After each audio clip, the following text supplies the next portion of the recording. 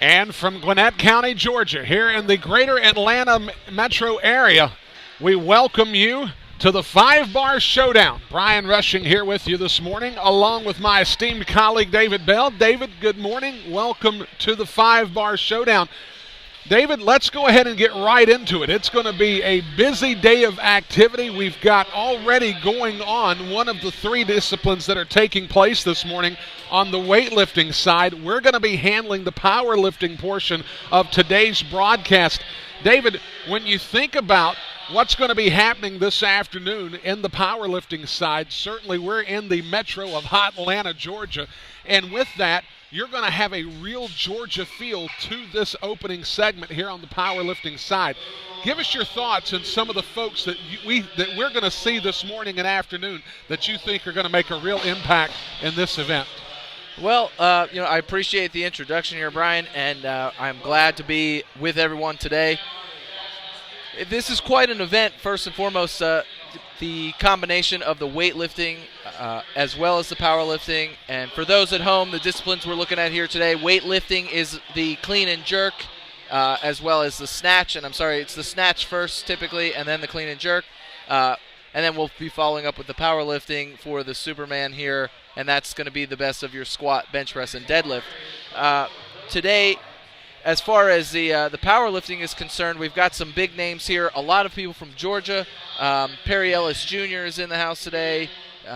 One of the staples here in powerlifting in the state of Georgia. Has competed on the national level multiple times and is working towards and looking for a national title at some point within the next year here.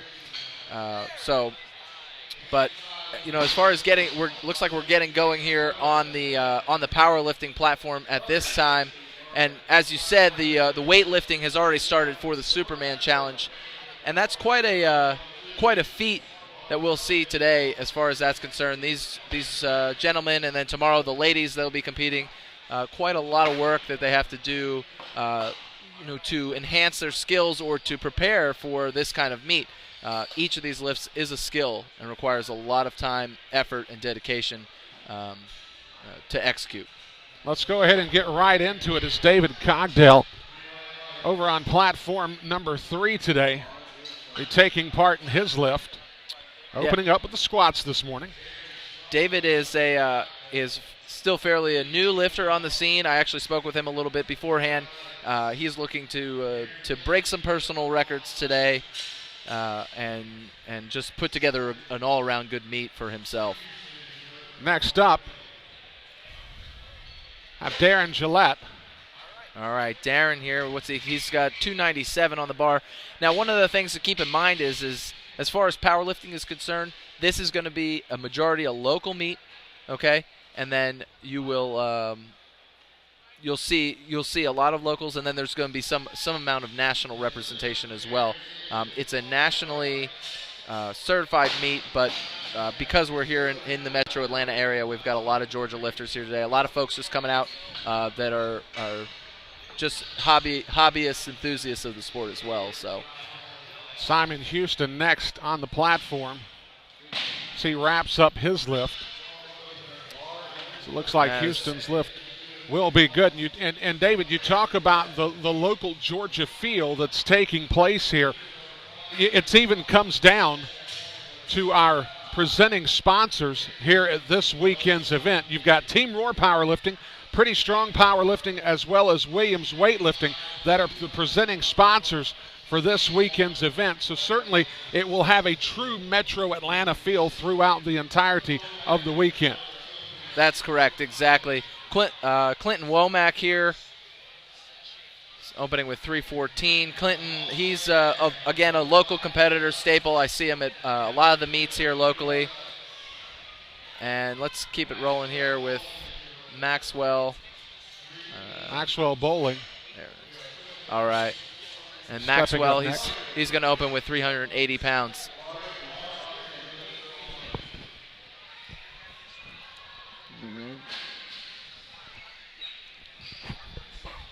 So Maxwell Bohling. Maxwell Bohling opening up with 380. And let's see, we've got a list of everyone here. Things just getting started here. on the first day of the 5-bar showdown from the greater Atlanta area. And Maxwell looking good on his opening attempt. Let's see what they say. Judges, they're going to give it 2-1. Tough for us to tell what that side judge is giving him. Looks like it's a depth call on that, but tough for us to see it here straight on. But it looked good from here. Nice and fast, a good quality opener. One of the things that you want to think about when powerlifting is getting on the board. It's all about total, and it's the same with weightlifting. You want to get that attempt to get you in the game. Well, now, David, you mentioned that, and for those that are not familiar with exactly the strategy and how the scoring works on the powerlifting side of this, you're going to have 3 judges that surround the platform, and you just mentioned that it was a 2-1 in favor of the lift being good. Explain to folks that aren't necessarily familiar with powerlifting the role that the judges play and what a 2-1 good lift would be like as opposed to a 2-1 lift that's not good. Okay, so in regards to that, so you've got the side judges, especially in the squat, a majority of them, what they're looking for is going to be the depth that the squatter is getting to and whether or not they're fully locked out. And that the head referee is going to be looking for the lifter to also kind of maintain their position. You can't shift your feet at all and things like that. So again, you're talking a 2-1 good lift versus 2-1 no lift. So typically, if depth, you'll see a 2-1 no lift a lot of times because the front referee struggles sometimes to always see that depth properly. But those side referees are going to see it. Maybe it's a lack of a lockout or they're shifting their feet or something of that nature. Now, and as far as the scoring is concerned, when it comes to getting a good lift on the board early, that way you can sort of build momentum in your second and third opportunities. I would imagine you could put yourself in a real deficit scenario if you don't nail that first lift, and I would imagine that the first lift of the day is going to be the more conservative of the 3s in a particular discipline. This is exactly right. First off, you want to get that momentum. We're talking about momentum. You're going to become more fatigued by missing an opening lift or any lift for that matter than you will making a very difficult lift or something of that nature, as well as setting the tone. Setting the tone for the day is going to happen in that first lift. So, you're trying to, you may be nervous. A lot of times you're nervous about that first lift, but you get that first lift on the board. It's something we like to say a lot of times, myself and my coaching partner, actually that's Dr. Vanessa Gale from Pretty Strong Powerlifting, that first opening lift should be something you can hit on any day of the week, whether you're puking in a bucket or you're 100%. That's the kind of thing. It's that weight you can always get no matter what your state is. So in effect, the first lift becoming the icebreaker, and then the second and third lift becoming the lifts that you really want to hit, possibly a personal record, or really position yourself for placing in an event of this nature. That's correct. Right. The more the successful lifts made are what's important, especially as you get to the top of the sport, when every kilo really counts. Absolutely. Every little bit counts. The difference between a made lift and a no lift could mean the difference between a gold and a silver and a bronze, or a bronze and not making the platform at all. So especially on, again, the national level. And this is a national level meet, so we're going to see that caliber of lifting coming down the line. I'm very interested to see the continuation, too, with we're trying to figure out, and I don't know if this is official or not, but we're really putting to the test the strength of the weightlifter versus the powerlifter today, I think, a little bit. And I think there's a little bit of that dynamic, whether it's being spoken of or not. But really, we want to see who has the greatest strength across the disciplines, and then especially those in the Superman and the Superwoman getting an opportunity to show what they've got across the board as a jack of all trades, per se. Which we'll talk more about later on this weekend.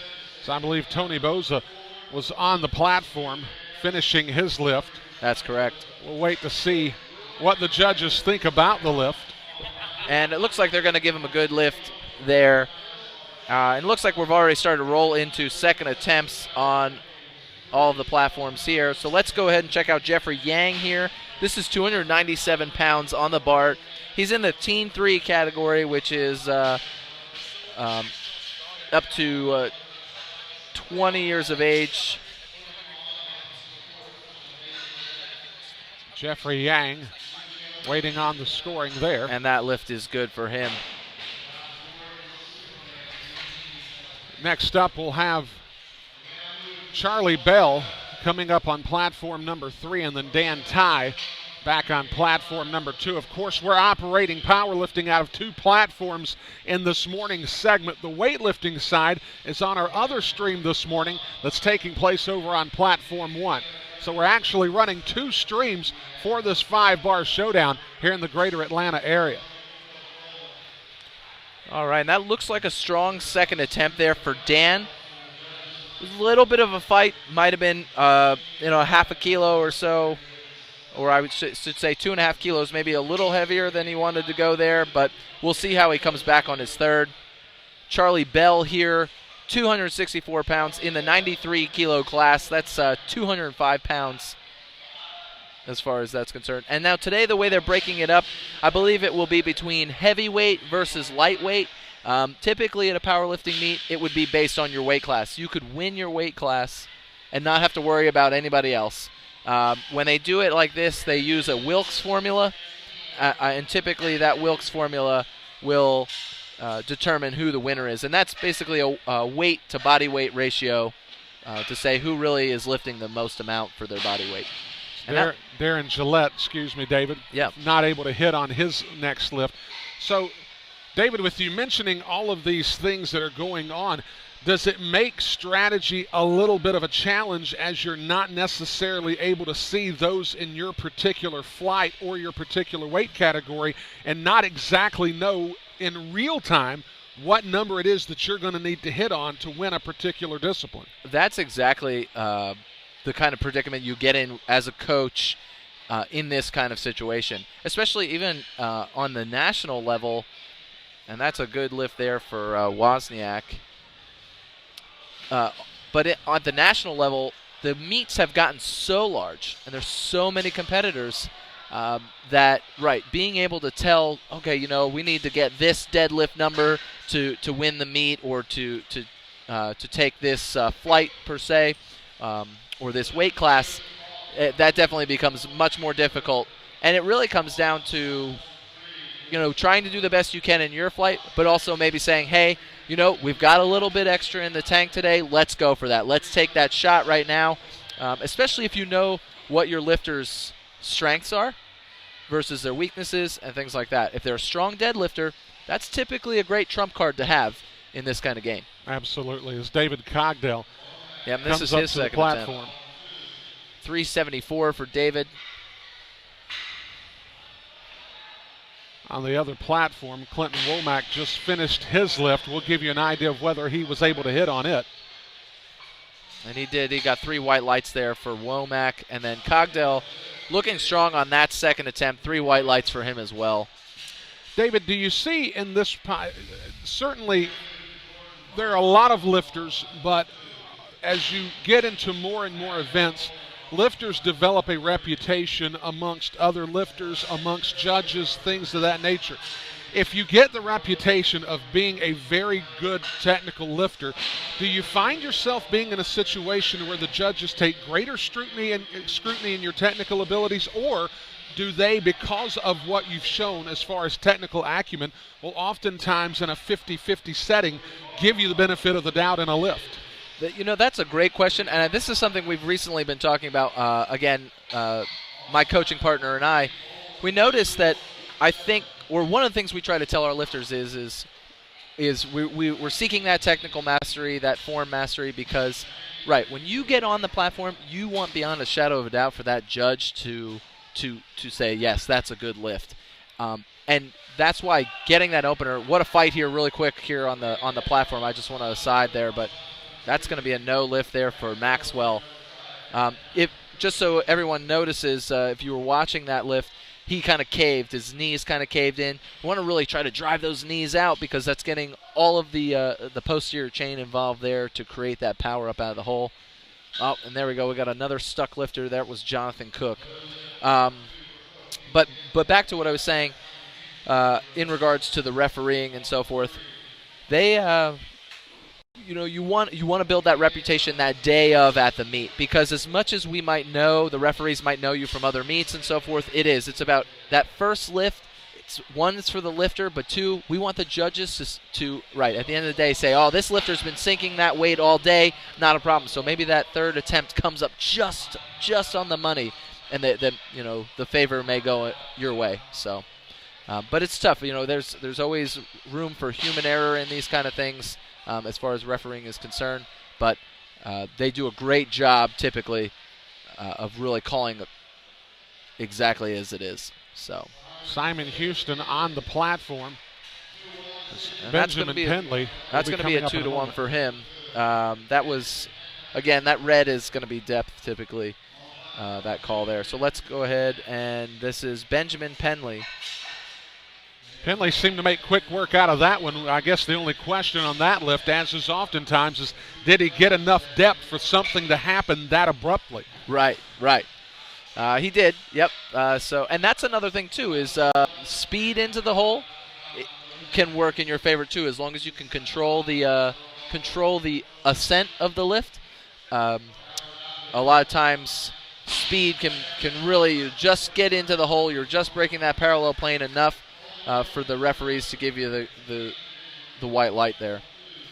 And this is Dylan Brown. So these a lot of these guys are teen categories. So this is a teen 3 category again. That's I believe it should be 16 to 18. Dylan Brown waiting on his scoring. And you got these guys. This is guys 16 to 18. That was 429 pounds. That's awesome for guys that age. They're working hard. I mean, it's not it's not unheard of at this point where you're seeing. We just had a teen 1. Squatting 350 pounds, and that's, now you're getting a lot younger there as far as that's concerned in the age bracket. So it's great to see the sport growing, especially at a younger.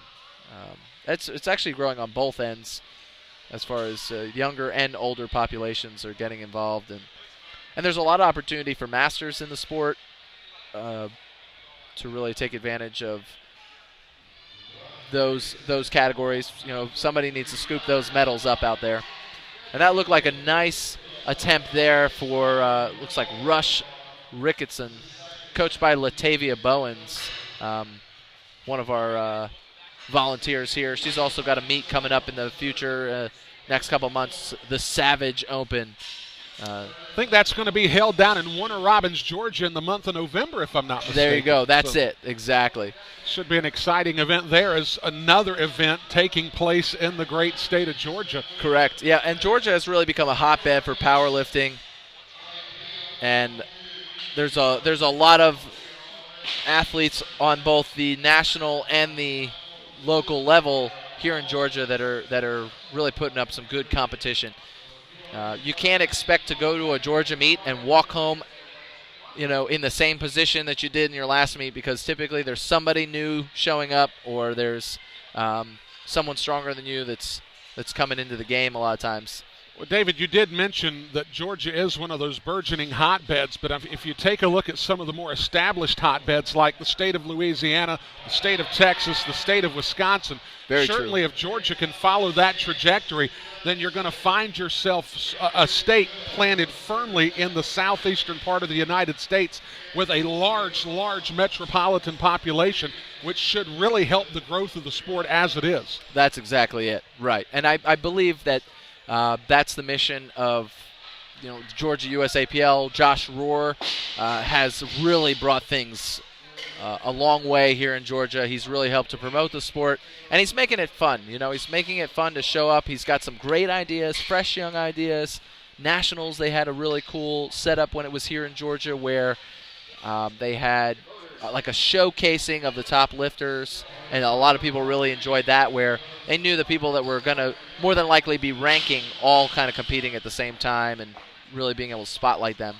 Jeffery Yang on his third attempt. Of course, Team Rohr, one of the three presenting sponsors of the event, along with Pretty Strong Powerlifting, as well as Williams Weightlifting USA. Those three entities came in here yesterday, and they were here very early on. I was here for some of the prep as well. These folks are getting started around lunchtime, and many of them not leaving until after 10 o'clock. An event of this nature becomes a real labor of love. You know, the fans see nothing but a two-day event. Those watching us on the stream see nothing but a two-day event. But there is a lot of planning and a lot of time that is taken to try to bring the event live to the fans that are here, as well as those that are bringing the event to you on the streaming side this morning. Very true, and that's it's great that you say that, because anybody listening or watching or that's involved in the sport of powerlifting needs to understand that it's a volunteer-driven sport. It's a sponsor-driven sport. So to support the volunteers, be a volunteer yourself, as well as support these sponsors that are coming out here. Venues have to be paid for. A lot of times Josh Rohr now, he's doing something that's a little different, is he likes to sometimes pay his spotters and loaders, or if it's where people have to come in from out of state, he wants to be able to give them the hotel room and so forth to really, to lighten that burden in a volunteer arena. Taking care of the people that take care of him. Correct. Right. Absolutely. So, all right. So that looked like a good lift for Charlie Bell. That was 286 pounds for his third attempt. And if we head over here, this looks like Sean Coffey here. And Sean's going to miss that lift there just on strength. Looked like that was 330 pounds for him. Jonathan Cook will be your lifter there on that platform in just a moment. And it looks like our other platform is ready to go here. This is Jack Wozniak. And again, a lot of these names are staples here in the state of Georgia. This is a young guy who's I've seen him a couple times now. His family is family of powerlifters, so Wozniak here. Again, Teen 1 category here, squatting 370 pounds. So young guy with a lot of weight, and he actually, you saw him shaking his head there. That's going to be a no lift for him. You know, it's amazing how many times, oftentimes, you're going to see a lot of these lifters. They pretty much know. They've done these repetitions enough. They know whether they've done enough to get the lift accomplished, and you can see a lot of the times they'll go back to the back room or to their practice sessions after an event is over, and they're working on technique, not necessarily weights. That's correct, right. Of course, at any point, as you're starting to increase the weight, technique and form begin to break down. But right, when you go back to the basics and you constantly hammer those things, it only gets better. It only helps you get, heavier weight to look better, to feel better, because, right, when you get to that max effort, you're really taxing yourself. You're taxing the nervous system. And if you've had the repetitions, it usually works out a lot better. This is 385 for David Cogdell. We'll see what the judges think. It's 2-1, good lift for Cogdell, and I'm going to hop over here. Let's see Womack's last squat here.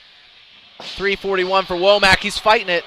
All right, you saw him just kind of kick back a little bit there as he was trying to lift it. His hips kind of translated backwards, and you could tell that was where he kind of lost his center of gravity and struggled to drive that home. Tough for a guy like Womack. Look at his height.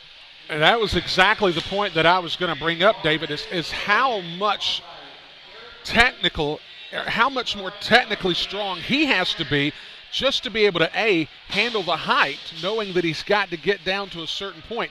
His center of gravity looks way different than someone who is at a 5'10", 5'11" level, because he's well over 6 foot tall. That's correct, right. The levers are different. I mean, of course, it's going to be different with every person here, but being taller, right, that weight has to travel a lot further, and you've got a greater pull of gravity, really, at that point. Jordan Barnard on our last lift. Looks like he was able to land it at 160 kilos for that lift. He was, and we had a miss there from Maxwell Bohling again. That was the gentleman with the knees caving before, and he just wasn't able to correct that. Just got to get back to the gym and strengthen that. And that's a technical thing. forcing the knees out from the beginning of the lift and continuing that drive out all the way through. And this is Simon Houston. Simon here. And that's going to be 2-1 no lift there for Simon. Again, they're calling depth on that, and looks like a little bit moving of the feet there. Benjamin here. This is Teen 1 category as well. Looks strong. I was going to say yep. If you noticed, it was a split second, but he stepped ahead. He stepped forward just before they gave him the rack command. I watched the hand of the judge go as he had already taken a step forward. So one of the things you have to wait for in the squat is that rack command. So they give you the squat when you're standing fully locked out. You go down and up, no pause in the bottom, and you go ahead and stand up with it.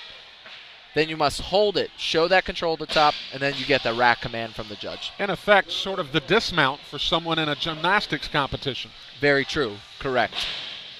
And both platforms are squatting simultaneously right now.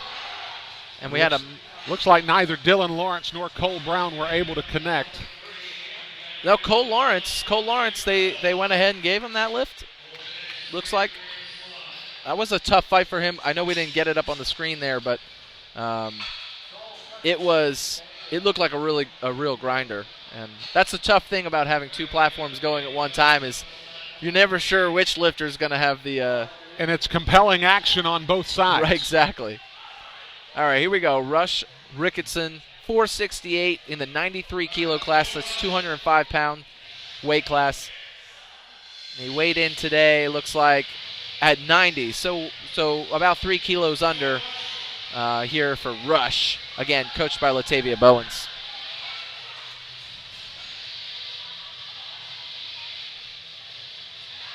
You'll watch along with us for the entirety of this lift, as he is the only powerlifting platformer going at this point. And a good, strong finish there for Rush. Let's see what the judges, 3 white lights for him. And there you go, 3 for 3 in the squat, and that's strong. Clearly he probably had a little bit left in him, but at the same time, he could be fairly new to the sport and is trying to be a little conservative, do what he knows he has, that kind of thing. And he could also be saving up for a little later on. It just depends. You don't really know the strategy until you kind of see how things start to play out later on. Platform number 2, we had James Mckay in the next flight getting started. His first lift was good. So we'll have Tony Boza coming on in just a moment. And then we've also got Gregory Luu on platform number 2. Yep, let's go ahead and we'll stay on, I want to stay on Boza here for a moment, and then we'll get to this other platform. These are third attempts here. And Boza, this is a comeback lift, so he missed this on his last attempt. This is 479 pounds for him in the 105 kilo weight class.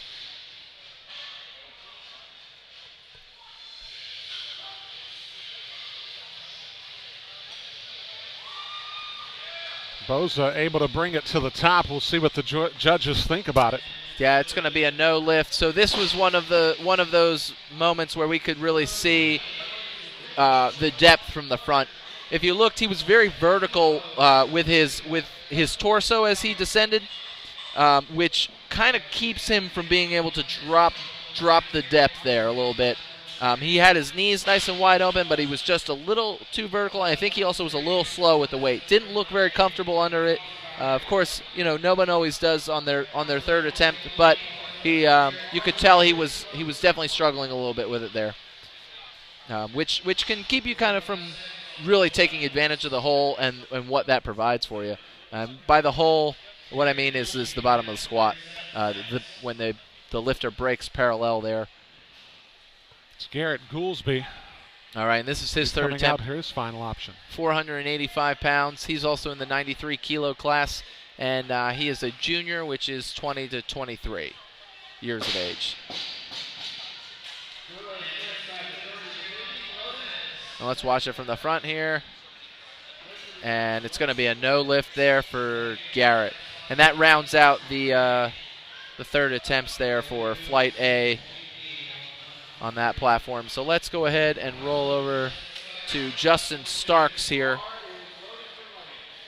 We had Giovanni Montes was able to hit on his first lift over on platform number 2. Now, Mr. Justin Starks. All right, and that looked like no problem there for his opening attempt. 3 white lights there. That was 352 pounds for Justin. And then Manuel Parrachavez. And so right now what we've got is we've got both of our Flight Bs going at the moment, and they are on their opening attempts here. And we'll try to give you a lifter. Well, coming up, we've got Manuel Parrachavez, who's over on platform number 2. And he's opening with he's opening with 358 pounds. Junior lifter. Again, another nice opening attempt there. Let's see, should be good to go. Yep, 3 white lights there, not a problem. And now we'll turn it over to Robbie Sterling. Robbie Sterling on platform number 3. Now to get Robbie's actually from my neck of the woods in the Charlotte metro area. Gotcha, okay. A converted college basketball player who's making one of his first forays into powerlifting. Gotcha. You can see wearing his alma mater's gear there. Right, and I was going to say we got another tall lifter there on that platform. He is 6'6", 6'7" in that range, so certainly a youngster in the sport as it turns out. I would imagine as he continues to get coached up, technique will become more and more of a priority for him. That's exactly it. You know, and that's one of the things is making the this scene here favorable for novices. One of the things we always suggest to people who are novices is it's always good to try to find yourself a coach, or at least somebody for game day, if not anything else, because that's one of the things we get all the time, especially with pretty strong powerlifting, is people love the fact that they have somebody that's just running the show for them. You know, you don't have to think about your attempts. You show up, you weigh in, you eat, you sit down, and you lift the weight. You know, that's it. That's all you got to do. And that's the best way you can do it, especially for a novice who doesn't have a clue about, a lot of times, how all this runs. Marc DiGregorio over on platform number 2. 363 pounds for his opening attempt, but they're going to say no lift there for him. I didn't really catch what exactly happened there. But let's go over to the other platform here. This is John Mason. He's out of the Warner Robins, Macon, down that way. He's been in the sport for a little while now. Got a couple Masters records here in Georgia. So he should put on a good show for us today. This is a 402-pound opener for him, Masters 2A category.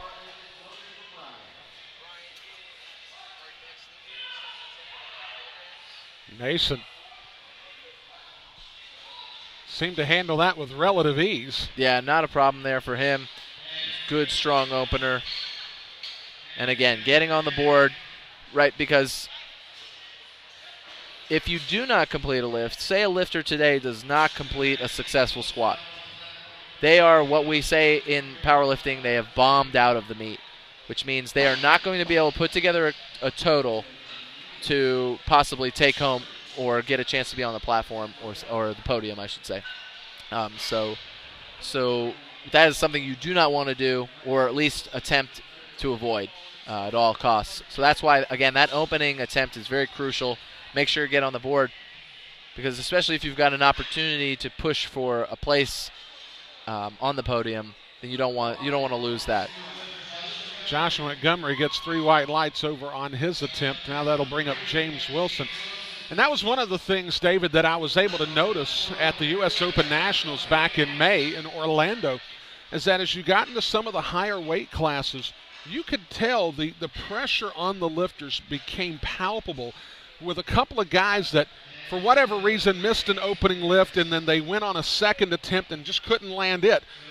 Those guys that go into that third lift without a qualifying score, the heat's really on them, and it's as if that pressure builds and creates another monster that they have to contend with outside of the bar itself. That's exactly it. Now, one of the things that I think is crucial when you get into that level of competitiveness is to realize what you've got.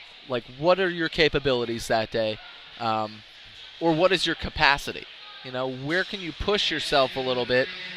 And what are you there for? Because I think it's healthy to come in and want to compete with everyone else, but if you're not competing with yourself first, then a lot of times you get swept up in all these other things, and you're trying to push for a place on the podium, and you just fall short of it. Instead of coming in sometimes and knowing what it is you've got, trying to hit those numbers, and sticking with a game plan in a sense, and really having that game plan put together. Because once you get to that competitive level, there's only so much room to make adjustments. Shelby Grosh about to make an attempt on his lift, his first opportunity. Yeah, and looks like not a problem there for Shelby. 470 pounds for his opening attempt in the 93 kilo class. David Geiger, 418 pounds for his opening attempt in the 83 kilo class. So the weight classes are a little intermixed today, as we talked about earlier today. And it's interesting because you see some guys here that are out squatting some of our heavier lifters. I'm looking at the second platform here, and I've got guys in the 74 kilo class out lifting 83 kilo lifters by a healthy 20 kilograms. And that's if you put it, so that's 40, 50 pounds right there difference. So coming up to the platform here, James Mckay. He was able to connect earlier at 150 kilos. He'll try an attempt at 160. Ooh, tough fight there. Ooh. See what the judges think about it. Yep. He was able to connect. Outstanding. It takes a lot of stamina physically and a lot of mental discipline, I would imagine, to carry on when a lift gets that difficult, as he made an ambitious move up 10 kilos on that lift. That's correct. And, typically a 10 kilo jump in the squat, that's pretty good. That's a healthy move. Typically, I wouldn't have a problem doing that for one of my lifters or for myself. But you never know what's going on that day with that lifter. He could have something happening. That could just be his lifting style, too. He might come out, and his third might look very similar. He clearly has the capability to grind the weight and keep it moving. And as you could tell with some of the shaking he had going on there, it's not necessarily about how pretty it is. It's about, are you meeting the technical standard that the referees are looking for? And that was Gregory Luu. Now, interestingly enough, he gets 3 white lights at 165, though he missed his initial lift at 155. That's so obviously correct. Went back and regrouped, made some solid adjustments to land that lift at 165 kilos. Correct. Now, one of the things that I would be weary about, like if you look Marc DiGregorio on that platform coming right after Luu, he is he missed his opening attempt and he's going to stay the same. Earl Hill here, this is 451. That's who we've got right now on platform 3. Earl is coached by a national champion powerlifter and upper cervical chiropractor, Dr. Patrick Anderson, out of Dallas, Georgia. And Earl, I believe, is one of his patients. But these, no problem there with 451. That flew. So nice work Earl there. Hill made light work of that one. Right. That was clinical in how easily he was able to get that lift up. Correct. So now it looks like on platform number 2 we'll have Justin Starks. There we go. Followed That's by Justin. Austin Starks. I would imagine there is a sibling rivalry there to some degree. Most definitely. And it looks like they only opened 2.5 kilos different, the two brothers there. All right. Looks nice and strong there. Almost exactly like his opener. That lift is good for Starks. And here we are, Chris Costley, 451 pounds for Chris. Now, folks watching at home, I'm sure you can see Chris here had quite a wide squat stance. You'll see a variety of stances throughout the day. There are numerous factors that go into those kind of things. Sometimes a lifter will go from geared lifting to raw lifting. And a lot of times you'll see geared lifters or lifters wearing a squat suit will have a wider stance to take a little bit more advantage of the suit, to be able to sit into that suit a little bit more and use it for exactly what it is, and that's to bring them up out of the hole. But also you have to take in consideration what feels comfortable for the lifter. Femurs, the way the leg is in the hip and so forth, those angles can be all different, which change the standard, what people would often say shoulder width or something like that as far as the stance is concerned. Giovanni Montes on the platform attempting his second lift. He hit it 160 earlier. That was a nice second attempt. Let's see. 3 white lights. Very strong. Wasn't so difficult that he didn't look like he was struggling a lot, but he gave it. And the same with this lift here by Charles. You want that second attempt.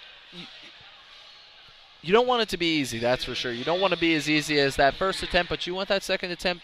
You want to say, okay, that was some weight. I know I'm getting into the game now, and I've amped my nervous system up, my body, to the point where when that third one comes, I'm not shocked by it. Now, and we talked about some of the strategy earlier in regards to, because you're not with everyone in your given weight class in the particular flight that you're lifting at this morning, you almost have to have a more patterned, regimented lifting schedule. So you can't necessarily go up X amount of kilos because you don't necessarily know what your opponents are doing, because some of them may not have even lifted at that point in the day. The reality is, I would imagine for these guys, the program would be something similar to put a qualifying score on the board with your first lift, be ambitious with your second lift, maybe a little more ambitious than normal, and then if you feel like that you really have the opportunity to qualify and place in your particular weight class, then maybe you'll go incrementally up with your third lift, knowing that even if the squat isn't your strong sport, putting up a really good qualifying score really sets the scene for you to do what it is that you do well, which might be the bench press or even the deadlift. That's exactly it. And that's where it becomes tough if you're a good squatter, but you're not as strong as a deadlifter or a bencher. Because now you've got to put it all on the table in the squat and hope that what your capability or capacity is in the bench and the deadlift will be enough to keep you afloat. So having that deadlift is crucial. And of course the squat and the deadlift, that's where the majority of your total is going to come from.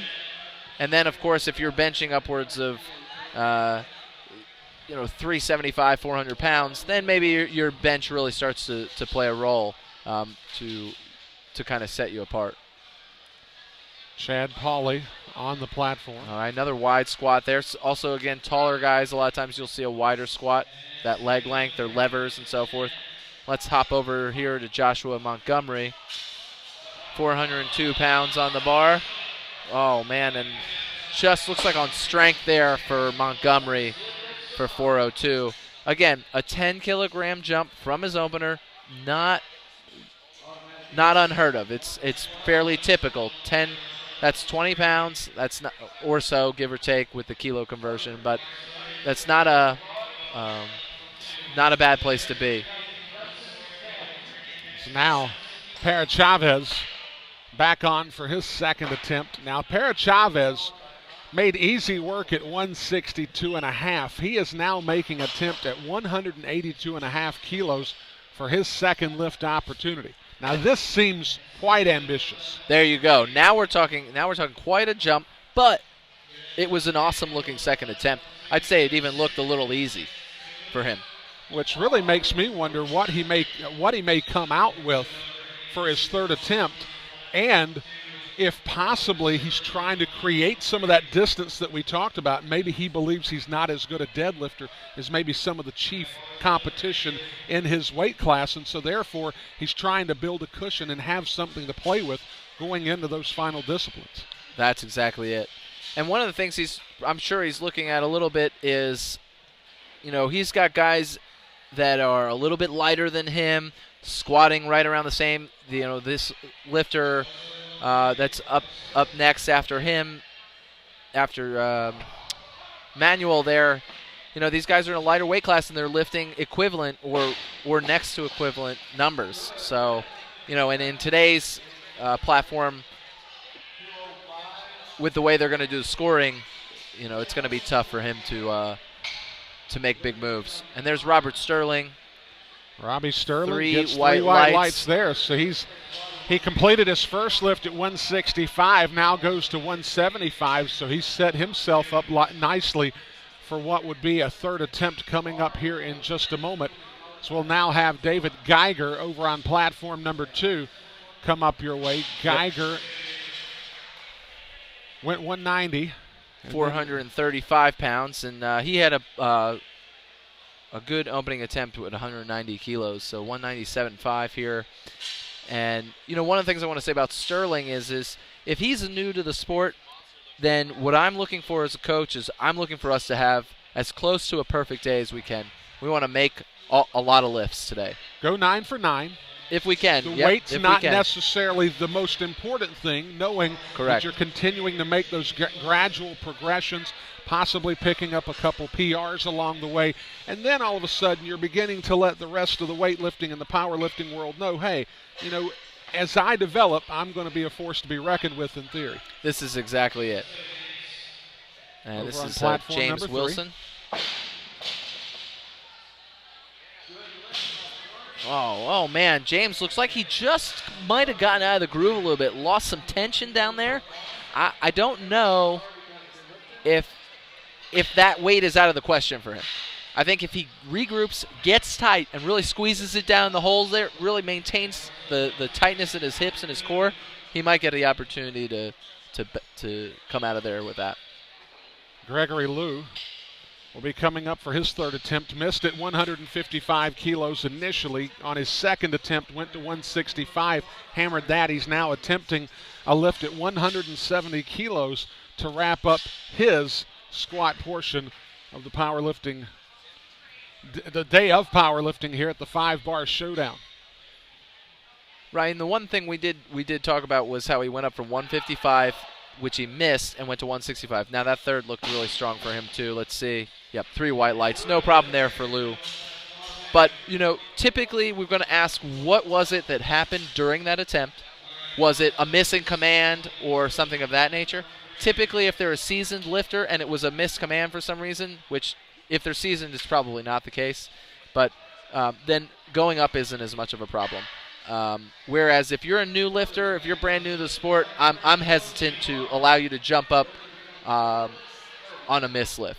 So Shelby Grosh making his second attempt at 192.5 kilos.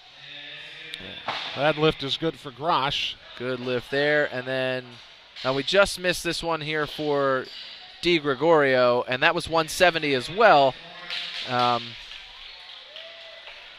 Again, though, so Gregory Luu, though, squatting 170 at a body weight of 64 kilos, and Marc DiGregorio squatting the same weight at a body weight of 76.5. So Lou, pound for pound, is the stronger lifter in this case. So we'll now go back to platform number 3, where John Mason be making his second attempt, going from 182.5 kilos up to 192.5. Yeah, and he almost looks like he's got kind of a high bar going on here. Typically in powerlifting, you see a much lower bar, and that'll be something we see the difference between weightlifting and powerlifting is a lower bar position comparatively. And Mason's lift looking good from here. Let's see. 3 white lights there, and it was 3 white lights for Justin Starks as well, who finished with 177.5. Simultaneous perfect lifts here on day 1 of the inaugural 5-bar Showdown presented by Team Rohr Powerlifting. Pretty strong powerlifting, as well as Williams Weightlifting USA. From Lilburn, Georgia, part of the greater metropolitan Atlanta area, Brian Rushing here, along with David Bell. So glad that you have joined us this morning, as it's going to be a day full of activity here in the greater Atlanta area. We're getting started. The weightlifting side got cranked up at 8:30 this morning. So while many folks are still in bed, these guys are getting everything cranked up on the weightlifting side. The powerlifting side got started at 9 a.m. and we'll be going deep into the afternoon and the evening hours here in Lilburn, Georgia. That's correct, because we're going to see that Superman, which is the weightlifting and powerlifting competition combined today. We'll see that later into the afternoon following the powerlifting we're following right now. Now, David, I did want to ask you, because it seems like a very intriguing concept of mixing these two sports, if you will. Now, to the novice, well, it's all the same. So, these guys are just lifting weights. Well, they are and they aren't. You talked about earlier in this broadcast about the two disciplines of weightlifting, and we've talked a great deal about the three disciplines of powerlifting this morning. But when you blend the two together, it really does sort of it gives us a good idea of who it is that is able to handle the weight and who is so good technically in the five disciplines that make up these sports. That's correct. And right, that's such an interesting concept to think about, because I think if you looked for it, you could find the discussion, who is stronger, weightlifters or powerlifters. People talk about that all the time.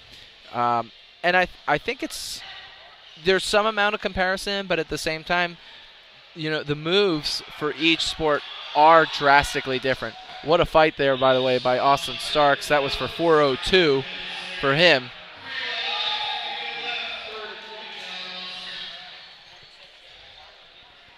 So that was a good lift there.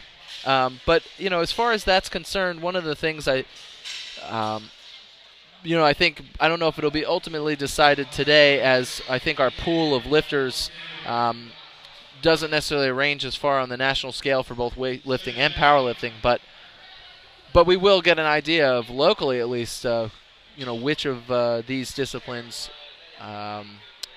provides the greatest amount of strength, I would say. Well, and I would imagine that a lot of these guys from both the weightlifting side and the powerlifting side, they run in very similar circles to one another, so they're very familiar with what the other groups of people are doing on the other side. I would imagine, if for no other reason than just have some bragging rights in the gym, that a lot of these guys would love to engage in a competition like this. And I think it's a very intriguing concept, and one that we could actually see catch some momentum in the future. I agree with that. I think it's I think with the advent of things like CrossFit and so forth, that seeing this mix is actually really cool, because these are the core strength lifts in the CrossFit program, aside from maybe the bench press, which some CrossFit does do.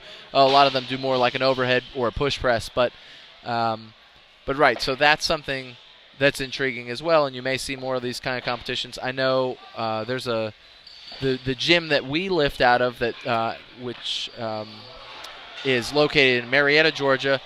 Oh, man, tough there. Tough. Good catch by the spotters and loaders.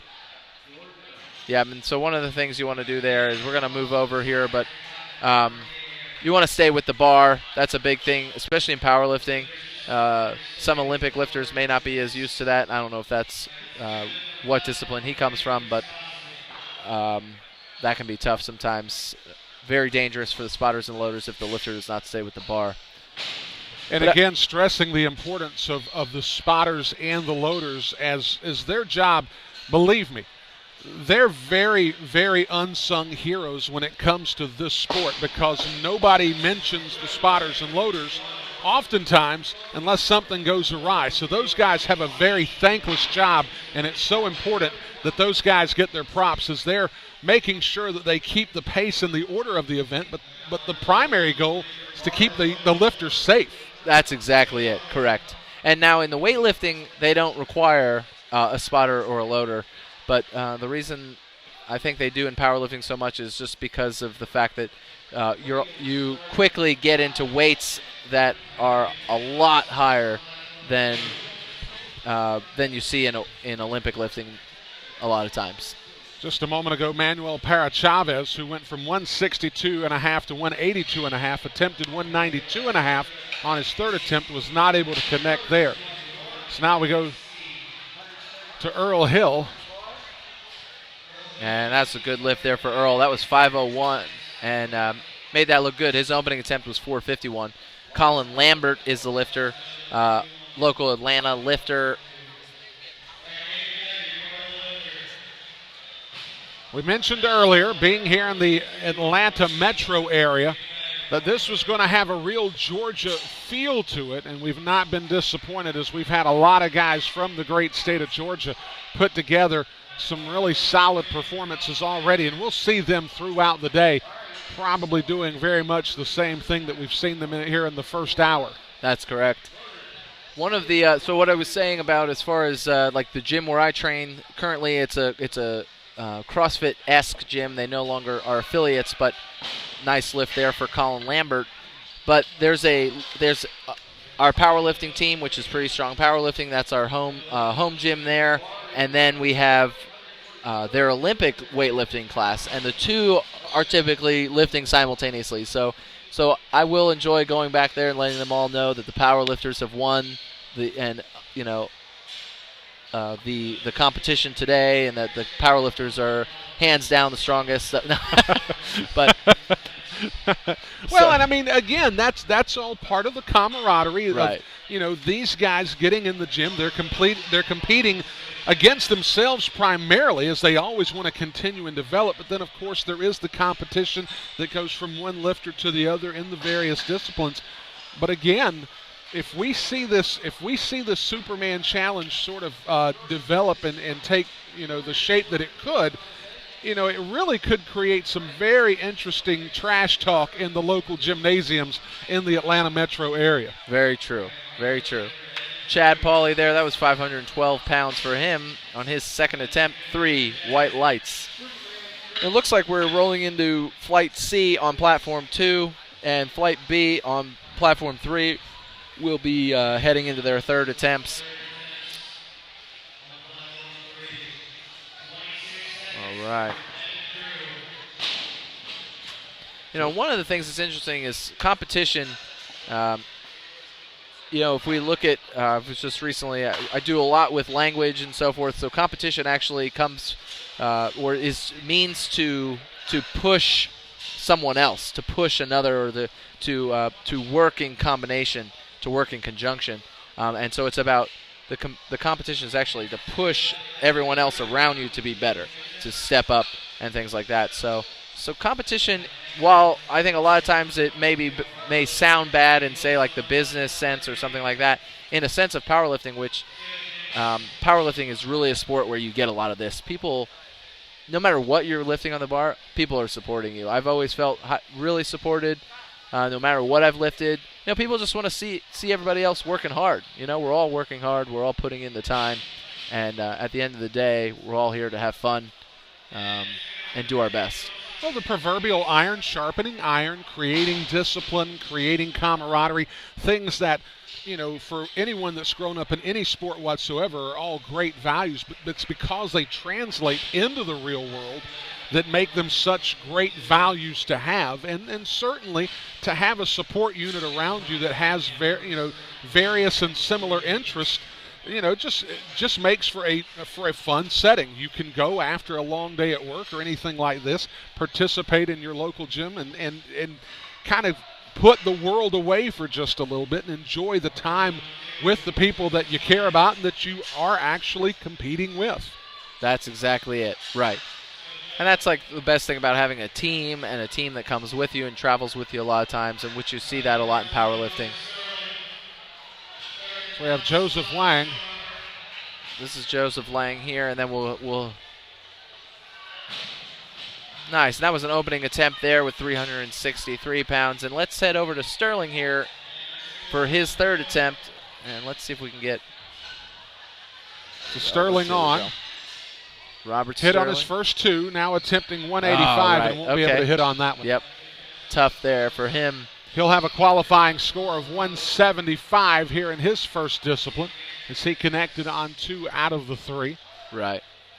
One of the things that's difficult to train and or teach, I should say, is something of the grinding of a lift, what we would say grinding, as far as like when you get down into the hole and you start to come up and you just feel you can know as the lifter if this lift is going to be a grind or if it's going to come out.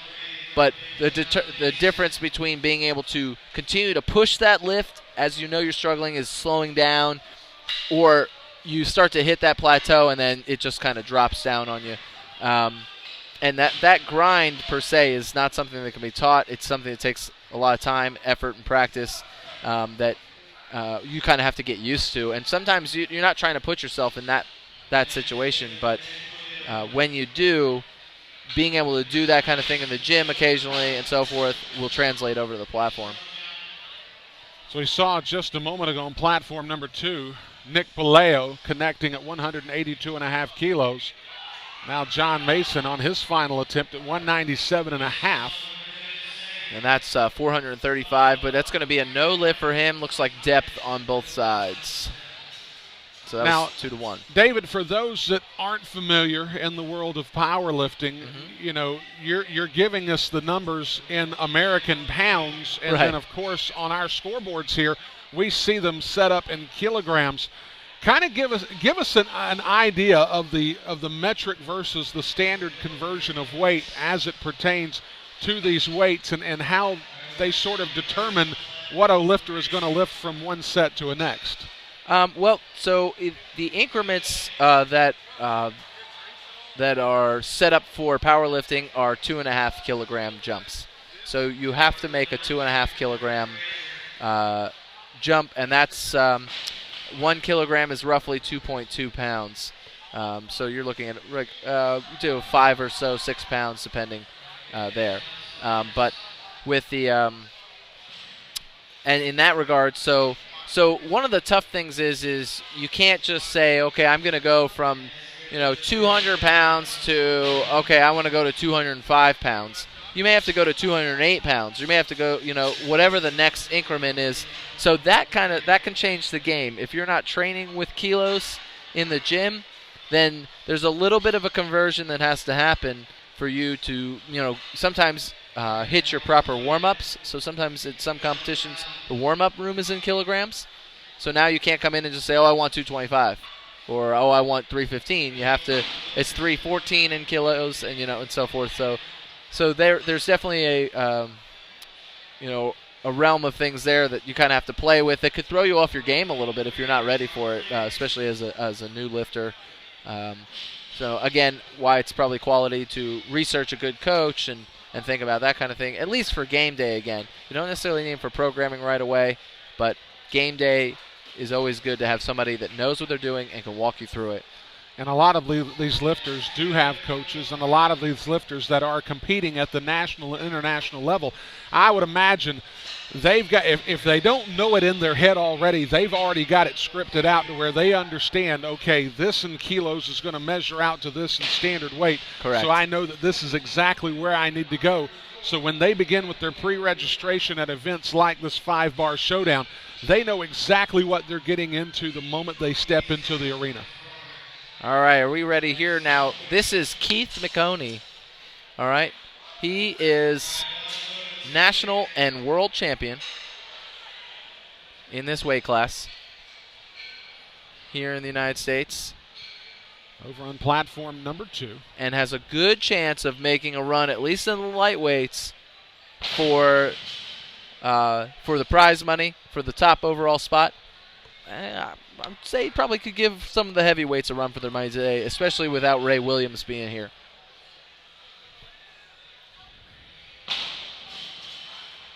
Well, the young man certainly looks the part, as the guy looks like he's very comfortable with dealing with those weights as he is able to connect on his first attempt. Well, that 3 white lights there. That was 501 pounds, and that's 66 kilogram body weight, 501 pounds. So strong, very strong lifter there. I mean, considering the next lifter coming out with 501, Nathan Walton, he's in the next weight class up. No matter what, though, if you're in the 64 class or the 66 class or the 74 class, 501 pounds is an awesome feat for those lifters. Yep. John Russell on his final attempt connected at 227.5. Now that sets up on platform number 2. There's Walton. Nathan Walton.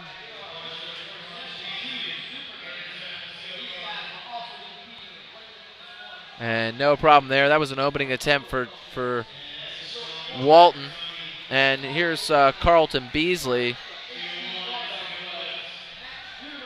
Beasley, this is his third attempt, 507 pounds. And just to give you a comparison, here you go. He's 105 kilo class versus McHoney, who just squatted 501 on his opener in the 66 kilo class. So now we're saying like McHoney easily has the advantage here in the Wilks score and the overall, the chance to take it overall.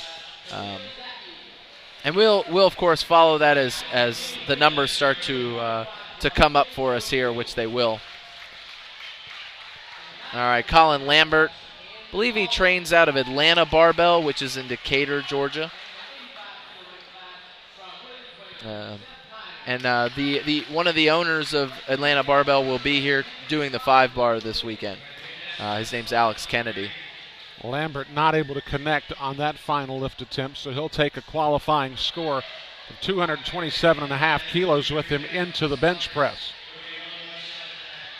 Ripping right through here, the opening day of this 2-day event, the 5-bar showdown here in the greater Atlanta area. One of our presenting sponsors is Team Rohr Powerlifting. For the best in online coaching and instruction, you can go to teamrohr.com to find out more about Team Rohr Powerlifting, as they are housed right here in the greater Atlanta area, as is all of our presenting sponsors, giving this a real Georgia feel to the event.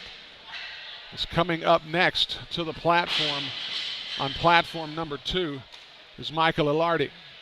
And then we've got Chris Costley here, though, with his third attempt squat on platform 3. That's right. This is 523 pounds for Chris. We're going to keep an eye on this here.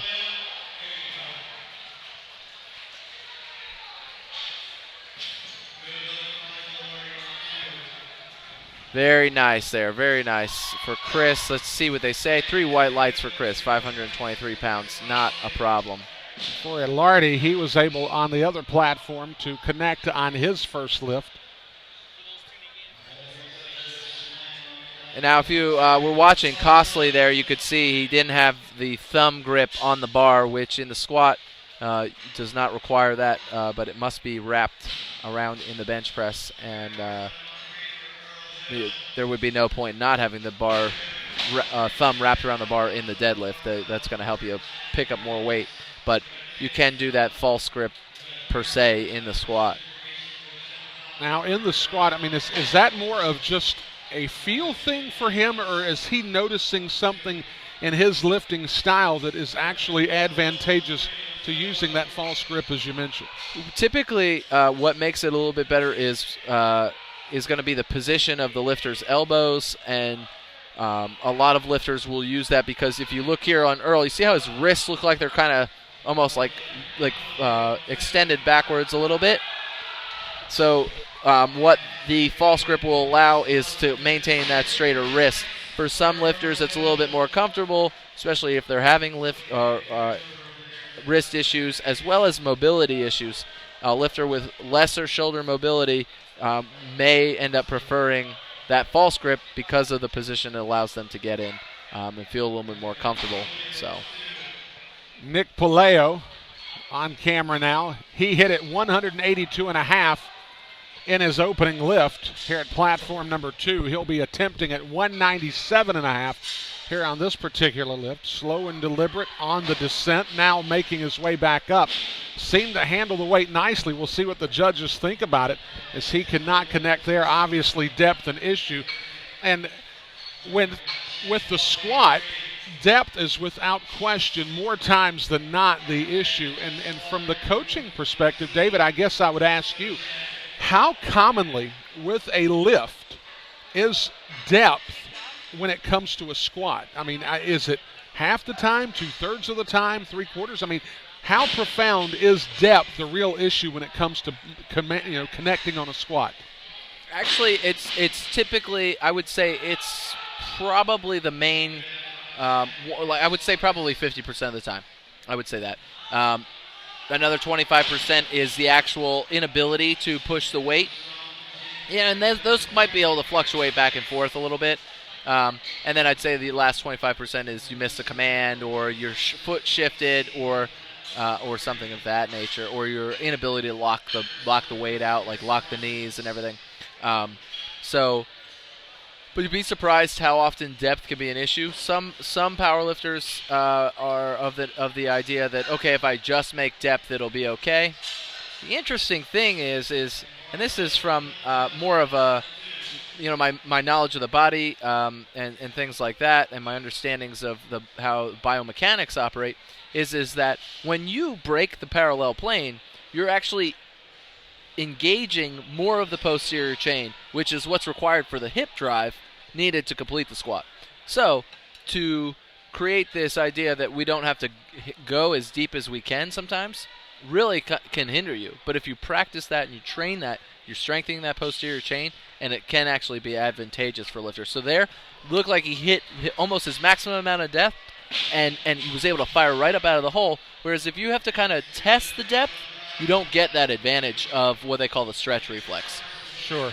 And I would imagine also, if you're feeling for if you're in the midst of your lift and you're feeling for how low to get, then a lot of your focus is almost split between allowing your body to fire properly and then contending with the mental aspect. Did I get low enough? Did I get low enough? So now, not only is your body not firing, but your focus is off. Very true. That's exactly it. And that's why one of the things you want to do when training is make sure you're training to the proper depth all the time. If you're constantly training that, then when you come onto the platform, that's a second nature thing. You don't want to have to be worrying about that, have to be thinking about that. You should know beyond a shadow of a doubt that in training you're hitting the proper depth because it's practice like you play. Just like any other sport, practice like you play. Absolutely. So that when you show up on game day, that's a subconscious effort at that point. So we had a connected lift there for Jordon Frazier. He initiated at 205, at 217.5 is where he was able to get his second lift to be affirmed. So we'll now wait. So we'll go to platform number 3. This is Tony Schwabach. And then we have Keith McHoney on the other platform. I want to see who's going to get here. Keith's coming out with 534 pounds. This is Tony with 468. But it looks like we're going to be able to watch both here.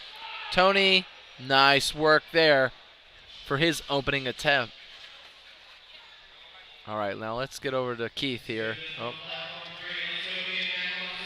534 pounds at a body weight of 65.2 kilos.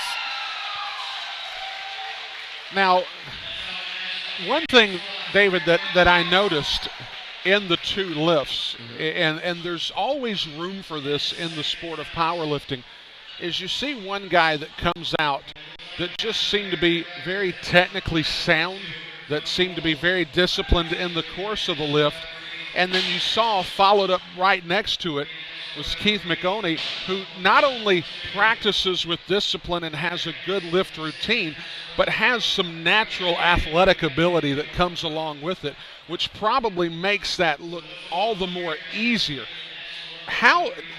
When you're dealing with a lifter, if you're coaching a lifter that does have some extreme athletic ability, does it make it easier to coach that lifter, or do you have to focus a little more on being disciplined and handling the technical aspects of the lifts? Right, and that's a great question, because I think across all sports, that's definitely, I think, something that a lot of coaches deal with, is trying to understand where that balance is, because of course you've always got these people that come in and they've got amazing talent, right? They've got amazing ability. They come from a background built for it. Really quick here, just before I get into it, Tony Walton here with a Masters 1A record attempt, Georgia record. There it is, 534 pounds for Tony Walton. Let's see, it's going to be a good lift. So we're 3 going white lights, and we're going to have a replay. Yeah, we're going to have a replay here. And this is replay worthy, there's no question about it. So we'll go back to the athletic lifter here in just a moment. There's Walton, as you can see him setting up for the lift here. And Dave, I'll let you take it through here and what your thoughts are. We could just see, you saw him get really strong and tight there at the beginning, and complete execution, top to bottom. Perfect depth, again, we're talking about engaging that posterior chain. He's hitting the maximal depth he can hit, and he's he's really able to generate a lot of power coming up out of the hole, and then stuck with it through what we would call his sticking point. He's kind of halfway through. You saw him kind of slow down, and really you could see him really engage an additional amount of his upper body musculature to help him drive through that lift. It looked almost as if he hit an additional gear, like the transmission kicked in, if you will. That's correct. And when you're lifting, or when you're in any type of situation where you're pushing your muscles to a maximal effort, we have that. When you think you're tight, there's a little bit left in the tank there. There's just a little bit more in the muscle physiology that will allow you to get a little bit tighter. And that was a nice lift there by Evan Drew. That was a comeback lift for Evan, and he did a great job there. Evan Drew gets 2 out of 3 white lights there at 162.5, so he's able to make up for the missed lift on his second attempt. So now he'll qualify at 162.5. So going back to the athletic lifter and this things, they come in, they've got this natural talent. Tough thing is one, as a coach, does the lifter see you as like someone they know more than, or because they have this natural talent, like, okay, I'm coming in with this talent, or are they willing to humble themselves and say, okay, I've got this talent and I know you can take me one step further. That's kind of the difference. So I think it really comes down to the personality of that person that you're dealing with there in regards to that. Because if you've got a good mix of both, just like in any other sport, that person's going to go they're going to go a long way. Because they're going to come in, they're going to put the hard work in, and they're going to, they're going to put in the time and effort to make themselves better, maybe in areas that they're not. Michael Ilardi there at 172.5 was able to connect. And for Ilardi, or for a lifter like Michael Ilardi, he started out at 162.5 kilos, but he was able to get white lights on each and every one of his lifts. So now he takes 3 white lights off of a lift at 172.5 into the bench press portion. So certainly, if momentum is important after that first discipline, he has about as much as you can possibly ask for in this regard. That's correct. One of the things is the USAPL world coach or head coach of the coaches in general, Matthew Gary, he does a lot of statistical analysis for the sport. So he'll take all the lifts from a weekend. Nice fight here from Joseph Wang. That was his third attempt, 391 pounds, and a comeback attempt for him. So let's see. But it's going to be a no lift. It's going to be a no lift. I'm listening here. It says it looks like a little bit of balance shift in that lift. But Matt takes all of the stats from like the world competitions or national competitions, and he tries to find out what's happening, what are the trends with lifters, and what's happening with the best lifters, who are the top people that are making it to the podium. And he says the average number of lifts made is 7 out of 9. 7 out of 9. So there is some point where with those lifters where they're trying to push a limit, they're trying to stay ahead of the game. Maybe they're trying to pull that last deadlift that's going to keep them, slide them into first place, or assure that they're not going to fall back a spot, and that may be the lift that they miss. So when you kind of get higher up into the game, that does change a little bit. That momentum shifts a little bit, or the idea of having to go 9 for 9. But as a rookie or a novice lifter, I recommend it because we're trying to build confidence. You want to stick in the sport, and a lot of times you need to have that affirmation in a sense. We'll see what the judges have to say about Nick Palaio. It looked like a good lift, and it was a good lift, getting 3 white lights there. He was able to make amends for the miss at 197.5 on the second attempt. He'll now take 197.5 kilos with him as his qualifying score. That's correct. On the squat segment. And one of the things I saw about Palaio there was the last time he looked like he just went a little too slow with it, was a little too cautious. This time he had a good mix between, the rate of descent being just right for him to allow him enough strength to get out of the hole there. So, well, I think a lot of the time something that for those that aren't real familiar with the sport of powerlifting, just as in any other athletic pursuit, rhythm is of some importance. And if those that have it are able to make the lift look a little smoother, a little easier than those that just can't quite connect in that regard. That's exactly it. Right. Jin Kim there, 207.5. That was a no lift, but it was quite a fight for him. Let's see what we got. Timothy Oliver finishing up here with his opening attempt, 562 pounds, and that was a good lift for him. So Oliver connects there. Another one of our presenting sponsors that we would like to talk about at this time is Pretty Strong Powerlifting. An opportunity to find someone that can help you with custom coaching, whether you're a novice or whether you're involved at the elite level. Certainly, Pretty Strong Powerlifting can take care of what it is that you need from the coaching side. You can find them on Instagram at team.pspl, or you can find them online at www.prettystronglife.com. That's www.prettystronglife.com. One of our presenting sponsors. Respect yourself, respect others, respect the weight. That's Pretty Strong Powerlifting. One of our presenting sponsors here of the 5-bar Showdown. And now on the platform 3, we have Garrett Bailey. Botsy, as he's affectionately known as. That's it, right. So Botsy, also a national champion himself and a world competitor, 573 pounds there. He competes in both arenas in powerlifting, meaning he competes both raw and equipped. And so for those at home who don't know, the equipped segment is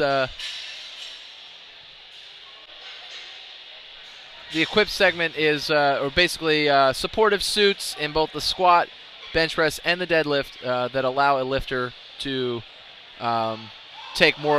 lift more weight in a sense. Now, that really quick, Phillip Brown. He's been a local lifter for a really long time, lifting with Quest Nutrition and so forth. Strong lifter, staple here in Georgia. See him quite often. And if this wasn't a national meet, he probably would win the competition overall in the 66 kilo class, as well as on the Wilks score. Because if you look, he's like really close to McHoney here. The only problem is that McHoney is going to now squat about 20 more kilos than he just did. So, but as far as that's concerned, he is the top 66 kilo here in the state. So we'll be watching next McHoney's to McHoney, of course. third attempt. 247.5 kilos is what he's attempting. Yep. Over on platform number 2. Just getting things started here. Hour number 2 of day 1 of the 5-bar Showdown. There it is. Beautiful. Awesome. And McHoney, we get 3 white lights there. I think we're going to go to replay on that particular lift for McHoney. Dave, I'll let you go ahead and analyze through this one. Yeah, here he is. Just like anybody else who's going to get prepared for a squat, he's going to get tight. There he is. He squeezes a little bit. You can just tell him he's keeping as tight as he possibly can. And look at the fight there. A little bit of twist in his upper body, but he really continues to push through it and sticks with that weight. Nice work there for Keith. Great competitor here. All right, so Shane Sepak, he's actually out of Louisiana, New Orleans. He's a competitor currently being trained by Dr. Vanessa Gale in Pretty Strong Powerlifting, one of her online clients. And Shane makes light work of a 600-pound opener there in the 105 kilo class. 3 white lights for him. Nice work. Sepak on the board there at 272.5. And here we are, Walton coming back out, going to break his record here again. This is 5:45 for Walton. Oh, I'll tell you right now, that looked easier than his second attempt. Well, that was what I was going to ask if given the opportunities. It seemed like, as we'll go to replay, that Nathan Walton had something left in the tank, and apparently he did, as he was able to connect at 247.5. You could just see the transition in the hip drive. On his ascent, it was much cleaner versus on the second attempt, he kind of froze there, paused a little bit, might have gotten out of the groove, was able to save it, but here he really got tight, and that's crucial, is really understanding how tight can you really get, because if I can really create that tension throughout my body here, the more I can create, the more weight I will lift, as well as being able to drive through that weight if it feels like it's not going to move per se.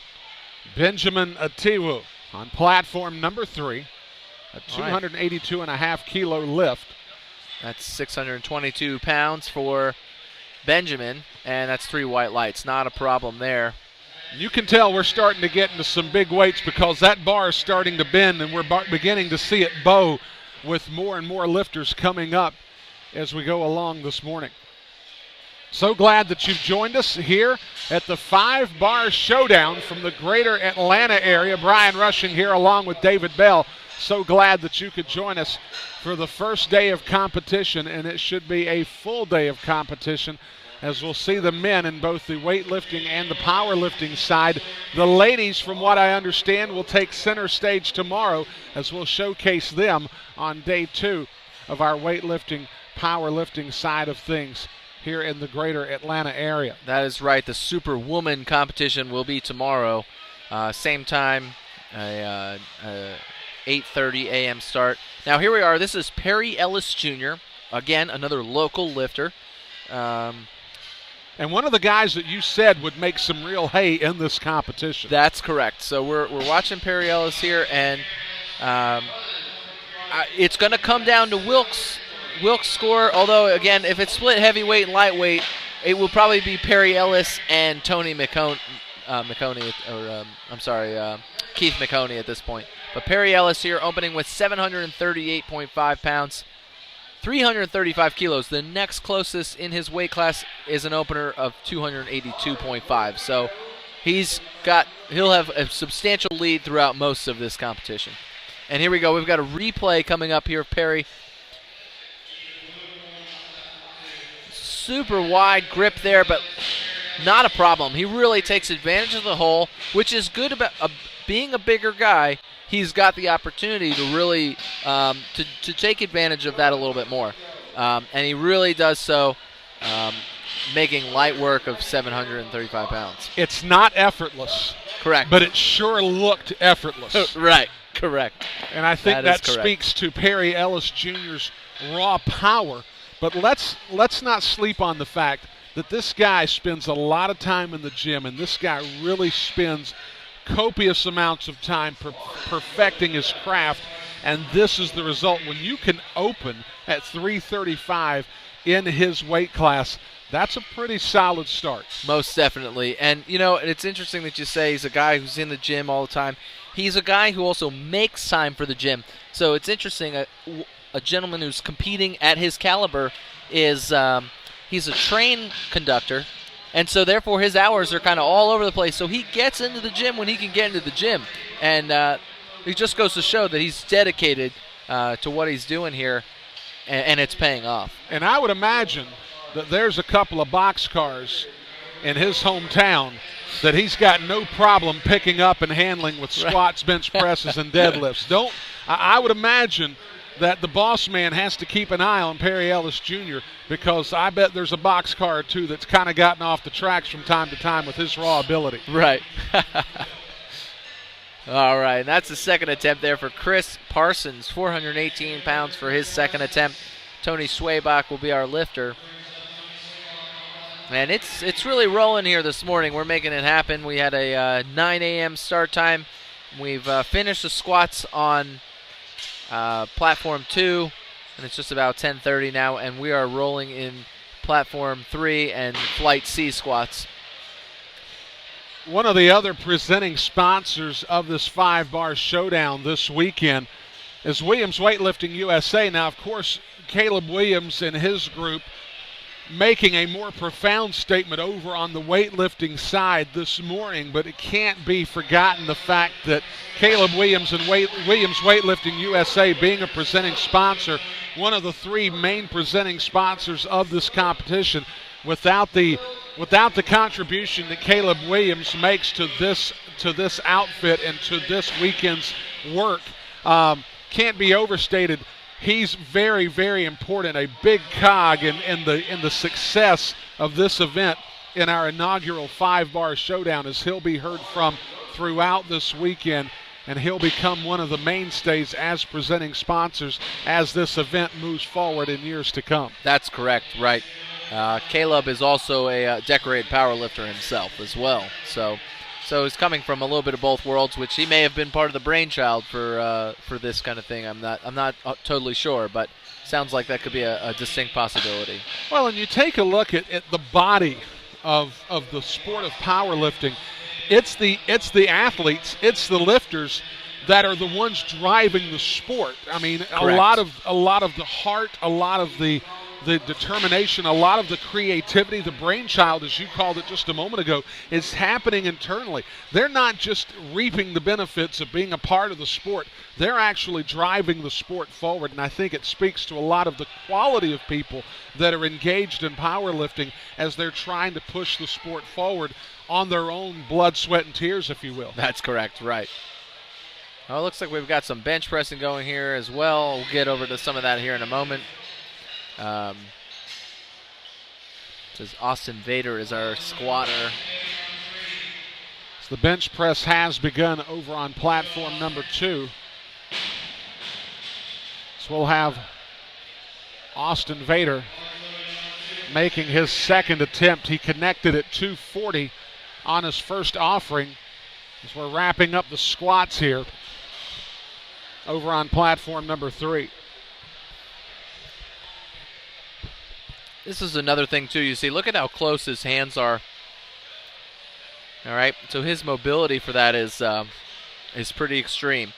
But then you see guys like Perry Ellis who are all the way out, all the way out of the ends of the clip. So that's just, again, that's going to be a lifter preference, lifter mobility, and things like that. But a lot of times the tighter you can get into that position, the more you can squeeze the bar, the more you can take advantage of the strength of the upper back in the lift. I'm not saying that Perry Ellis is not getting his upper back engaged, because I'm sure he definitely is. But well, David, from your experiences as a coach, as a lifter, when it comes to a novice coming into your gym and wanting to be coached by you or someone like you, what are some of the things that you're looking for to help them determine that, yes, you need to have your arms fully extended out as wide as possible, or maybe you do need to tighten things up? What are some of those triggers, what are some of those attributes that you look from a given lifter that would determine in your mind, hey, you probably should start out wide, or maybe you need to go as tight as possible? One of the things we look at is where they naturally place their hands, when they come up to the bar. So we always tell people, this is how, this is the general setup, and then we let them go and take hold of the bar. And then what we do is we start to see what that position looks like as they start to get some weight on the bar. So sometimes they may have a little bit more of a forward lean to their squat just because of their biomechanics and so forth, and we might have to find something that works with them being a little wider so they can pull that bar against their back. Whereas a little bit more upright squatter might want that bar a little tighter or those arms a little tighter, again, to help create more of that back shelf that they need to create. When you squeeze that bar, you're creating a shelf with the scapula or the shoulder blade, and so if you're a little bit more vertical, having a little bit tighter grip or a closer grip there will create more of that shelf. Whereas as you go a little wider, that shelf isn't as present. And again, if you kind of got that forward lean, you don't need that shelf as often, just because of the nature of the bar being able to sit against your back. So let's see here. Wrapping things up, Jeffrey Bigham, platform number 3. Bigham making his second attempt. So this is the third flight here on the squats at platform number 3. They're in the midst of their second attempt, so they've still got a third attempt coming. So they'll still be with it over on the third platform. We're transitioning over into the bench press as flight 2, or I should say as flight 2 is actually engaged in their bench press this morning. And Jeff Bigham there, no problem with 573 pounds. 3 white lights for his second attempt. So we'll have Timothy Oliver looks like the lifter, Logan Florence in the bench press. I don't know if that's the lifter there talking to him, or they just spot. Yep, nope. So Logan Florence there just giving him kind of giving the head spotter kind of how he wants the assistance with the lift off here. Whether it be a count of some type or something like that. So. Oh, and one of the things that I'm relatively new to the sport, but one of the things that I think that bench press, the communication becomes even more important is the lifters actually conducting with the loaders and the spotters, hey, I want some assistance, but I don't want too much assistance that I'm actually having to fight the bar more than I would typically in my usual training scenario. So you're dealing with lifters that don't necessarily spend time with you in the gym in your training sessions, and you're having to acclimate them quickly on what it is that you're desiring from them so that you can optimize your attempt. That's correct. Being what they call like a good lift-off person or hand-off person is definitely you can build a reputation for that, and the people will say, I kind of want that guy who did it last time if I can, because you can't, you're unable to choose the person you'd like to have do it. You can't have like your coach help you or something like that. One of the things we recommend for that too is to, have different people lift off to you and get a feel for that, and practice that occasional, oops, they gave me a little too much and I had to recontrol it, because that is a factor that does play a role in a meet, or you could eliminate it altogether and just do your own lift off, but a lot of people look at that as like, well, how much am I taxing myself to make that happen?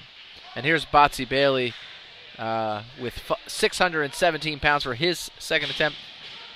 Now, I don't know if he was yawning there at the beginning. Well, that's exactly what he was doing, and okay. I noticed this back in May in Orlando.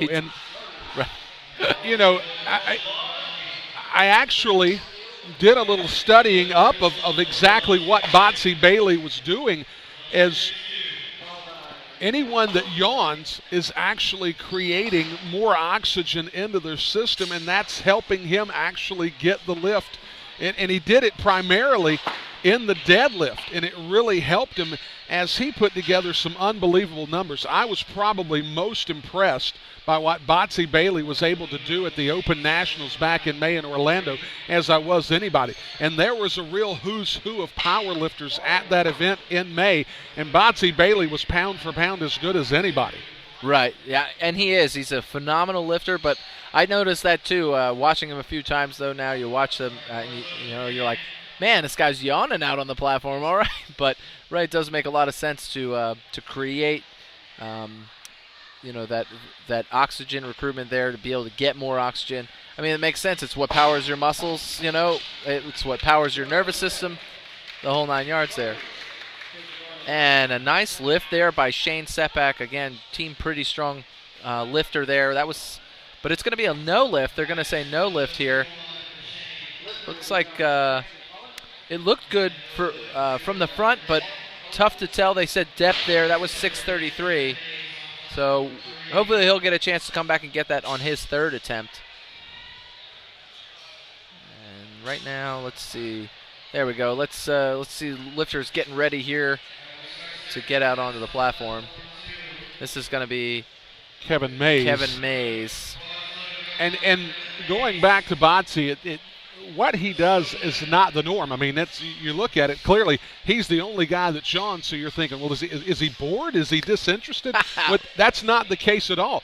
That's right. Part of his routine, and as you watch Botsy perform throughout the day, especially as we get into the deadlift, you'll begin to see him follow that same pattern and routine. Kevin Mays connecting his first squat attempt at 270, now attempting 287 and a half. He was able to power through. We'll see what the judges think about it. Yep. Three white lights. Tough. That was a tough second, though. You saw he really had to work for that. Really had to get again a lot of that upper back recruitment there as he was trying to stand up with it at the end. and it almost, from the lift, you began to see a little bit of twitching in the elbow on that right side. And, it is a telltale sign of exactly how much they're maxing out on an attempt, but the judges don't look at that as anything that's unseemly toward the lift in and of itself. As long as he's following the disciplines of the lift, it's perfectly all right for him to carry on that way. Very true. That's exactly it. The only people who are probably looking at those aspects of the lift are going to be other coaches, maybe, especially in something like the deadlift. What another coach might do in the deadlift is watch what someone's second attempt looks like and say, that it was a struggle. So the opportunity for them to maybe put more weight on it in their third looks limited. It's always tough to tell because there are lifters that will come out and really crush their third attempts. We've seen a couple of them today. Benjamin, that was a good lift for Benjamin. Interesting, really had a lot of caving going on that left side there. That's a tough way to lift. To have such like what looks like a deficit occurring there. But he was able to drive it out. I'm interested to see what happens on his third. Well, but at the same time, you talk about the scouting that the other coaches are doing.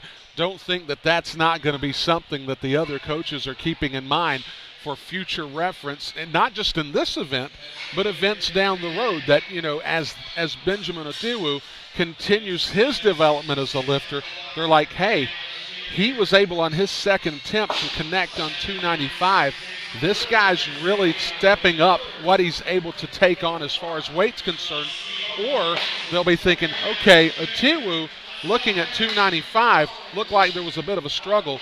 Maybe technically there's something he's trying to work out in the gym in his practice sessions that we need to be mindful of for future reference. That's exactly it. The game within the game. Right, correct. All right, here's Perry Ellis now, 766, opened with 733. A 12.5-kilometer difference from first to second. You can't help but think that he's probably got even a little more in the tank after this one. I'm sure. We'll see here. Let's see what happens. Yep. Oh, yeah. Nice, strong second. And he seems disappointed with himself. He does seem a little disappointed. I don't know exactly why. Maybe he knew it was coming up well, but at the same time, not so sure about what happened here. Well, we'll go to replay. You see that little head shake he does at the top there. For some reason, something didn't sit right with him on that lift, but it was a good lift. And it's interesting, the mannerisms that these lifters will have as we've seen some get to the end of their lift and they're pumped like, man, I nailed that one. And then you've got in that situation to where, you've got Perry Ellis Jr. He's like, oh, man, I could have done way better than that. Right. And you're thinking, Mr. Ellis, in all sincerity, 347.5 here in the early morning stages. I can promise you, David, I'm not lifting 347.5 kilos on a squat before lunchtime. I can promise you that without question. Yeah, I hear you on that. I mean, that's definitely the truth. So we'll continue on, going back and forth from the second and third platforms. The second platform engaged in the bench press at this point. Yeah, this is Logan Florence again, 226 pounds for his second attempt in the bench press. Now, incrementally, he didn't seem to do a whole lot as he nailed 100 kilos on his first lift, only went to 102.5 in the second one. I would imagine, and I'm just speculating here, that maybe we're in a situation for Florence where he doesn't necessarily feel like that the bench press is his strongest event, so he's going to try to inch his way up the platform or up the table so that he can take something with him into the deadlift that's going to keep him in the competition. That's correct, right. One of the things, too, in the bench press, I always call it the fickle mistress because you never know. Sometimes you're feeling really good in the bench and everything's going great, and you go up, you're like, okay, let's go 5 kilos instead of 2.5, and 5 for some reason just crushes you. And I've seen it in lifters time and time again, watching meets where you go into third bench presses and more than 3/4 of third bench presses are missed, A lot of third bench presses are missed. And so, the question is what is it about the bench press and why that seems to be the case a lot of times. Even in the gym, I've got lifters who will get, especially new lifters. If you give them an inch, they want to take a mile, kind of thing. They're getting excited. They want more numbers on the bench, and I'm like, look, today's just not the day. We've got a day and a time. It's called the meet. It's on the platform where you're going to do that. But right now, let's just hold tight, because I know beyond a shadow of a doubt that if they went the extra 5 pounds today, they're going to miss it, and that's the last thing we want to train into the pattern of their nervous system when it comes to lifting, and the pattern of the lift itself is a mislift. So Darren Gillett connecting at 107.5 kilos for his bench press attempt. Now we go to Tony Schwabach. Schwabach following his third attempt here at 230 kilos and giving a very different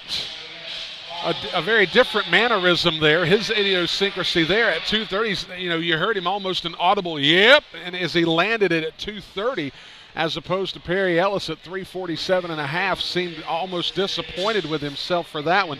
So another one of those emotions that you see in these competitions, feelings of satisfaction or almost remorse, and we're running the gamut here throughout the course of this day.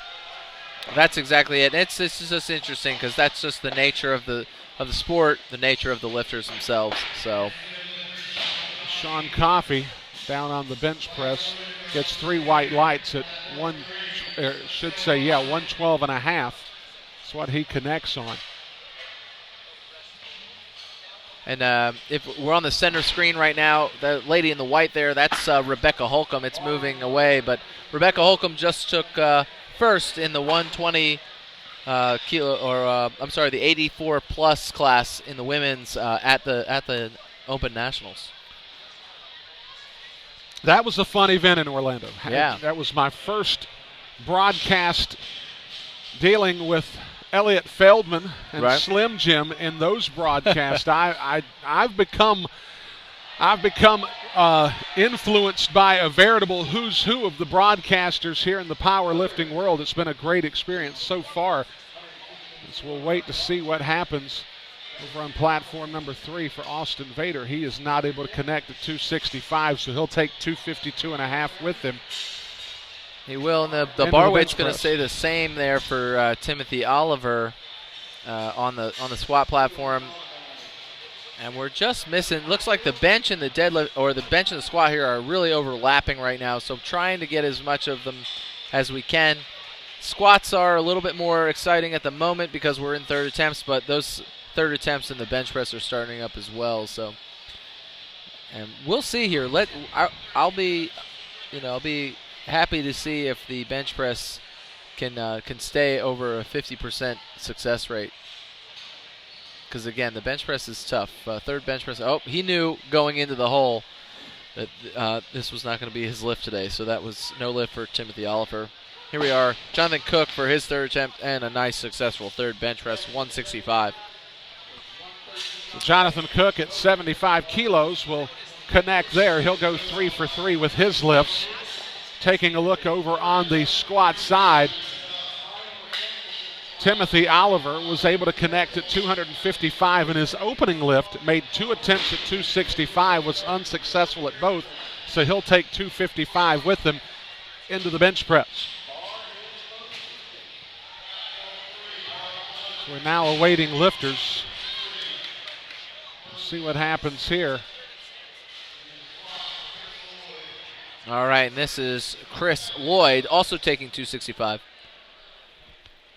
Chris Lloyd at 265. Benjamin Pendley will be over on platform number 2 with the bench press. We'll let you know what happens with him.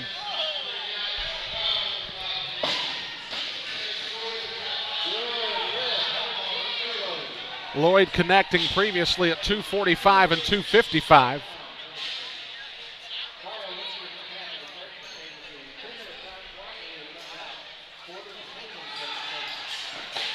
All right. Looked like a solid lift there. Yeah, no problem there for Chris Lloyd. Let's see if we can catch a bench press maybe here. I don't know. It seems like they're taking it does take a little bit more time, I think, to get the bench press going. There's a little bit more of a technical setup. This is Jordan Barnard, though, 209.4 on the bar, and he misses on his second attempt, coming back on a third attempt here for Jordan. Trying to recover here on his third attempt. And it's going to be a no lift for him there. And let's head over to Jeff Bigham. Third attempt squat, 589. Successful at 240 and 260 previously. Made a 7.5 kilo jump for his third attempt.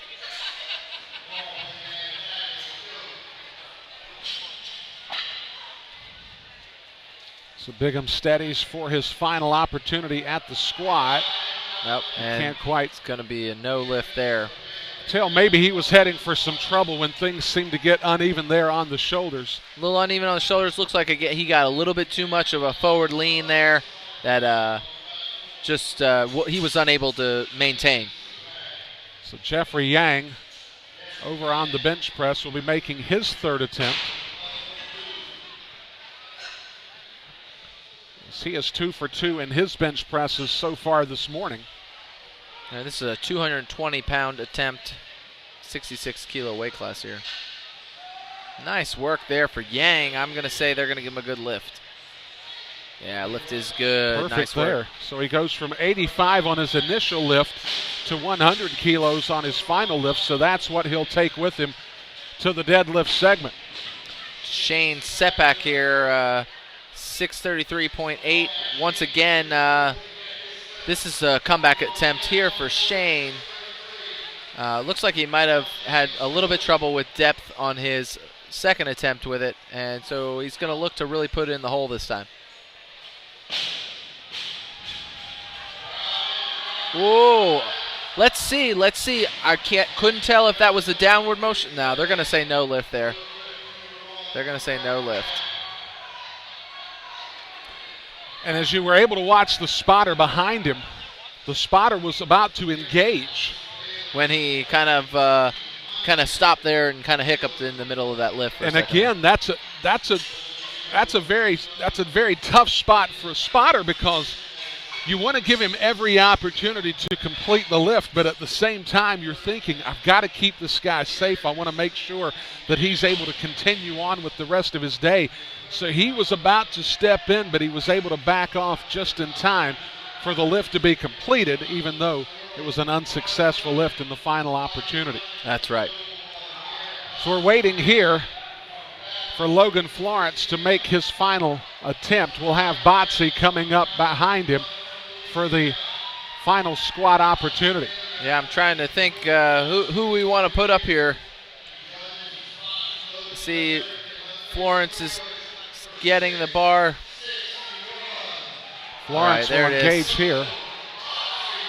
All right, he's going to be a no lift. Let's get over to Botsy, though, here. This is 661 for Botsy Bailey. Yes. Nice.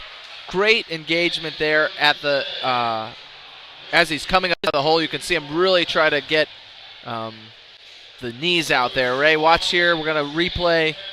Here he hits the hole, up, right there. Boom. Look at him just open it up and really drive through that. And, David, that was one of the things I was going to ask you about because not every lifter can make that mid-lift transition there. It's almost like he thought in his mind, I need more from my knees, so he made the adjustment mid-lift, and that's what really got him over the top there, which is what was able to get him to connect on that lift. Truly the benefit of being a very athletic lifter. Definitely the case, and that's something you definitely have to be thinking about in training and so forth. Once you come up out of the hole, sometimes it doesn't look like those knees are driving out, but that lifter's thinking about that, and then of course you really see that change and that shift when it happens so dramatic like that, because he's clearly getting to the point where now the musculature there that it required for that, the abductors are able to really fire off. Well, and David, that makes me want to ask, because without question I'm a novice in the world of powerlifting, how much of that can be coached for a lifter, or how much of that is just the body naturally taking over and doing something that not every lifter can do? I would say actually a good portion is coaching. Okay. Just because it's something that I think a lot of people don't think about at all when they're lifting, because you'll see people have a natural tendency to just kind of let their legs do whatever when they're novice. So they're not really thinking about those things. And as they start to hit these sticking points or areas where the lift is weaker, that's something we would talk about. We would maybe even cue a lifter to drive the knees out, drive the knees out, drive the knees out.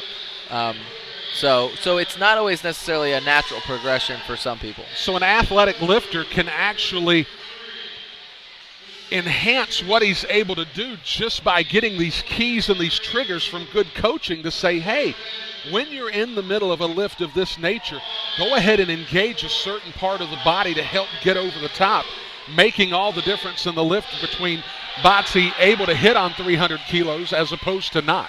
That's exactly it. That's exactly what we would do.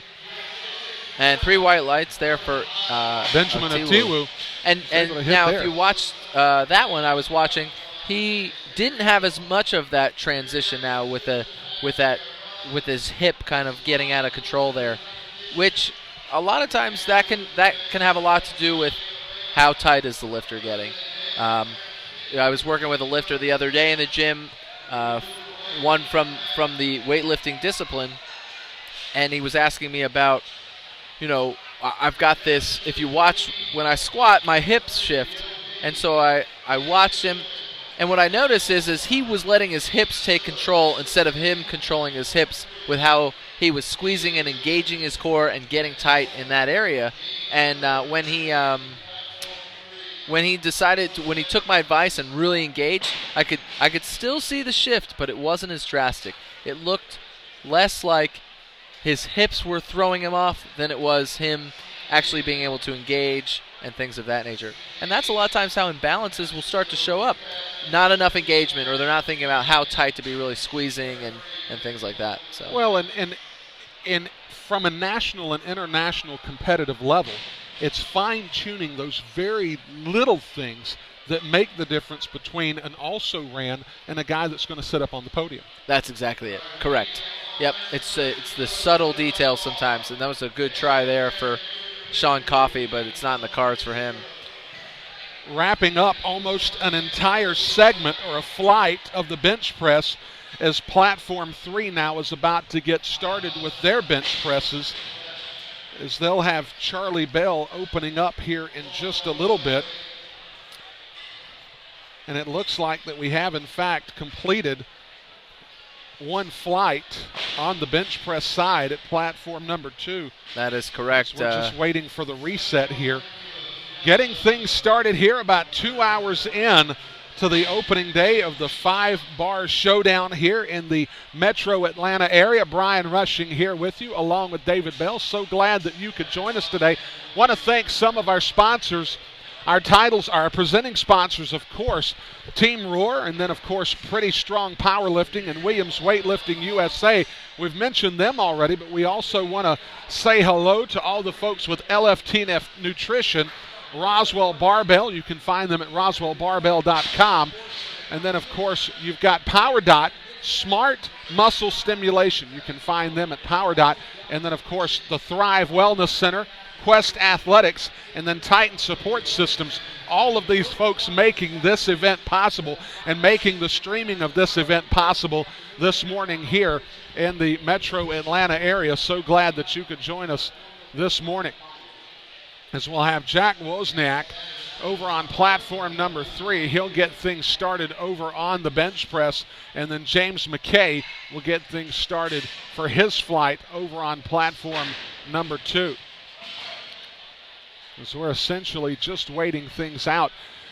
David, from the first couple of hours this morning, what have been some of your initial thoughts and immediate analyses, if you will, of what you've seen so far in the early going? Well, I'll say we've got, it's tough to take on a national and world-ranked competitor like Keith McHoney, who's here today. He's looking strong. I think he ended there with a squat of 534 pounds at a body weight of 66 kilos. And so, he's looking strong as far as the as far as the overall favorite to take the lightweight. And then, of course, we had Perry Ellis out there looking strong under the bar. I think he finished there with a 766. So, but looking strong out here. And one of the things that I want to take away, though, is that, so far all these lifters have put out 110%. They're trying to do the best that they can today. And we're really seeing a good competition start to unfold here. And now we're heading into the bench press here to really keep things rolling. Gregory Luu on the platform at number 2. He connected at 170 with the squat. His attempt at 100 is good, so he'll have a qualifying score now at 100.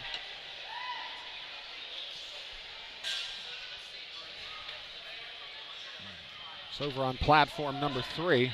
There's David Cogdell here, 226-pound opener.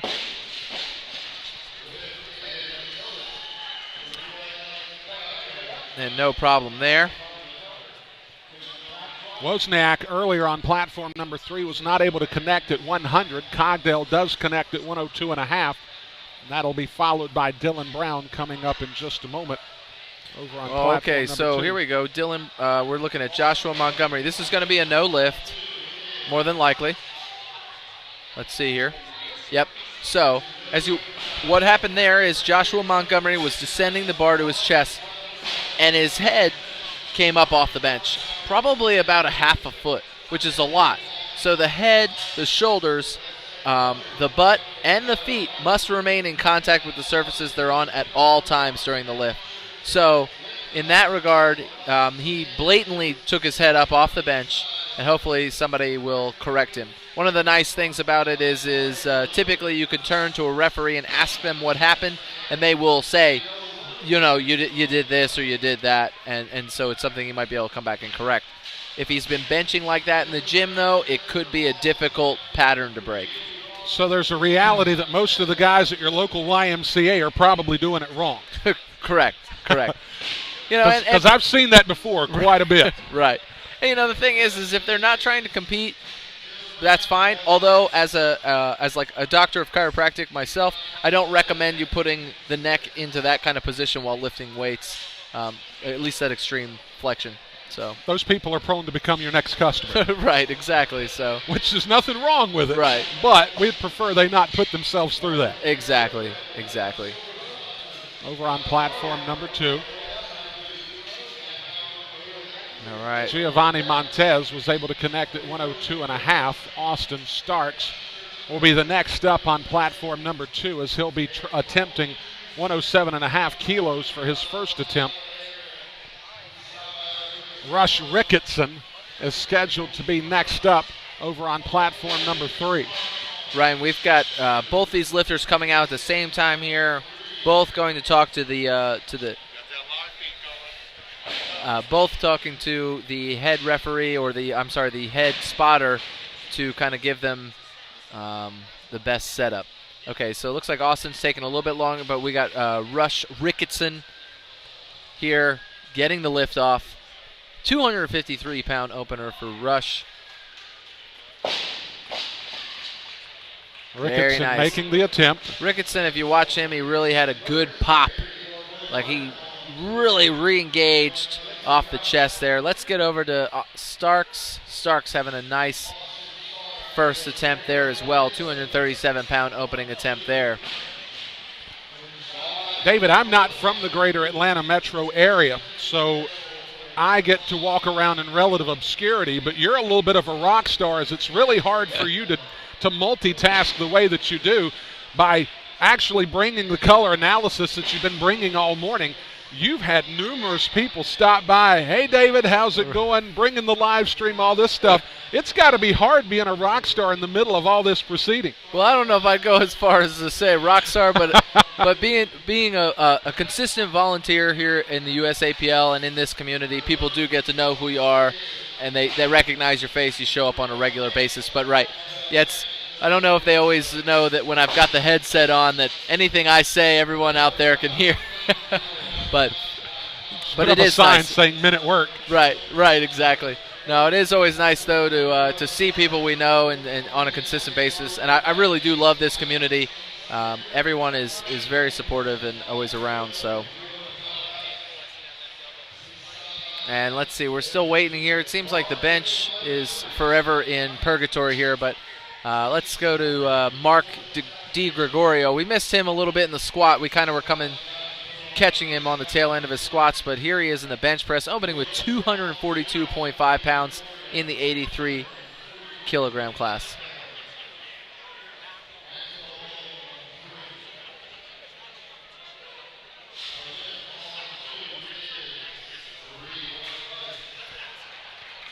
So it looked like over on platform number 2, DiGregorio was able to connect at 110. Manuel Parrachavez will be taking care of business. Now over there on platform number 3, Maxwell Bohling making his initial attempt at 127.5. Can't connect there. You know, and I'm nervous for Maxwell on that attempt as, his head came up off the bench, but it really looked more like a strength issue than anything else, and that could cruise him into a bomb out, and that's hopefully something he can avoid. Well, and I would imagine from the coach's standpoint, if a lifter is going to make such an aggressive attempt in his opening salvo, you may have to actually pull back the reins a little bit and say, hey, let's rethink this a little bit. We don't want you to miss out on an entire segment. Let's get you a qualifying score here on the second opportunity and then give you an opportunity in the third lift to really put together something a little more attuned to what you were attempting on the first lift. Right. Well, here's the thing. I like the way you're thinking. The problem is that once he's put in that opening attempt, he is unable to change that attempt now. He has to either make that lift or continue to miss it before he can change the number on the bar. So that's the only thing that kind of puts him between a rock and a hard place now, is that he's got 127.5. He is unable to drop that down and will now have to make a successful lift there. And just from what I saw, it doesn't look good. He's going to have to make some adjustments.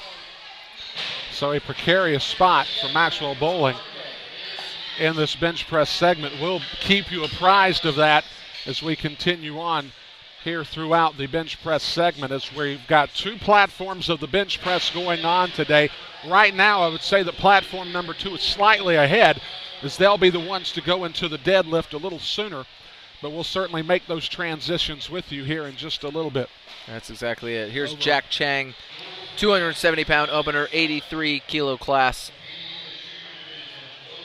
Now we've got Goolsby on platform number 3. He's the one seeing. Cheng is over on platform number 2. Goolsby is about to complete his lift.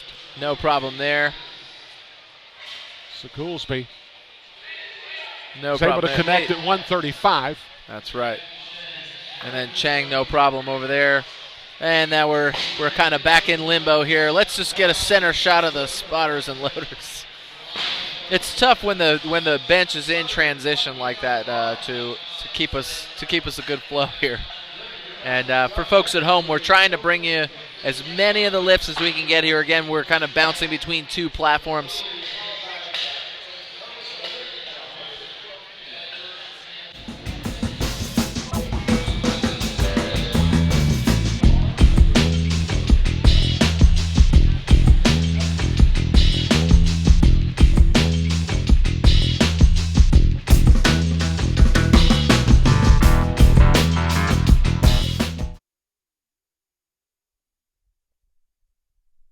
All right, and that was our sponsor there. That was Williams Weightlifting.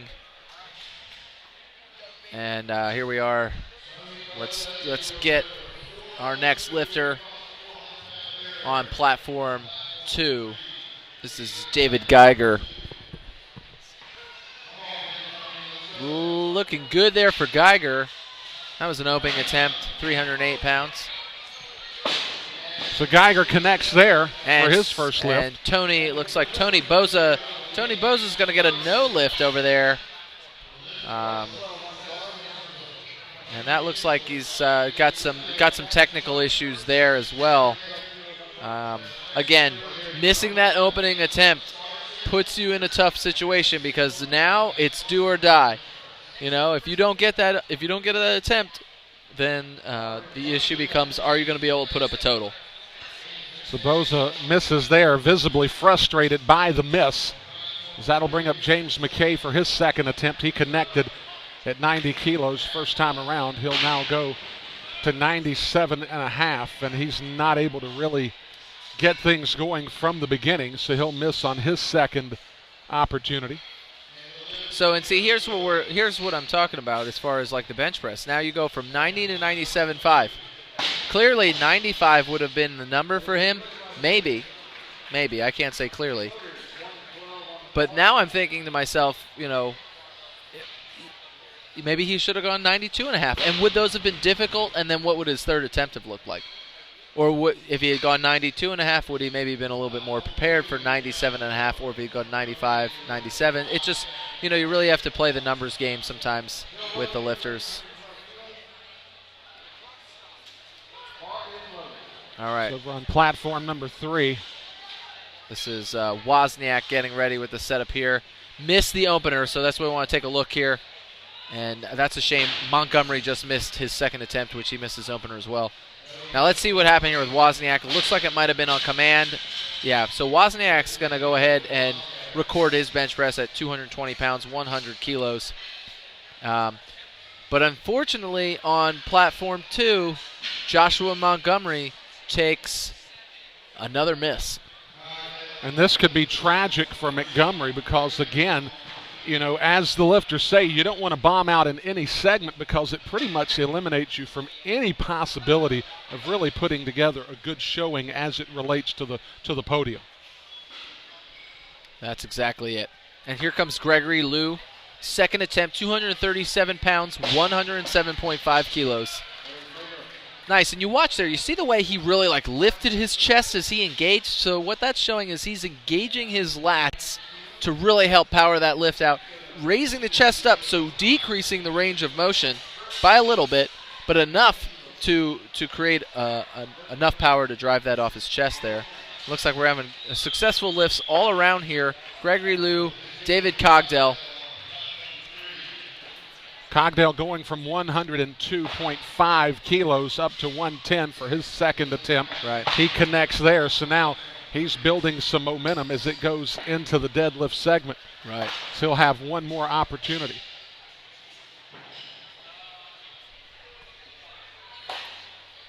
Go ahead, Dave. Oh, yeah, I was just going to say, one of the things, too, I think we should keep in mind, see Cogdell's able to go 102.5 to 110. Not a problem there for him, right? So you're thinking, what season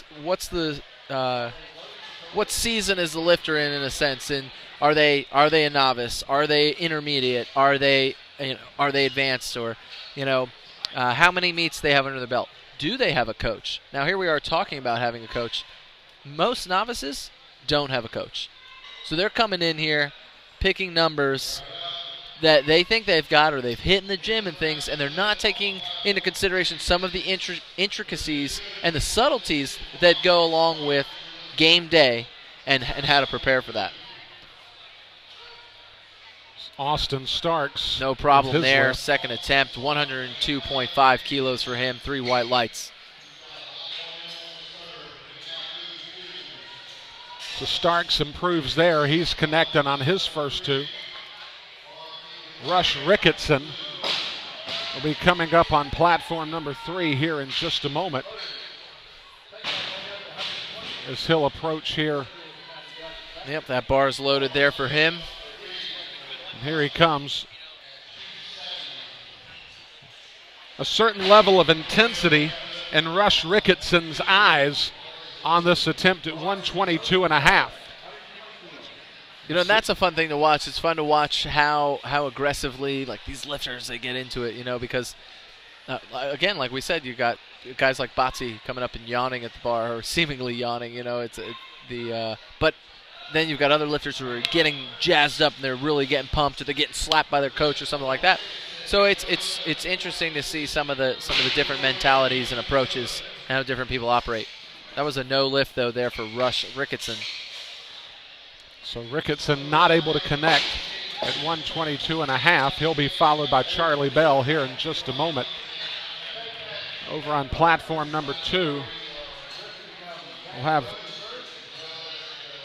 Marc DiGregorio coming up here in or not DiGregorio. Justin Starks now. Justin Starks. Now it's interesting. He's I believe that they've switched places in the bench press.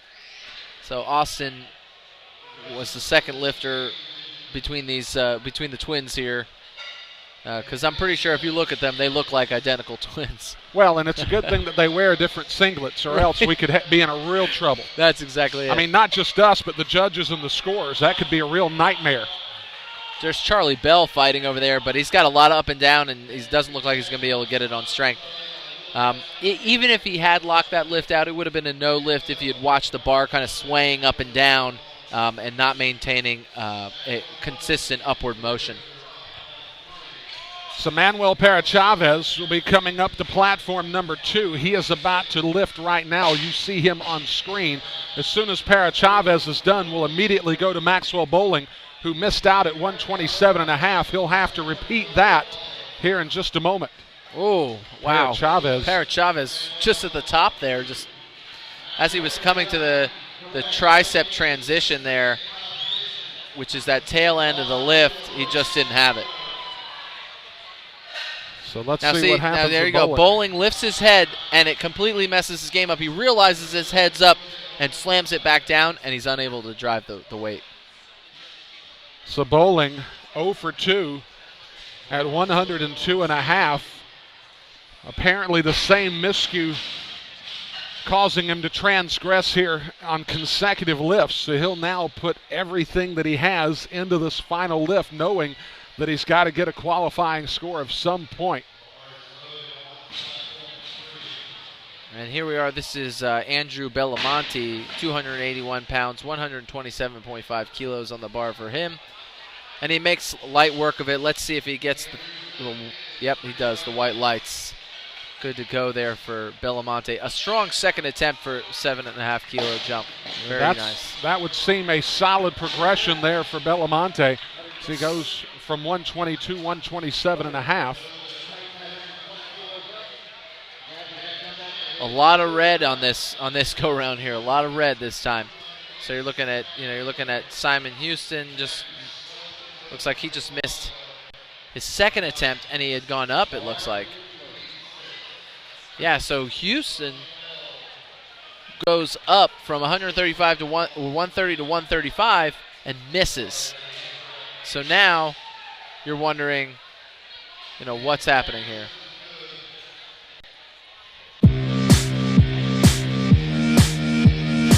Jacky Cheng at 130 is able to connect there.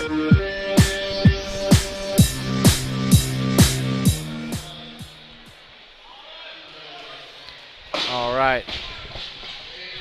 And let's see, we're on platform 2 at the moment. That'll be David Geiger coming out, and then Garrett Goolsby on platform 3. But this is Geiger coming out for his second attempt, 147.5.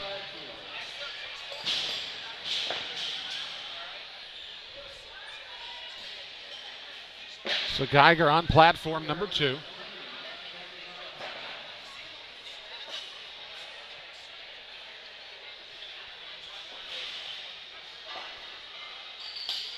Goolsby on number 3. We'll tell you what happens with Goolsby if for some reason he completes before we can get to him. There's Geiger. Geiger, so he's not going to make that lift. Geiger's not going to get it. And that was all on strength that time. So now we'll go over to Goolsby. I can't really always say it's all on strength. Sometimes you do get out of the groove a little bit, and that does change the way that that bar path works out for you. And so sometimes people can come back, lifters can come back and get that weight.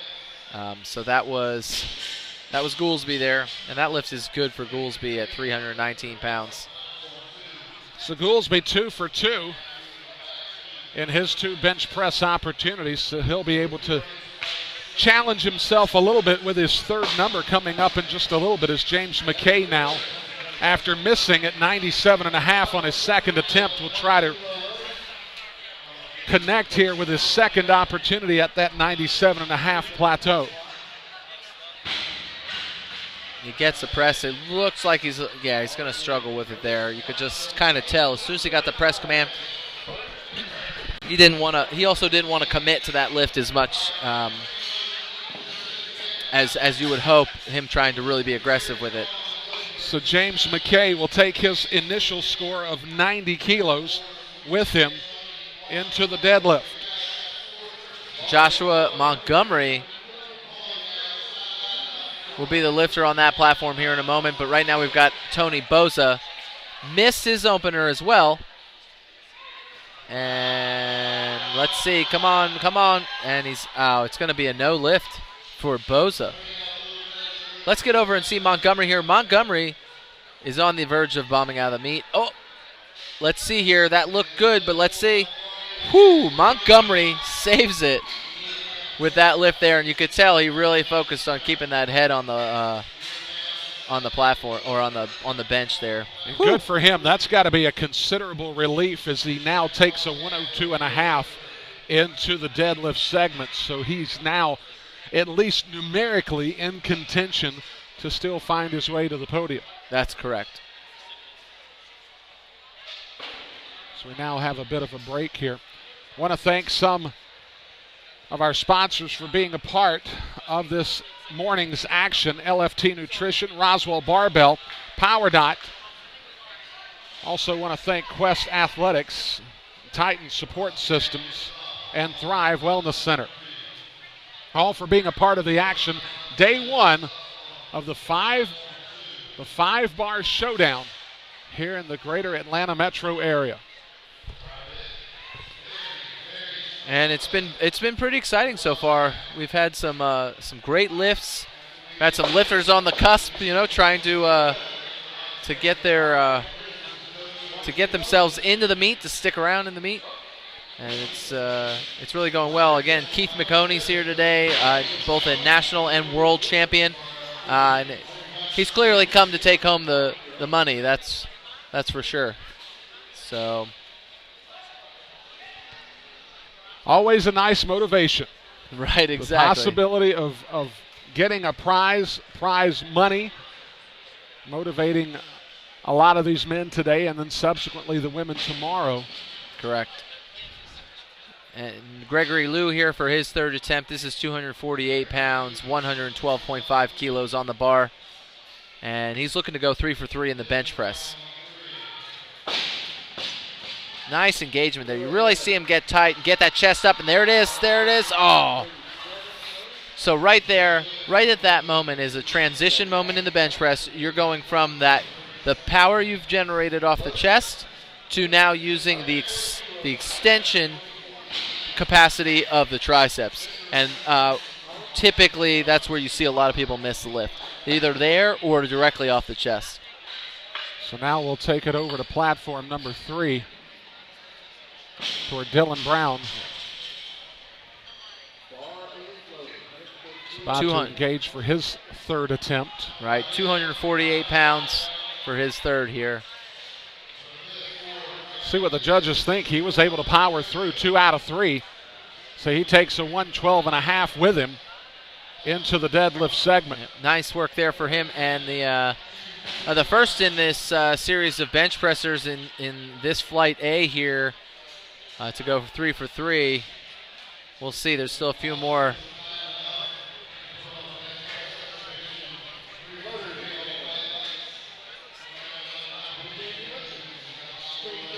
In the middle of our second discipline this morning, the squats are over and done with. Those qualifying scores have already been measured and put into the computer. Now we're in the bench press segment. In just a moment, we'll go to the deadlift.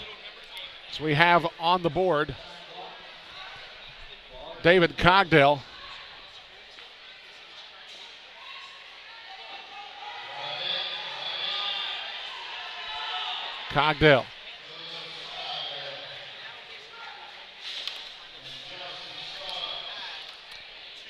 Cogdale.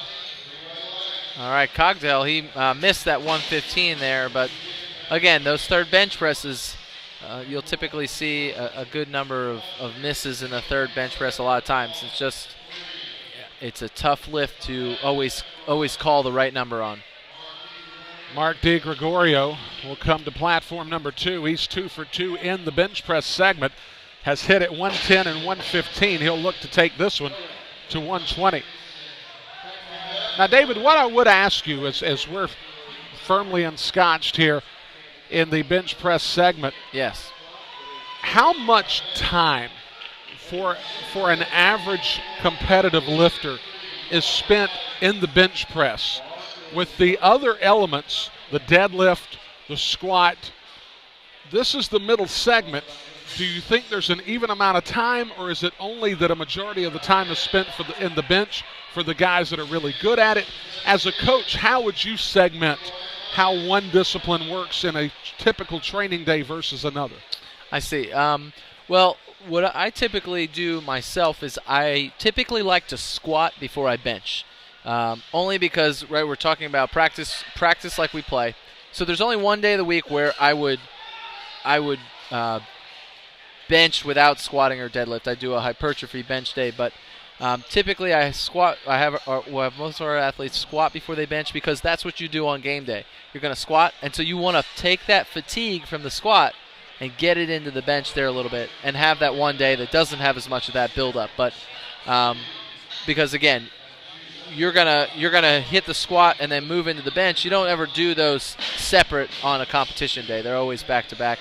And I typically bench 3 days a week right now, squatting 2, maybe 3 days a week. And then I only deadlift once or twice a week. And typically the second day is more of an assistance-type deadlift day, maybe like a Romanian deadlift or something of that nature. So there's a good amount of time spent with the bench press. Sometimes you can even get upwards of 4 days a week if you're really trying to push the bench press into like that new like another tier, or like say that PR you're looking for. Charlie Bell missed on his final attempt in the bench press, so he'll take a 115 score. Manuel Parrachavez over on platform number 2. He missed on his final opportunity at 120, so he'll take a 110 with him into the deadlift. So now this is Maxwell Bohling. He has to get this here. And that's it for Maxwell today. He will probably get an opportunity to deadlift, but he will not record a bench press, and therefore will be unable to secure a total in today's competition. Here's Jacky Cheng. 308 pounds on the bar. Looking to have a perfect segment in the bench press this afternoon, and he can't do it. Well, you know, you jinxed him just there. No, I'm just kidding. Yes, that's typically the way it goes. He connected at 122.5, then 130. Ambitiously went after 140, but was not able to connect there on his final opportunity. So we'll now take it over to Simon Houston. Houston now making an attempt at 135 after missing at 130 and 135. So he in a very precarious spot as well. And he can't do it either. He's unable. So Houston has followed the same fate as we saw earlier from Maxwell Bohling, all over at platform number 3. And I do believe statistically, again, Coach Matt Gary of the world team, I think he has found that the bomb out percentage in the bench press is much higher. You're more likely to see people let the meat get away from them there than anywhere else. Oh, here's Geiger with a press. Let's get that. That's going to be a no lift there for Geiger. So Geiger will take a 140 there.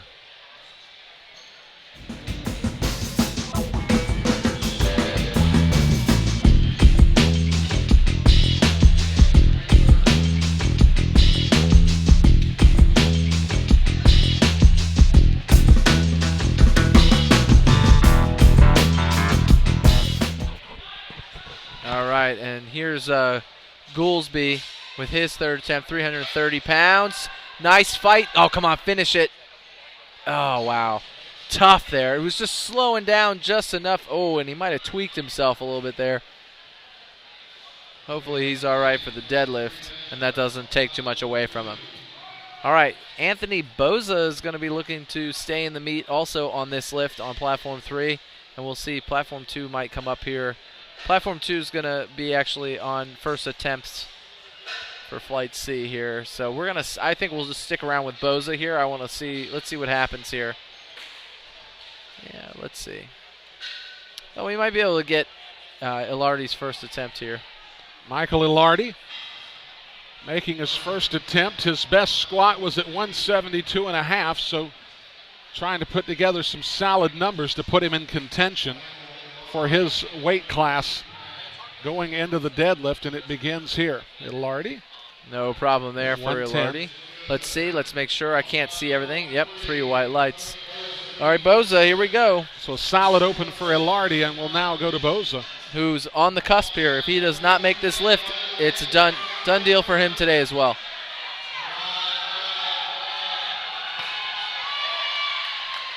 And that's going to be it for Boza as well. He will be unable to register total. It's tough. It's a tough place to be as a lifter because you've worked so hard. You've done what you think is the right to prepare. But when you look at 3 lifters in a row like that, that looks like it might have been maybe just the wrong choice for an opener. You know, you might want to just rethink and really hit that, again, that weight that you know you can hit beyond a shadow of a doubt. Typically, again, as we were talking about earlier today, I would make it an easy triple in the gym or a moderate triple in the gym that you can hit, a weight you can hit for 3 in a row, no problem, any given day. We now have coming up Evan Drew, platform number 2, his 110-kilogram attempt is going to be good, so he'll connect there at 110. It's over on platform number 3. We'll have Carlton Beasley, his first attempt at 115, and Beasley handles that one with very little issue whatsoever. So Beasley is on and connected with a 115-kilo attempt. As we'll have Joseph Wang coming up here in just a moment. Wang having a conversation with the spotters and the loaders, as he'll begin at 112.5. He had a qualifying squat score of 165 kilos. As Wang readies himself on the platform. Robbie Sterling over on platform number 3. We'll get an opportunity here in just a moment. We'll go to him if we get the opportunity. And Wang will switch it over to Sterling quickly as Wang resets. Sterling will get an opportunity. He'll get 3 white lights, so he connects at 115. Now we'll take it back to Wang. As Sterling was performing over on platform number 3. For Wang, he'll get an opportunity now, and he cannot connect on the first at 112.5.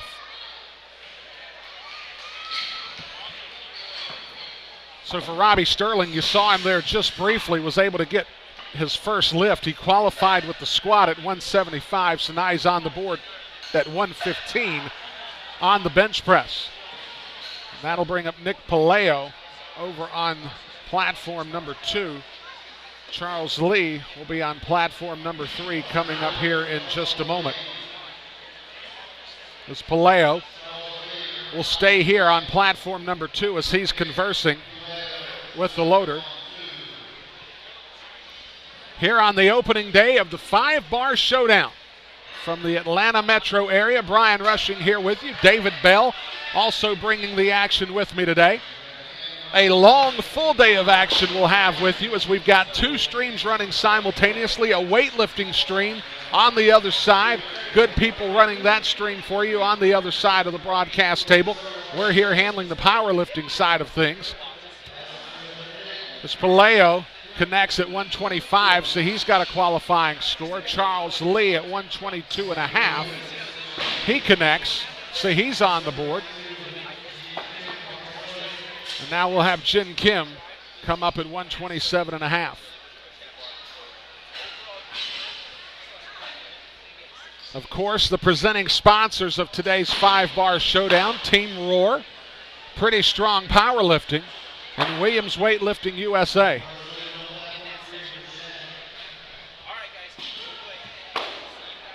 It's Kim at 127.5. Seemed to handle that one with relative ease. We'll see what the judges think. They like it. See, he's on the board. It'll take us over to Chad Pauley. Chad Pauley making an attempt at 125 kilos.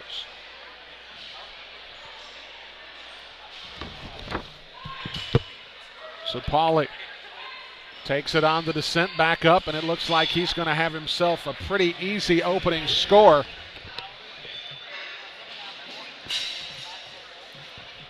At 125 kilos. As we now will go back over to platform number 2 for Jordon Frazier, who's going to be at 135. Frazier had a squat score of 227.5 in his opening segment today. Gets the command at 135. Puts it on the rack and gets 3 white lights, so he's on at 135. That's a good lift for Jordon Frazier. So we'll now have Shelby Grosh. Grosh at 130 gets 3 white lights, so he's on the board at 130 after starting out at 192.5. So a good open for Shelby Grosh. That'll bring up Keith McHoney over on platform number 2. We'll go ahead and take it there. Following him, we'll try to get Colin Lambert on. Lambert will be making an attempt at 130 kilos. McHoney going at 137.5 here in this early juncture. Lambert has completed his lift already. We'll tell you whether it connects. He does connect. McHoney puts it back on the rack. He connects. 2 perfect lifts there as Lambert goes to 130. McHoney goes to 137.5. So good lifts there from both young men.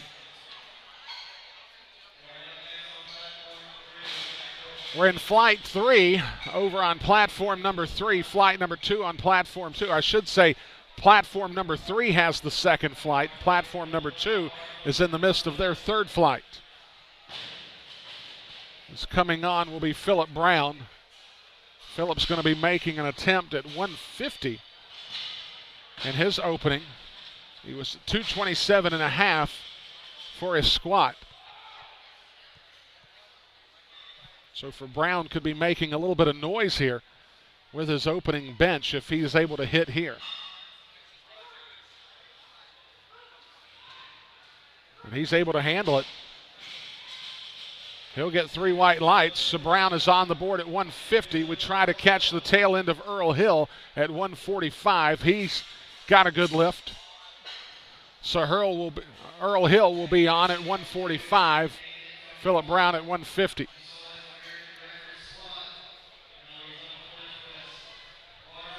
A lot of folks here this morning catching the opening portion of day 1 of the 5-bar showdown. As we've got John Russell over on platform number 3 making an attempt at 145 kilos. Coming up here in just a moment will be Nathan Walton. Walton impressive earlier at 247.5 off the squat. As it looks like Russell and Walton will be almost running simultaneously. We'll try to get to Walton just as fast as we can. Russell completes his. 3 white lights for Russell. For Walton, he gets the same, so Walton starts out at 165, Russell at 145. So a good effort there from both lifters here in this bench press segment. The day started very early here. The weightlifting portion of things got started at 8:30 this morning. There were folks getting here literally to the arena at 6 a.m. or better this morning. as there was a lot of preparation involved for this 5-bar showdown. Over on platform number 3, Chris Costley at 150. Costley nails that, so gets 3 white lights. He's on the board at 150. We'll take it immediately over to platform number 2, where Joseph Wang is trying to make an attempt at 112.5. He missed his first go-round, but he gets 2 out of 3 there, so he's on the board at 112.5, making amends for his first miss early on.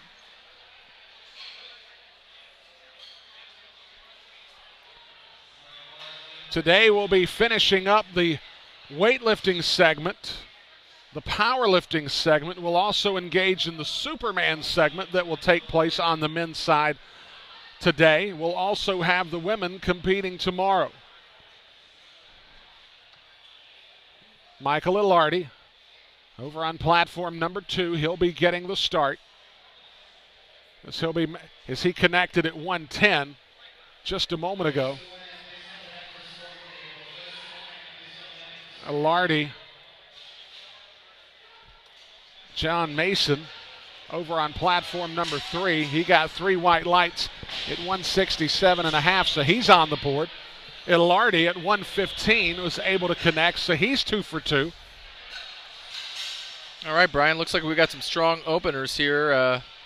Looking good there on platform 3 and flight B here. Everybody's coming out strong. And already an interesting scenario taking place from the bench press side of this. We talked about Keith McHoney and the very good job that he did with the squat compared to Phillip Brown, and we talked about the dynamic between those two.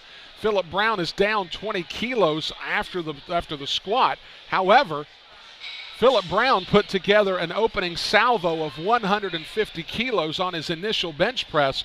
Keith McHoney maybe slow playing it just a tad, started at 137.5. I'll be very interested to see how those two competitors fare against one another here in these next 2 lift opportunities that they have. Right. I mean, this is where it'll be. This is where it'll get good throughout the day, is to keep an eye on those two, right? Both in the same weight class, both weighing in very close to one another. Keith McHoney weighed in at 65.2, Phillip Brown at 65.26. So the thing is that it's going to come down to who can lift the most weight by at least 2.5 kilos. Should be a very interesting scenario. And then, of course, I mean, this is basically the workup to the deadlift. And, I mean, from the looks of things, it would appear at first blush that McHoney had the better of it in the squat, and that's because McHoney is just a better squatter than you would see Brown. But Brown trying to get a definitive advantage on the bench press, knowing that if he can take it to a deadlift in the finale, that's what gives him the best shot of possibly overtaking McHoney. That's exactly it. And he'll have a little bit of a hump to overcome, because we can see here, which you folks can't see at home, is that McHoney's got a 260-kilo deadlift opener, where Phillip Brown only has a 225-kilo opener. So that, Brown is really trying to close the gap, and he might be able to swing himself a pull that could get him close. And if McHoney makes even a little bit of a misstep today, he could find himself on the on the other end of the equation here. Making it all the more important for Brown to try to put 25 kilos between himself and McHoney coming out of the bench press, knowing that he was down 20 after the first discipline. That's exactly it. So we've got over on platform number 2, Nick Paleo on his second attempt. And that was a good lift for him, 3 white lights for Paleo, and Frazier will be your lifter. And on platform 3, we had Carlton Beasley.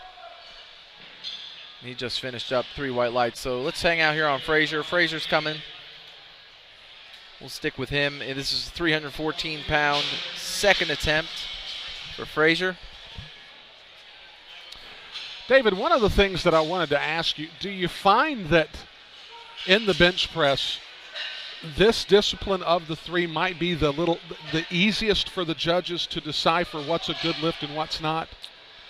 It is a little bit easier. I would say, in all honesty, probably. I would say yes. I could agree with that, only because it's either the bar has moved up and down, or the lifter has moved some part of their body up off of the bench, or they just in general can't finish the lift. I would say that the bench press is easiest in that regard. The deadlift becomes a little tricky towards the lockout. There's some controversy, I think, at times over what is considered ramping versus hitching and these different things in the deadlift. A hitch would be where the lifter is bringing the weight up their legs, and then they kind of like use their hip to throw the weight up. And a ramping would be where they kind of lean back and let the weight rest on their thighs. Charles Lee, that was a good lift there. Keith McHoney here. 330 pounds. Not a problem there. A little bit of an uneven lockout. Now, the uneven lockout used to be a no-lift criteria, but they changed that within the past, I would say, 6 or 7 years now. So interesting though, because now he's jumped into play with, Phillip Brown here, and Phillip Brown is now coming out with 159. Colin Lambert making his second attempt at 135. See what the judges think of that. Lambert 2 for 2 as he started at 130, now goes to 135. So he improves on his number. Phillip Brown is going to be making an attempt here in just a little bit at 159 kilos. Now, is that a typo, or what am I seeing there? What you're seeing here is he's getting ready to break a record. This is a national meet, so it could be a national record. So right now the record is 158.5. So he is allowed to what they call chip the record. Sure thing. To where if this weren't a record-breaking attempt, if you will, then maybe he would just go for the 160. Correct. And it's not there. Well, that's going to hurt him in the race against McHoney. There's no doubt about that. Hopefully he'll come back out and give it a try again and maybe regroup. Looks like his legs might have kind of slid out away from him too as I was watching. But tough to tell what completely went wrong there. Let's get our center camera here. Well, with McHoney having closed the gap now to where he is essentially even in the bench press with Phillip Brown, could we see McHoney taking a shot at 159 in his next attempt? Well, he's put in 152.5, so I would say McHoney's going to play it safe. He's going to say, okay, now I dare you to have to get 159, and now he's also knows that he missed it once. So the likelihood for McHoney to have to push it, and he also at this time will be unable to change his attempt. The only time a lifter can change their attempt mid in this realm now that we're moving through, as far as attempts are concerned, would be in the deadlift. They can change twice in the deadlift, and typically in the third. Most people use that in their third attempt. Which is why the deadlift is so intriguing, because not only does it create a sense of raw power in its finale, but a real sense of strategy in regards to what do I have to do to catch someone, what do I have to do to put myself out of reach. All of those things are in play. That's exactly it, right. And, while this meet is, again, there's a lot of local lifters, it would be considered more of a local meet at times than a national meet, even though there are some big-name national competitors. You'll see that definitely in a national caliber meet, such as the Raw Nationals or the Open Nationals that you yourself recently were attending as well. Those are the meets where the numbers are so close between competitors fighting for that opportunity to get on that world team or take that gold, and you'll see a lot more of that. John Russell with his attempt connected at 145 earlier, now a 152 and a half. Yeah, and it's they like it. He gets it 152 and a half. And then we got Joseph Huang. He missed his third attempt at 115. Looks like he struggled a little bit with his opener and then came back and got it. But that looks like it was in the cards. It's that 112.5 today. So we'll see Michael Ilardi coming up here in just a moment.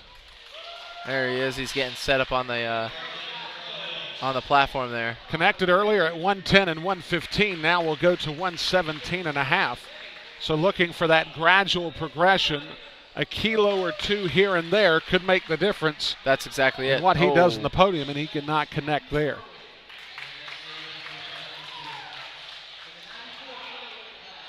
Now, in really hotly contested competitions, is it conceivable that on your second attempt, if you've maxed out essentially, you know there's really nothing you can do to improve on your own personal number without hurting yourself or creating some negative momentum? Have you seen lifters from time to time actually timing out of their third opportunity? Yes, and I'm glad you say it that way, timing out of your third opportunity. Timing out is considered the courtesy in the sport. So to anybody listening right now or anybody who's ever maybe done this before, to go up to the table and tell the scorekeeper to put a 0 in for me, to zero out my lift, it is actually kind of puts other lifters in a rock and a hard place, because now they have less time to dedicate to that, to dedicate to their recovery and to getting focused for their next lift.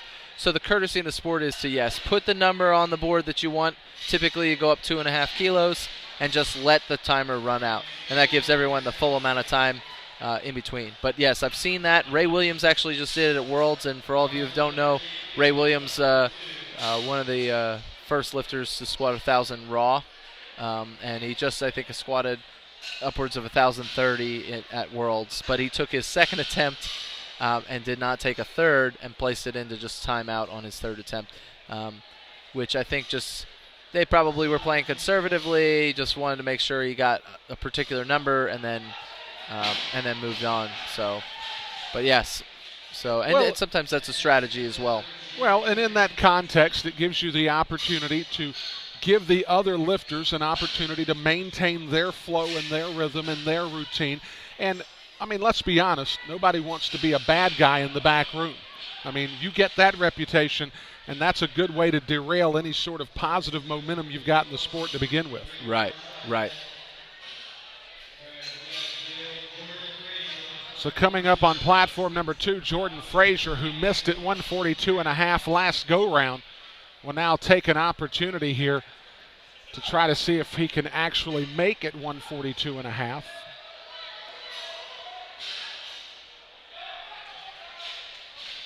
We'll see what the judges say. Yeah, that looked pretty good. Comeback lift right there. Again, you know, that's that idea of, what do I have to retweak here? What do I have to change up a little bit? And again, depending on the level of skill that lifter has, will also determine their ability to come back and make that lift. And here's John Mason. John Mason hit it 167.5 first time around. Going to make an attempt at 175. All right. That's impressive. It looks like he's got a little more in the tank if he chooses to go for it in his final lift. He could probably get away with 2.5 kilos. There's no doubt about that. Coming up over on platform number 2, Nick Palaio making an attempt at 145, making some pretty aggressive progressions here from first to third lift. Started at 125, then hit at 137.5, now going to 145. Yeah, he's definitely made a sizable jump there. And was not able to connect on that final opportunity, so he'll take a 137.5 with him to the deadlift portion. Keith McHoney will come up. 152.5 is where he'll try to carry this final opportunity. Right now, this is a 336-pound bench press, again, at a body weight of 66 kilos. So it's a good-sized bench press right here. So it looks like Over on number 3, we could be seeing Chris Parsons beginning with his first lift at 130.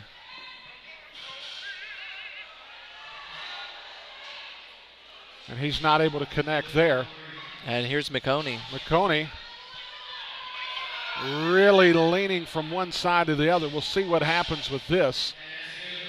Did a great job there. I mean, that was it was a good lift, but you could see it's not his strong suit, even though he's got a great bench press for his body weight. But you can tell he's got a little bit of lag on that right side, struggling for that even lockout, and not that it's a problem technique-wise, but it could be a problem as the weight gets too heavy for a lifter. So. And certainly the judges, though it looked like there was a little pendulum action there, he didn't do anything that the judges saw unseemly, so therefore the lift was good. Correct. Right. Carlton Beasley here, 292 pounds for his third attempt.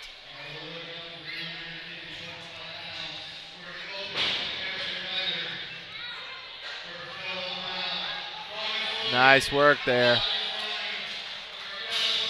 All right, Phillip Brown with this record attempt.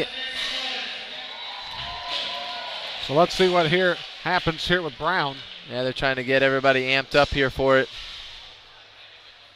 Making a second opportunity at 159 kilos.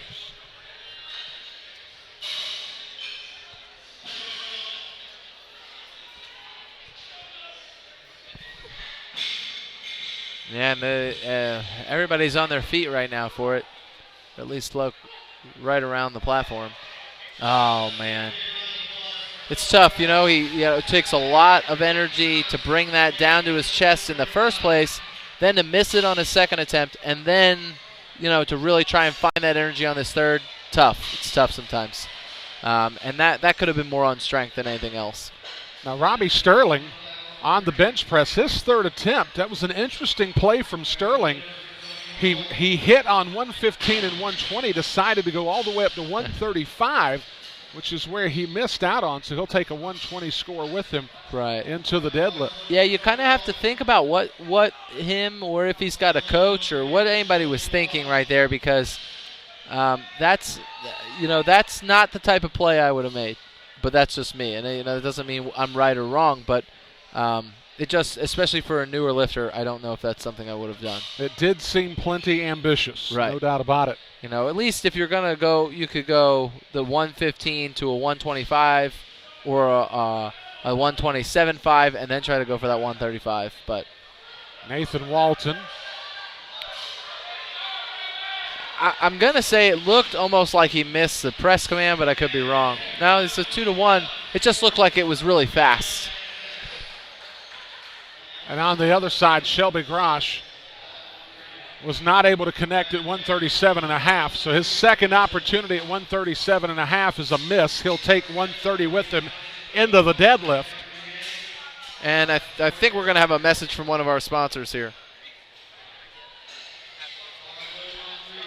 in just a moment. All right, so let's get back over. All right, we're there. So Colin Lambert. Yeah, there we go. All right, Colin Lambert, 303 pounds for his third attempt. Lambert's been 2 for 2 out of the bench press. Nice third attempt there for Lambert. Let's see what the judges say. Very solid. 3 white lights. So he gets that.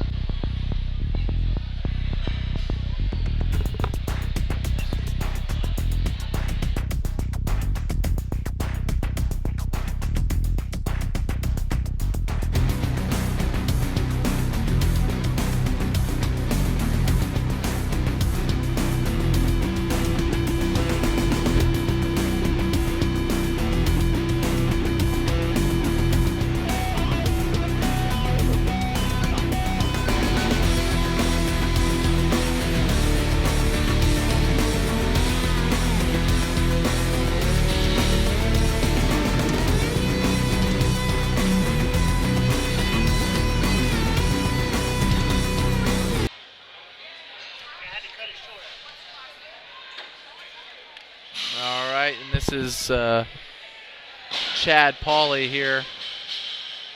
That was 330 pounds for his third attempt. Not a problem there for him. 3 white lights. Josh Russell will be the lifter. All right.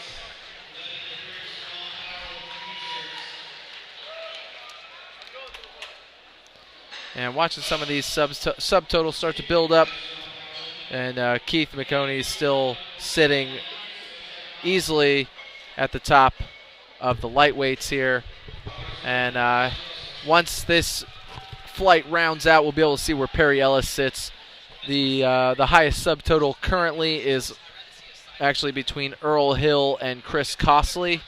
And in this regard, Earl Hill would take it. His body weight is lower at 113.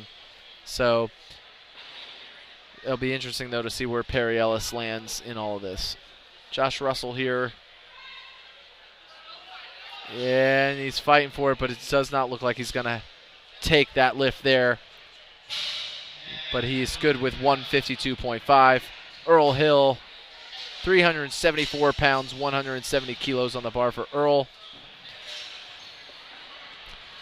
As we're into our 4th hour of broadcast, we welcome you to the inaugural 5-Bar Showdown from the Metro Atlanta area. Brian Rushing here with you, along with David Bell. So glad that you could join us. It's the 5-Bar Showdown presented by Team Rohr Powerlifting.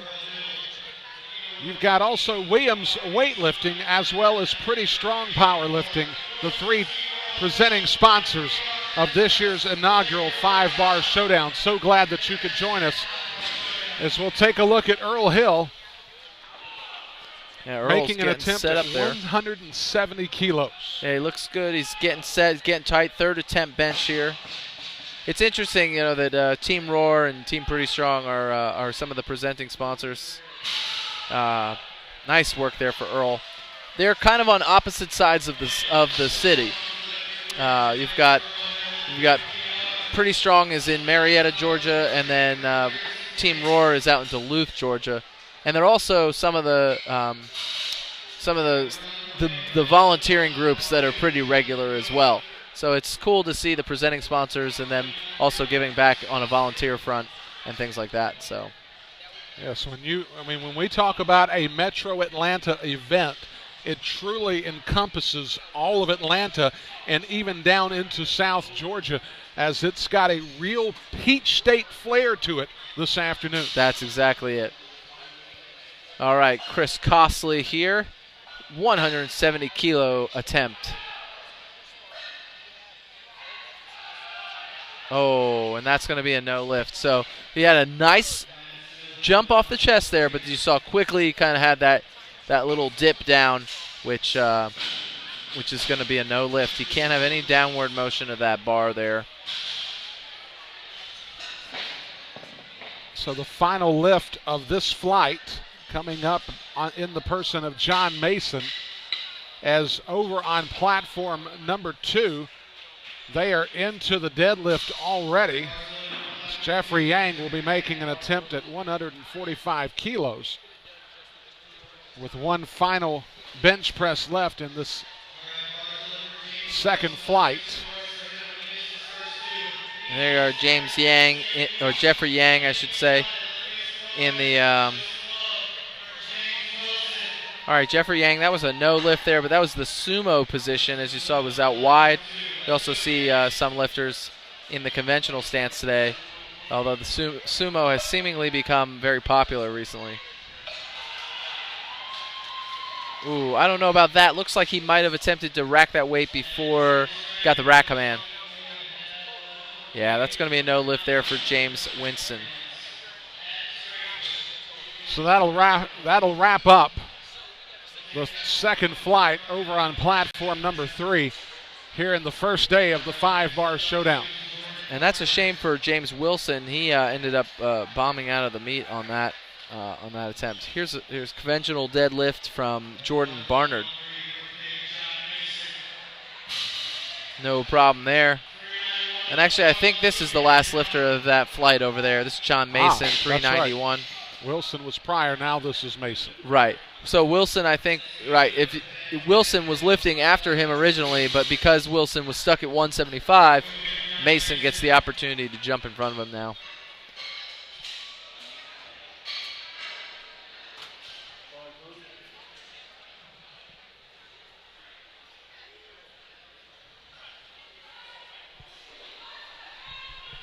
All right, Mason here trying to get 391. And it's going to be a no lift for Mason.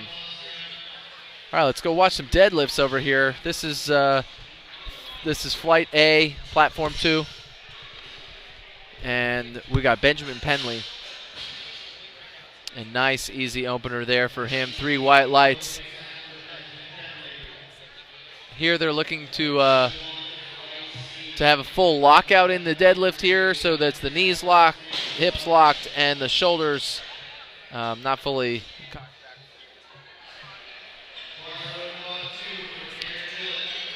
But just enough to maintain control at the top of the lift there. This is Darren Gillett, 374. 374 pounds there. Solid opener there. A little bit of the shakes, but not too bad.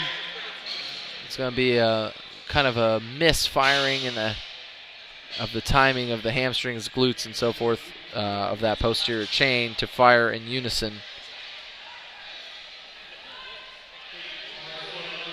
All right, Dan Tai. 380-pound opening attempt in the deadlift. A lot of people will ask, what is the difference between the conventional and the sumo deadlift? Why would somebody choose to do one over the other? And that is because, one, this is it's a lot about levers, this game, powerlifting. So sometimes people find that they have short arms and long legs, or a short torso and long legs, or something of this nature. And a lot of times what happens is they can change up their position to better leverage the weight. So the sumo deadlift often helps to decrease the range of motion and change the levers. But you also get a little bit more muscle recruitment from the back and so forth in the conventional deadlift versus the sumo deadlift, where the sumo is more of a squat-friendly deadlift. So you find a lot of people who have strong squats will also do the sumo deadlift. And here's Sean Coffey with a 402-pound opener. Looked like kind of tough opener, and looked like one knee was unlocked, but nope, they got it. Good lift for him. And let's see, we've got the third platform, Flight C here, with the bench press rolling. 314 pounds for Tony Schwebach, or 142.5 kilograms. That bar is loaded for him. Got bars loaded on both platforms. Let's go check out Cole Lawrence on his opening attempt deadlift here. 407 pounds. And he makes light work of that. And let's get back to Tony Schwebach for his opening bench press attempt.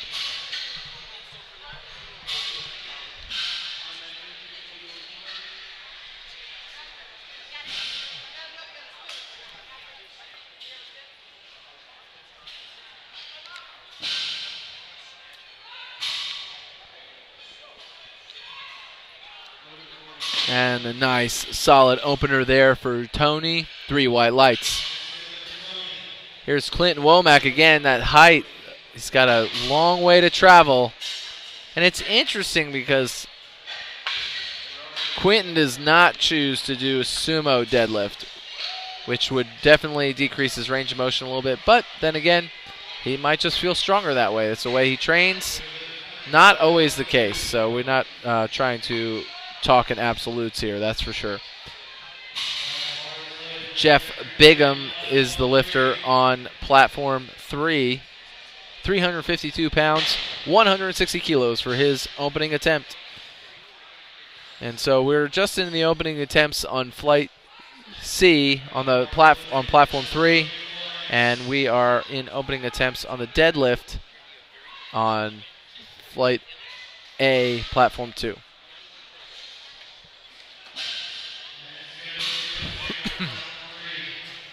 And here's Logan Florence, 446-pound opener.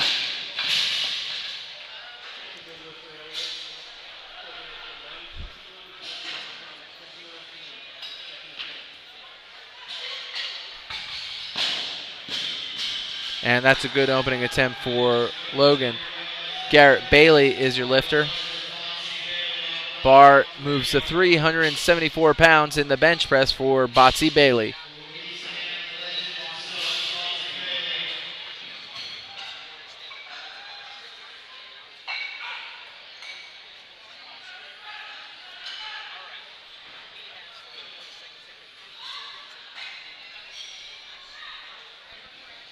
And nice opener there for Botsy. Here we are now. Bar for Jeffery Yang moves 319 pounds for his opening deadlift attempt. I'm sorry, this is Jeffrey's second deadlift attempt. Missed his opener. I don't know exactly why.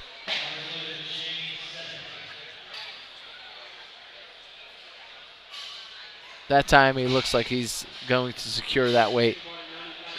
3 white lights. All right, Shane Setback. 380 pounds for his opening bench press attempt. No problem there for Shane. 3 white lights.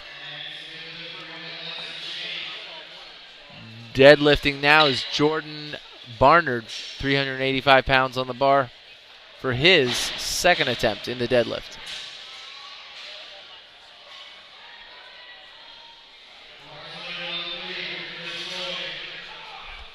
No problem there for Jordan.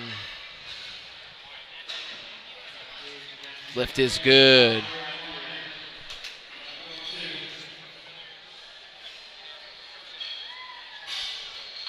Chris Lloyd is your bench presser. 380 pounds for his opening attempt.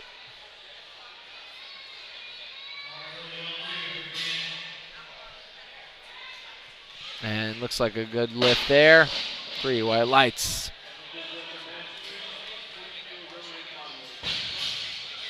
And that was Dan Ty, 402 pounds.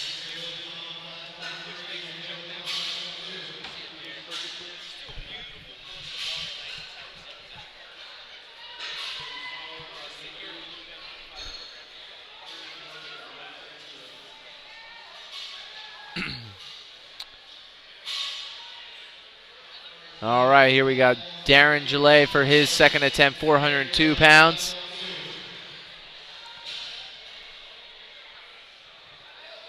Nice, strong pull there. Good drive through. Nice. Looks like a strong lockout. 3 white lights. Timothy Oliver is your lifter, 385 pounds in the bench press.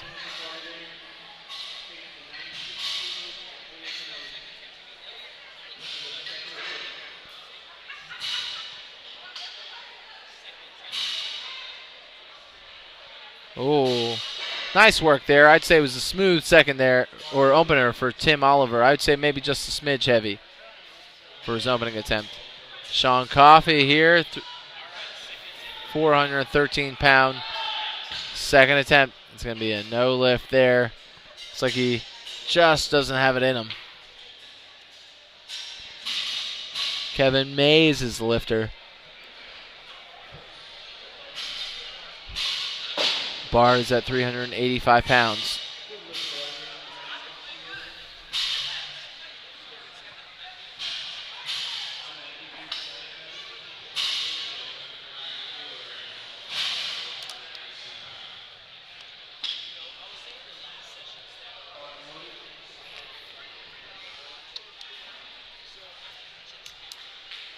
All right, let's sneak over here to Benjamin Pendley.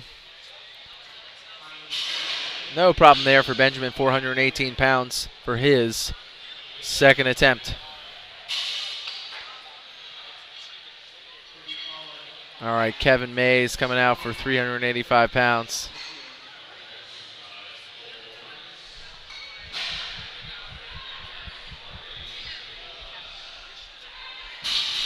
And a nice strong press there for Kevin. Let's see what the judges say. 3 white lights. Cole Lawrence, 429 pounds for his second attempt. Cole looking strong. Oh, that's going to be a no lift for Cole.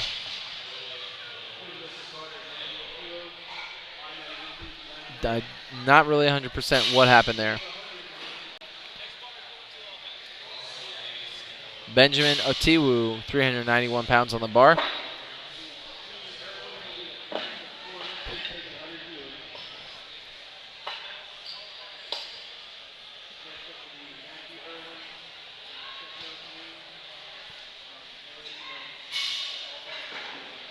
Nice press there for Otiwu. 3 white lights. Let's go over here. Let's see. Womack here, 435 for his second attempt. Lift is good for Womack. Perry Ellis is going to be your bench presser, opening with 418 pounds for Perry Ellis.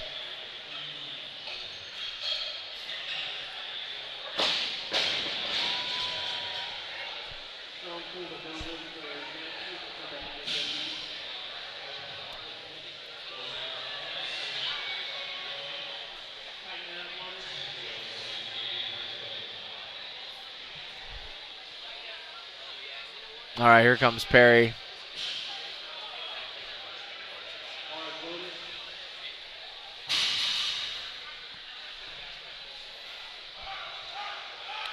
Getting set. Taking him a minute here. He's got it. He's got about 30 seconds to get it rolling.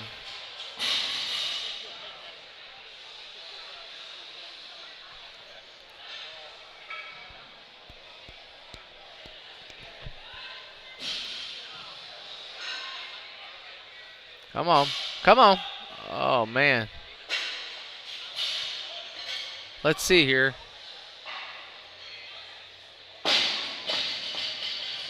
All right, lift is good there for Perry Ellis. I don't really know. He might have something with his lockout, but he didn't look fully locked out there. That's right. Jeffery Yang is the lifter. Third attempt here for Jeffery Yang. Misses first, got a second. So trying to add to the total with his third attempt here.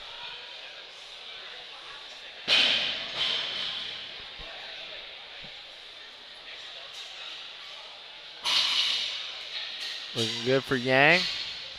Lift is good. Nice work there for Jeffery Yang.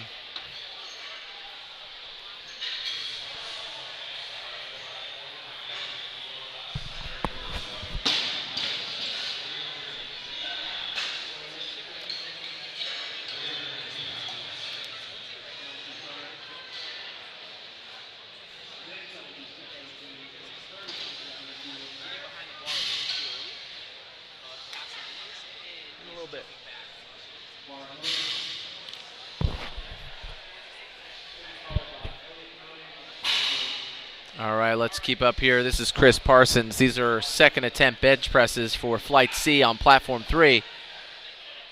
303 pounds for his next attempt.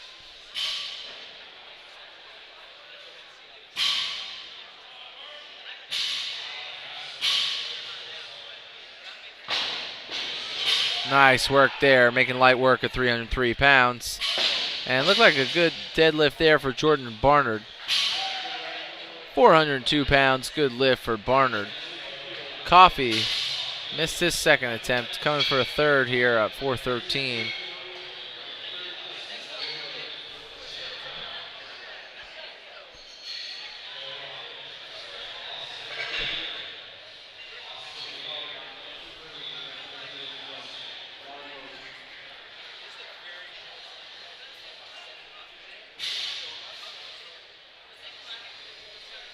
All right, Sean Coffey here, 413 pounds.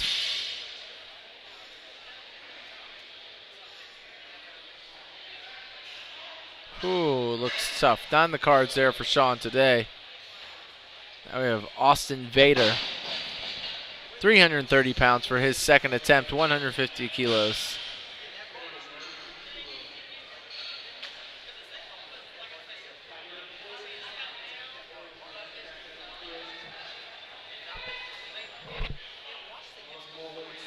Nice strong press there for Vader.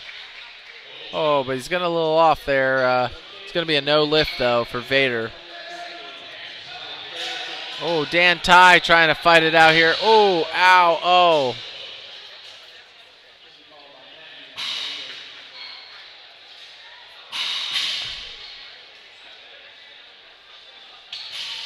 Ooh, that looked tough on him there. It looks tough. He looks like he might have hurt himself a little bit there. I hope he's okay. Let's see, I've got a bench press bars loaded, a deadlift bars loaded.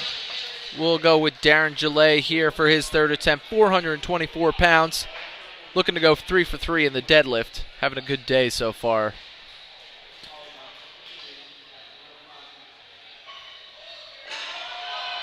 Oh, tough pull, tough pull. Gave it all he had, though. Kind of finished with a subtotal of 319 kilos. And lift is good for Tony Schwayback, 336 pounds. And the lifter is Jeffrey Bigham on platform 3. Platform 2, Cole Lawrence. Missed 195, coming back for 197.5, which is 435 pounds.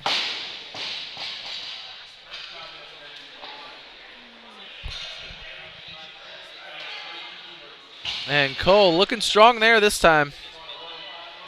3 white lights for Cole. Jeff Bigham is the lifter. 374 pounds for Jeff Bigham, 170 kilos.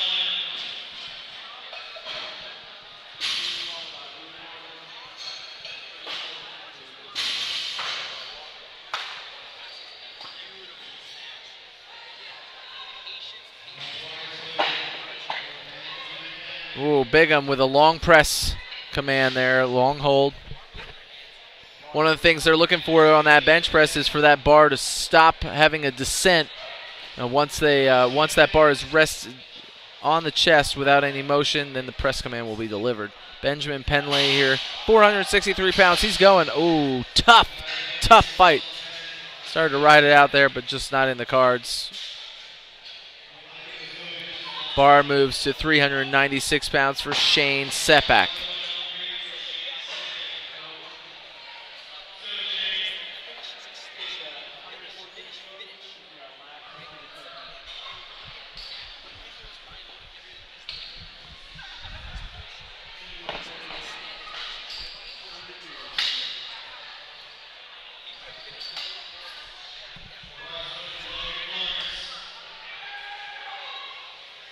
Oh, light work there for Sepek with 396.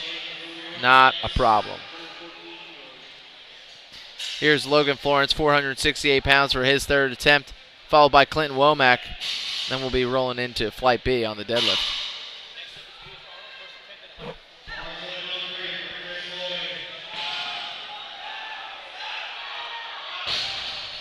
All right, that's going to be a no lift there. You couldn't get to the lockout with it today. Chris Lloyd here, 396 as well in the bench press.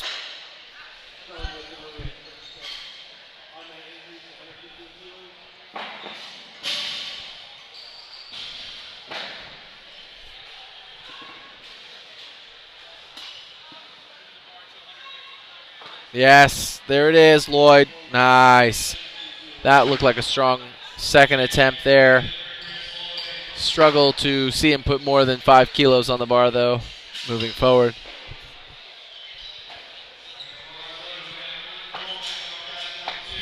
Sepik is going to 187.5. I could see 7.5 there. That flew. Womack here, 474.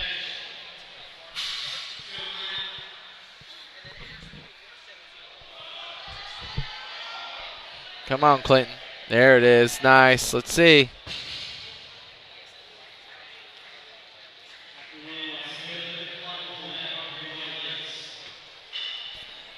Timothy Oliver is your lifter. Bar weight moves to 402 pounds.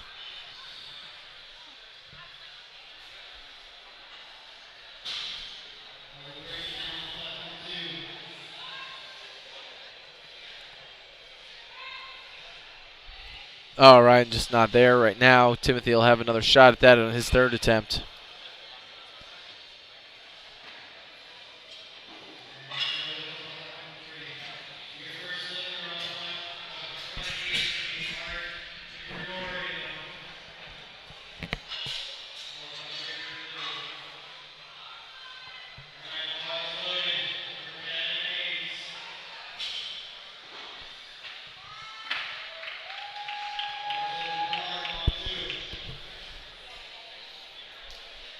All right, Kevin Mays. 402 on the bar.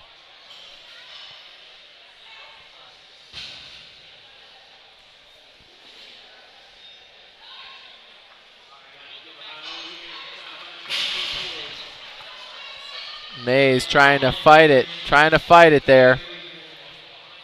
And that lift is good. Tough second attempt, though, there for Mays. Tough second attempt. Benjamin Otiwu, 407.9 pounds. And Gregory Luu opening in the deadlift at 396 pounds.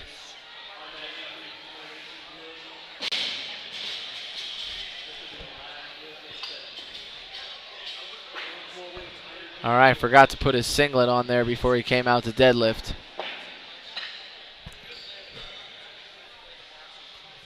Yeah. Just from upstairs.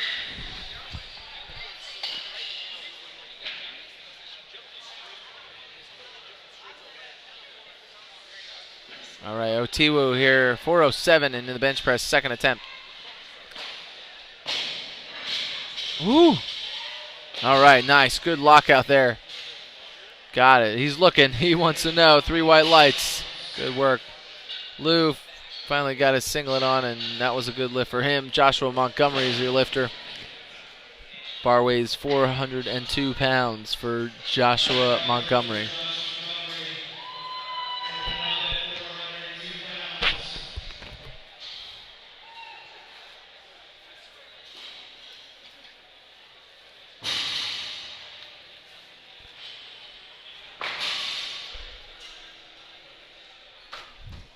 All right, Montgomery all the way to the top.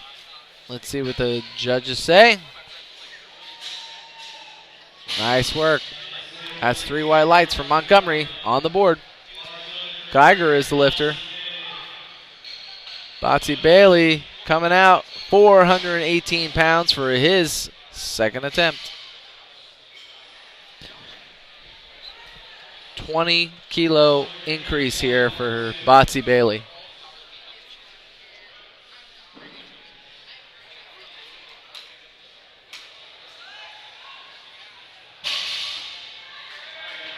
Come on, Botsy.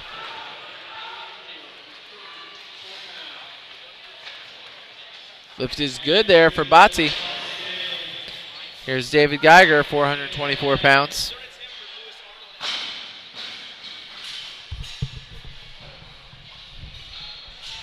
And Geiger moves that weight with no problem.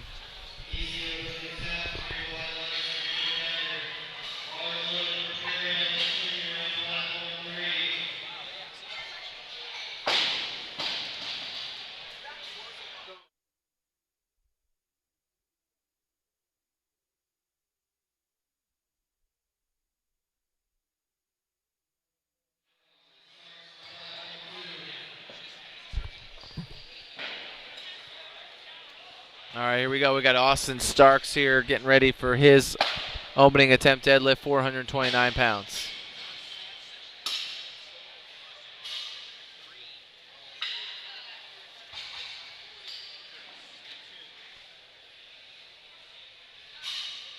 Three white lights for Austin Starks. Here we go. We got Stark command on the bench press for Perry Ellis, 424 pounds. Yeah, that looked tough. It looked almost like he tried to really double bounce it, kind of pull it in and shoot it off his chest there to kind of get a little rebound. That didn't really work out for him, and he was unable to complete the lift.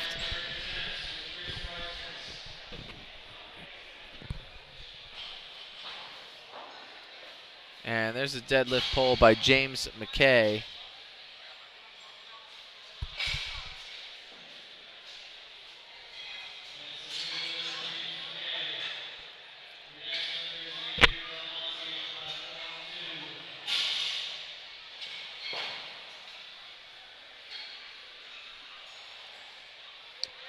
All right, folks, don't forget about our sponsors. Team Rohr, Team Pretty Strong, and Williams Weightlifting. Those are our presenting sponsors. All right, and that was Andrew Belemonti there with the deadlift. Bench press here, Chris Parsons, third attempt, 336 pounds.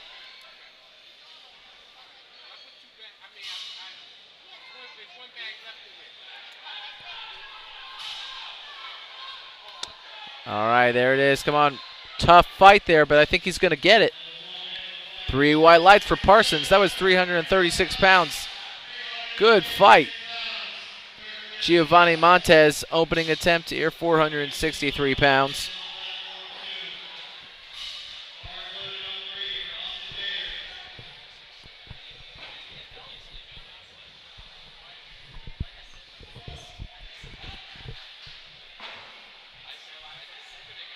All right, Montes looking strong with his opening attempt.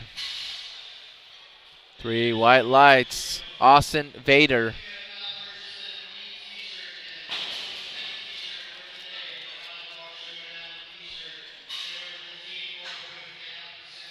All right, let's see. Austin Vader in the bench press coming back. 150 kilos was missed on his second attempt, so he's going 152.5 on his third. Bars loaded for Vader.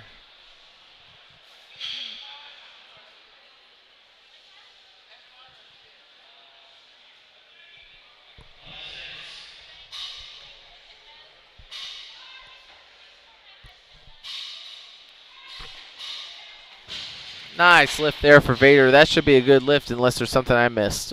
2-1, good lift for Vader. And we just had a good lift for Jacky Cheng.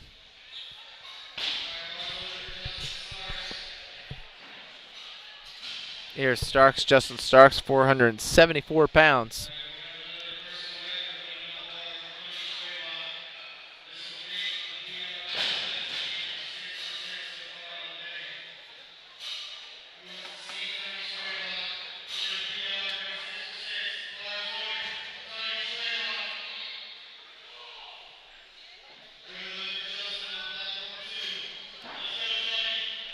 Tony Schwabach, third attempt here on platform 3, 352.7 pounds. Here we go, Tony.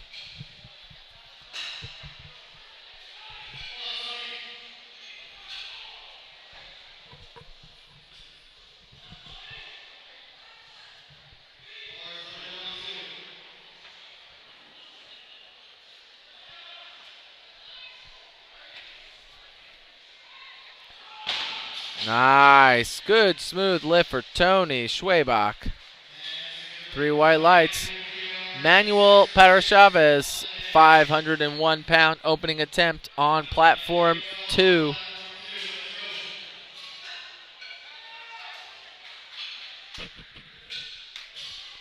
And looks like a strong opener.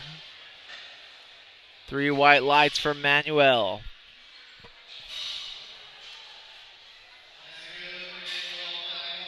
Jeff Bigham, 391 pounds for his third attempt on platform 3. All right, folks, and if you're just joining us, this is the inaugural 5-bar showdown presented by Team Rohr Powerlifting, Pretty Strong Powerlifting, and Williams Weightlifting from Norcross, Georgia, in the greater Atlanta metro area. I'm David Bell. My co-hosts who will return shortly, Brian Rushing. And we want to welcome everybody. The 5-bar showdown is exactly that. We have the snatch, the clean and jerk, the squat, the bench press, and the deadlift. That's the Superman challenge here today. You can come in and attempt all 5 lifts for a prize pool of $1,500 for first place. And what we're coming to you live with right now is just the powerlifting portion. These gentlemen did not partake in the Superman. We will be bringing the Superman aspect of the meet to you later this afternoon. Right now we have Timothy Oliver. Missed this number 402 on his second attempt. Wants it here on his third. And that's going to be a no lift there for Oliver, just on strength today.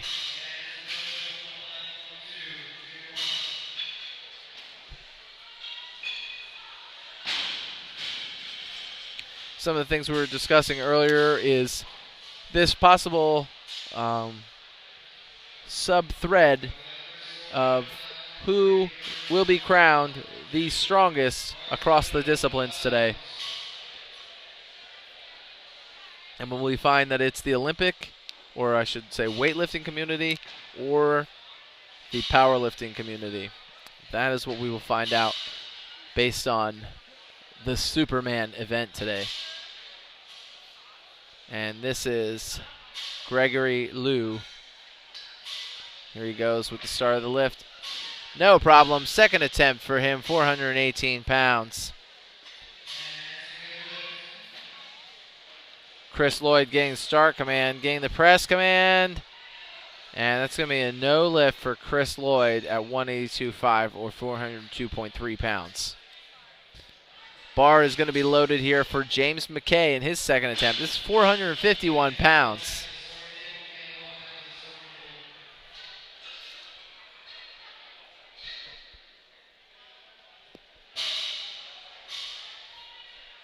Oh, come on, lock the hips out.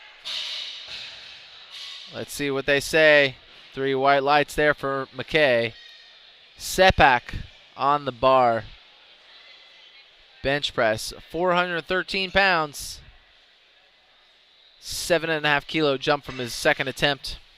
Second attempt looked exactly like his first attempt. Oh, nice. Easy, easy for Sepak. Easy bench.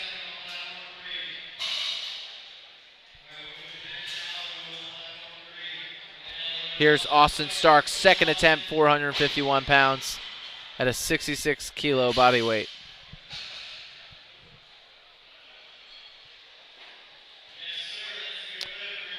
Benjamin Atawu, 413 pounds, third attempt bench press here. Sepak just made this look like lightweight, like he was going to throw it through the ceiling. Let's see what Benjamin can do with it.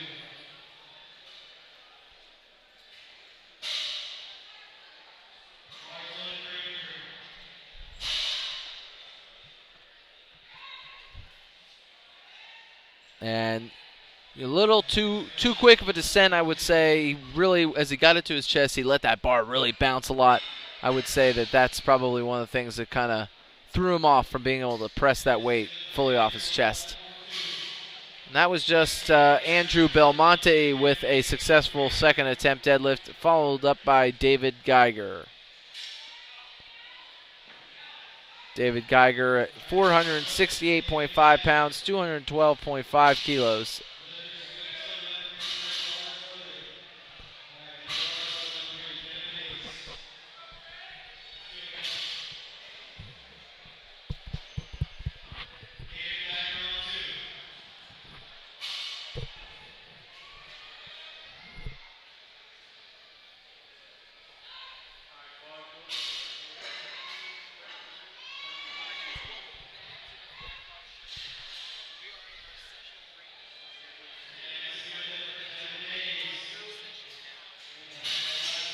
All right, here goes Geiger, 468.5 pounds. Looks like not a problem here for him. 3 white lights. Over to Garrett Botsy Bailey, 429 pounds on the bar for his third and final bench press attempt. We are rounding out Flight C here. Bailey will be the last lifter of this flight.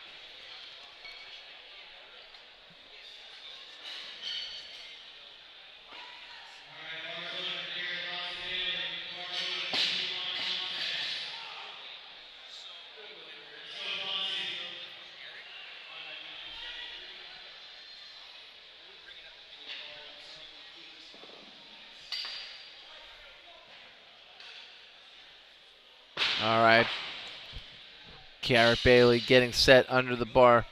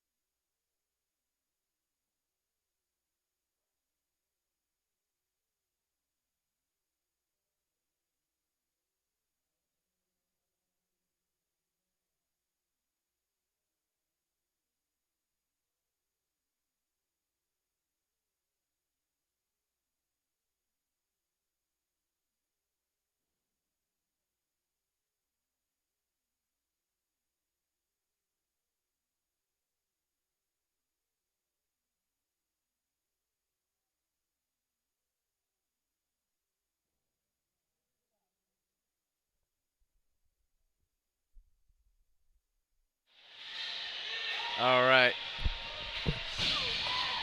Sorry about that. I had to step away for just a moment there. I apologize. All right, here we go. Let's continue on with the deadlift. Justin Starks is your lifter. Bar moves to 501 pounds in the 74 kilo class.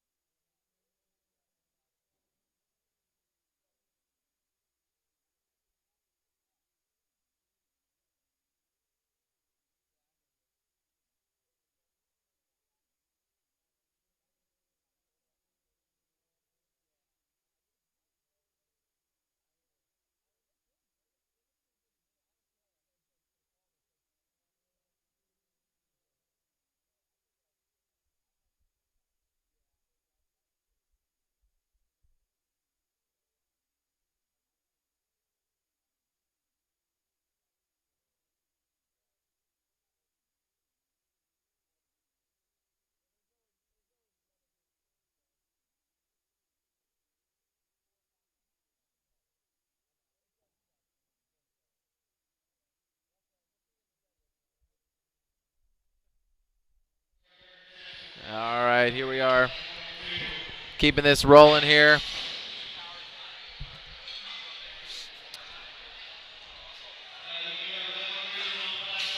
Joshua Montgomery will be our third attempt deadlift here on Flight B, Platform 2.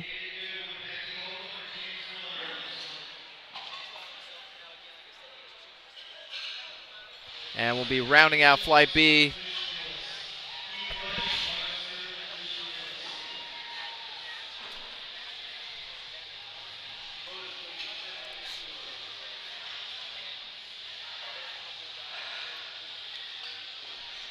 All right, here comes Montgomery. 413 pounds for his third attempt. This is a comeback attempt here for Montgomery.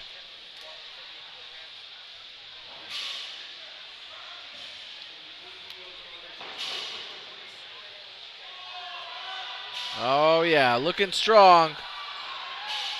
Ooh, I'm going to say it's going to be a no lift, though. He's really getting a good hitch on it there. They're going to say no. There's a lot of up and down motion there.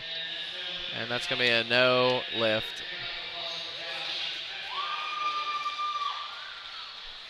All right, we're checking out some of the forecast totals here.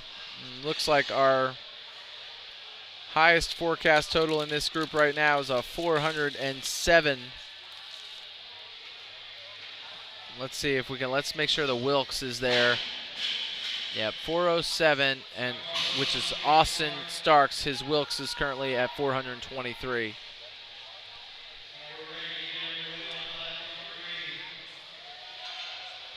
And here we go, Marc DiGregorio, 424 pounds for his third attempt. And a nice strong finish there for him, 2-1.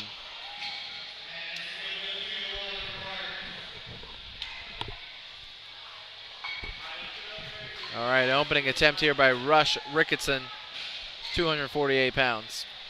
David, it becomes very clear that once you get into the deadlift segment, things become a lot faster and a lot more furious. Everybody trying to round out the numbers in such a way that they put together as strong a total as possible in position to put themselves on the podium. However, the reality is when you've got nothing but a bar and a few weights being shifted from time to time, you can get through the deadlift segment in a pretty fast fashion. That's exactly it. Really starts to pick up pace here. And for those of you watching, Brian has just rejoined us here today. Once again, this is the 5-bar showdown, the inaugural 5-bar showdown here in Norcross, Georgia, the greater Atlanta metro area. David, while I had an opportunity, I actually stepped away and took in some of the sights and sounds of the event. Right. I mean, this is an event that that's run with Meadowcreek High School, which is in the suburban Atlanta area. And it's an event that brings in a lot of people. We already talked about it in the open. It brings in a lot of folks from the Atlanta area, Georgia, going down into South Georgia. But there really is, in the world of powerlifting, a real national feel to an event of this nature. And there's a lot of folks from a lot of different locales, and I actually ran into a couple of folks that did make their way from the Charlotte, North Carolina area, folks that I know personally, and they were really impressed by the type of event that was being run here. And certainly anything that Josh Rohr attaches his name to is going to be run at a high level. And you take a look at Pretty Strong Powerlifting, Team Rohr, you take a look at Williams Weightlifting USA. When you've got presenting sponsors in the weightlifting and the powerlifting world of that ilk, you're going to put together a top-flight event, and I think that's exactly what we've seen here. That's exactly it. And, yeah, Josh Rohr has really come into his own as a meet director, known for just putting on amazing events here, and really, I think, reshaping and redefining the way that we look at the sport now, as far as kind of like the behind the scenes are operated a little bit. Well, and to the lifters, to the performers, they're the ones that want things to be as creature comfort as possible for what it is that they're doing. They're not necessarily as concerned with the computers that are up, the screens that are letting people know of all the information, even the broadcast that we're doing here. Those sorts of things sink in long after the event has come to the close, because they'll get to go back and actually watch the event, on YouTube or whatever, capacity, whatever outlet that they're using to watch the event. Correct. And they'll understand, wow, this is a really well done event, and my focus was to go in and perform and put together good numbers. But the way the back room is set up for the lifters to begin their workouts prior to the actual event, the way that concessions are run, the way that the volunteers are taken care of, the way the volunteers take care of everyone else here. You take a look at all that and bring it in its entirety after the event is over. You realize this is a very well put together event, and something that it is the inaugural, but I doubt very seriously it's going to be the last. Right, and yes, and I can highly agree with that. I think everyone feels well taken care of, and that's exactly it. If we make it fun for everybody, we make it, those creature comforts you're talking about, and making it a comfortable time, and make it ease of being able to get checked in and get things taken care of. That really sets us up for people to want to come back. Well, it definitely speaks to the level of forward thinking that Josh Rohr tries to put into an event of this nature by taking something that, let's be honest, people have been lifting weights for decades now. But to be able to put a real 2017 feel to it, and all of the things, the amenities, all of the technical advances that are in place, to marry that together with something like weightlifting, powerlifting, or even the Superman event, I think really speaks to the livelihood and the future of an event of this nature. Most definitely. And I think they finally were able to get a feed for some of the Olympic lifting going and things like that. I think originally that was not happening, but now they have that live feed going, and that's awesome too. So now people from both communities can be watching in, seeing what's happening there, and really get a feel for what we've got going on here and what this event looks like. Well, I don't think there's any question that the people that put this event together, and certainly with that Superman concept, I think they've really hit on something. Right. I think if you can marry both fan bases together and both groups of people, they do run in very similar circles, there's no question about it. But if you take both of those groups and all the folks that are passionate about the various disciplines of the sport, I think it makes something that could become a very, very advantageous scenario for both groups involved. That's right, and both groups also have similar goals when they're training and so forth. They're looking to add that little bit onto the bar to take their game to the next level. When you're weightlifting, you've got some amount of squatting regimen, you've got some amount of deadlifting regimen. So really, I think, as we were having that discussion earlier too about kind of where does it lie? Where does the strongest competitor lie? Are they in the weightlifting or are they in the powerlifting? And the weightlifters may have some amount of advantage having these higher speed pulls that they have to operate with and so forth, really generating a lot of speed, whereas powerlifting's not so much about speed as much as it is about just kind of being able to grind that weight out. And to find the athlete that can meld both disciplines into their regimen in such a way to where they can take the stamina and endurance that's required to go 9 for 9 on the power lifts, while at the same time competing in the weightlifting side, knowing that there's got to be that sort of explosion, if you will, on that side of the agenda. I think it really creates a circumstance. The person that comes out the Superman champion, if you will, is going to be really the upper echelon of an athlete, period, regardless of what sort of classification you want to box him into. That's exactly it. There's no doubt about that. And it's interesting, too, because I was just thinking to myself, I wonder which lifts are really what make or break the total in this competition. In the power lifts, it's definitely squat or the deadlift, and the deadlift really is the true trump card. But you always want to have your squat and your deadlift be your as strong as possible, because you're going to be able to lift the most in those disciplines, and then you bring your bench press to round it out. But I wonder if there's like some aspect of the clean and jerk maybe that could add to that total or affect that total. The snatch I don't think as much, because the snatch is a difficult lift to get necessarily a lot of weight. And I think that in regards to the level or caliber of athlete that are here today, I don't know if their snatch is really going to make a big difference. But well, as we get back to the action, both platforms firmly ensconced in the deadlift segment. And this is why this event is so good for the fans. For those that are not necessarily familiar with the other disciplines, to be able to come into one venue, and you've been used to squat, bench press, deadlift your whole life, and now all of a sudden you're watching on another platform a guy doing a clean and jerk or doing a snatch or what have you. It definitely adds a level of intrigue, and it should capture the attention of anyone here, because there's a little something for everybody if you're into bodybuilding or weightlifting at all. Right.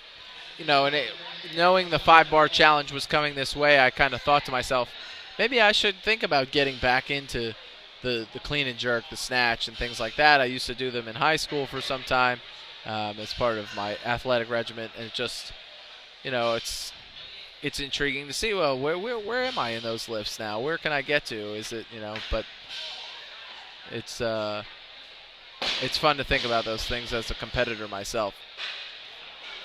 And we're just waiting here as we're getting these bars set up for the deadlift. So it looks like Michael Ilardi will be making his first attempt at the deadlift. Correct, yep, we're rolling into flight C here on platform 2. Bringing in a subtotal of 287.5 into this first deadlift opportunity. He's starting out at 175 kilos.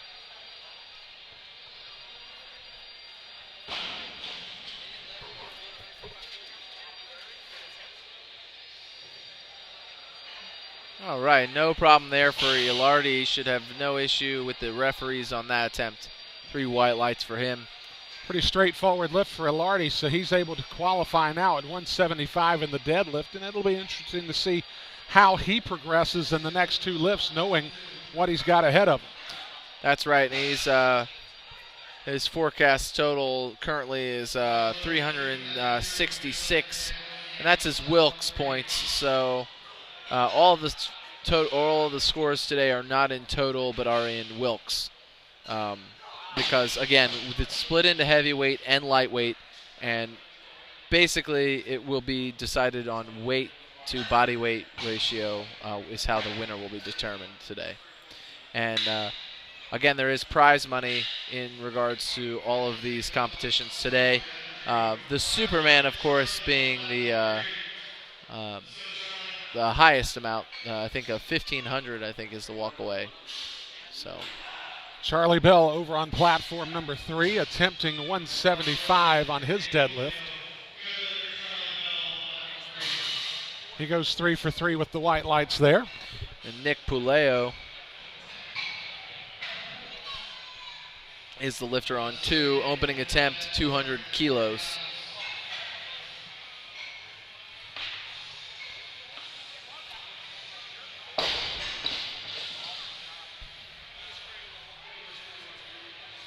Puleo over on platform number 2.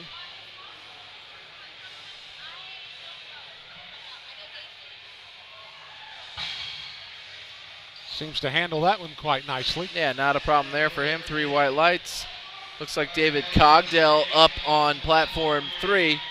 Second attempt here, 435 pounds for Cogdell. Now, you mentioned earlier the sumo stances, the conventional stances, the grips, so on and so forth. In the evolution of powerlifting, as you see essentially Cogdell going basically over the top with both hands on the same side of the bar. Right. The evolution of powerlifting as it is, where do you side in regards to how you coach? Do you automatically go to one grip, one stance, or do you basically look at the lifter again and try to make it more programmable to what their strengths are? Typically, we look at the alternating grip in the deadlift for most people. They're just typically is stronger unless somebody expresses interest in wanting to do a double overhand grip or what we call a hook grip where the thumb is placed under and then you use your other fingers to wrap around the thumb. But as far as the stance is concerned, we start most of our lifters out, especially novice lifters, with the conventional deadlift due to the amount of back strength it provides, and it can really, studies show that you're engaging more of the of what they call the paraspinal muscles, which are the muscles that run from the hip to the base of the skull. That there's a little bit more recruitment. So for a novice lifter, we want them to really get a feel for the conventional deadlift first, and they can really build back strength. And then as they really get into competing and so forth, then we will look more into putting them into a sumo stance or something like that. If it means the difference between the poles is 50 or 100 pounds, we'll do the one that's going to give them the greatest advantage to possibly place or increase their total. As you saw just a moment ago, Simon Houston connecting on his second attempt at 215. Over on platform number 2, Jin Kim on his first lift attempt in the deadlift connected at 225. So they both got simultaneous 3 white lights, as we'll now see coming on Maxwell Bohling.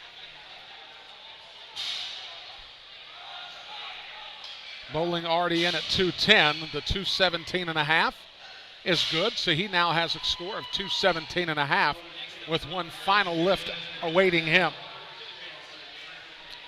And Phillip Brown coming out here now. Phillip starting at 5:01. So just to talk about it now, Keith McHoney is in the lead with a forecast Wilks of 523. Phillip Brown sitting at 479. The next closest to Keith McHoney is Tony Walton with 500. So again, Keith McHoney is still looking to be the favorite in the lightweight classes. And all 3 of them have been quite impressive today, putting together a very solid event. Most definitely. Phillip Brown is always a great competitor here locally. Same with Tony Walton. And that was Rush Ricketson with a second attempt, 479 pounds, and 3 white lights for him. Jordon Frazier will be your lifter.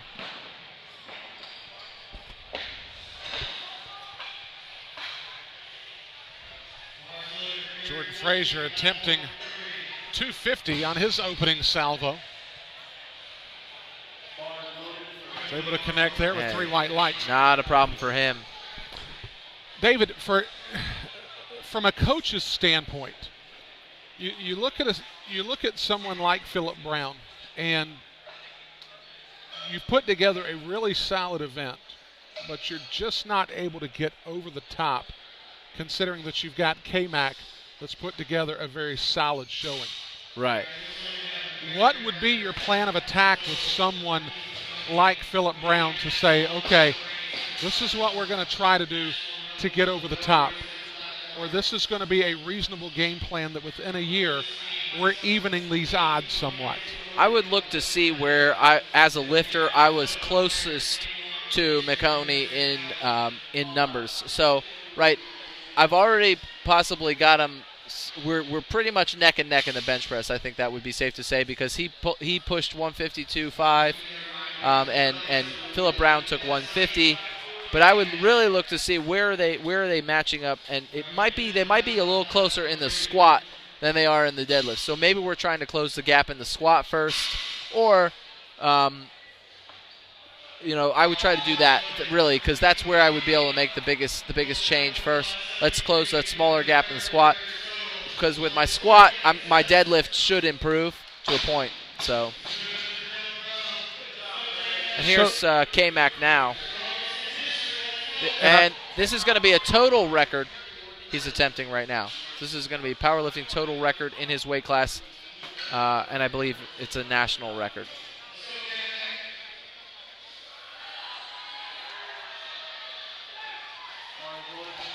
And that was 573 pounds. And he nailed it. So we're going to watch a replay on this as Keith McHoney's going to show up with this replay.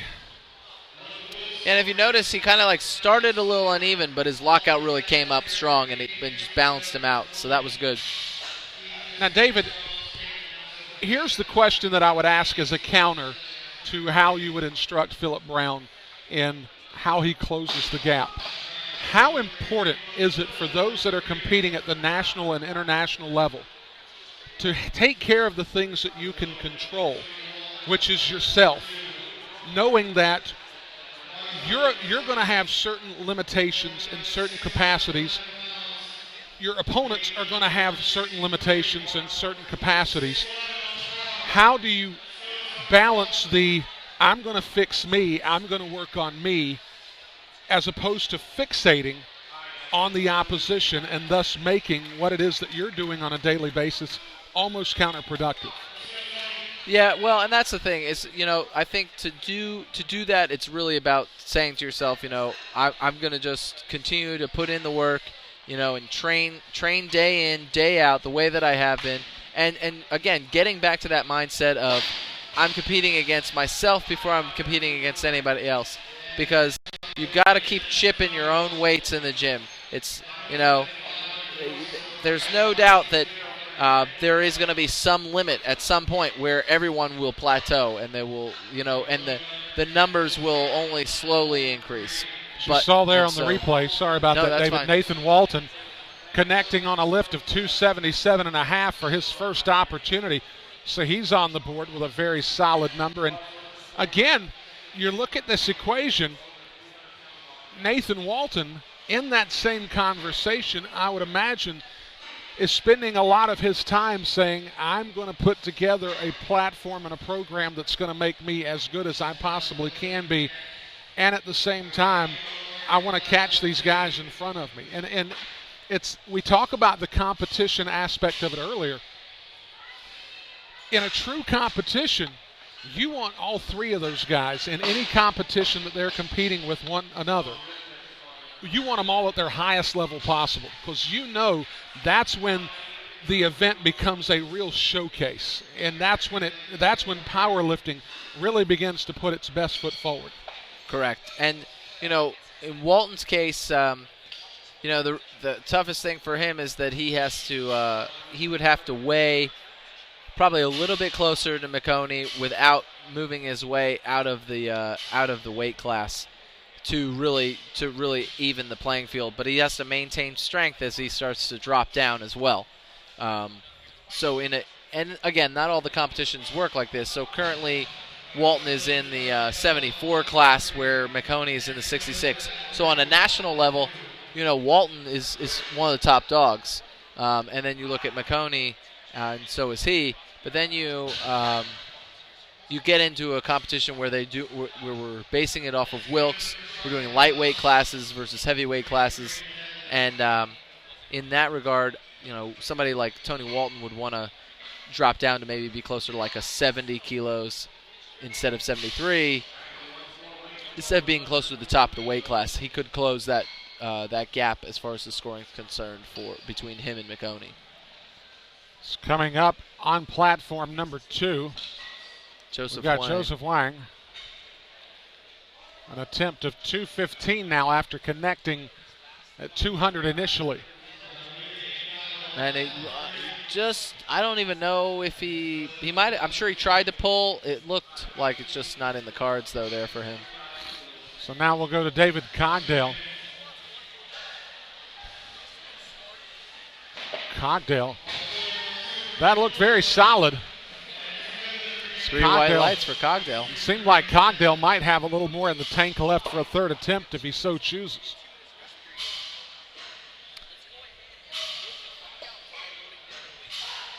Nick Paleo will be coming back out for his second attempt. 220 kilos.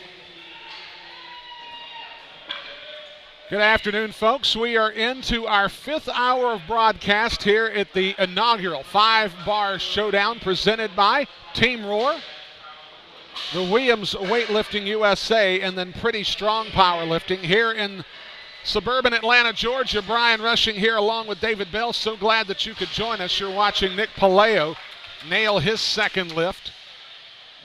Gets 2 out of 3. The white lights there to go and get a affirmative score at 220. And this is Maxwell Bohling on his third attempt, 490 pounds. And 3 white lights for Bohling. As he will wrap up his day with his final lift. Simultaneous action. You've got 2 streams going on here. Just on the other side, we've got another broadcast team putting together the weightlifting side of this. We're bringing you the powerlifting side. We'll have a second segment of action that, from what I understand, is supposed to start at around 2 o'clock, to where we'll essentially reset everything and bring that action to you. By the time it's all said and done, we could be bringing you in upwards of 10 to 11 hours worth of action by the time the day's over.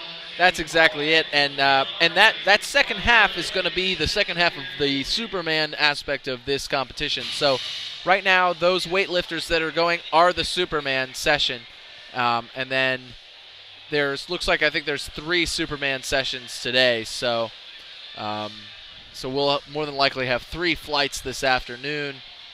Just going simultaneously. Well, actually, I think we'll just going back-to-back this afternoon. So, and here we are. This is Phillip Brown now. Phillip Brown with 534 pounds on the bar. Ooh. So there, Phillip got to the top. He had the lockout, but the weight quickly pulled him out of the lockout before he got the down command. So that's going to be a no lift for Phillip Brown. Tough.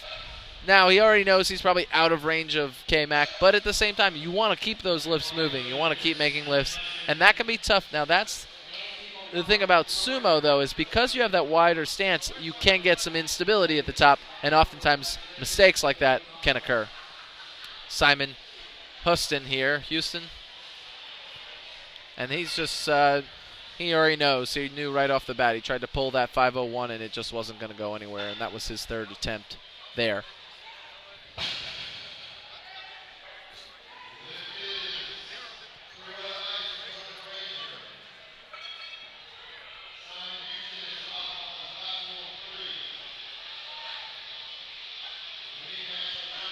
All right, Simon here, 501 pounds as well.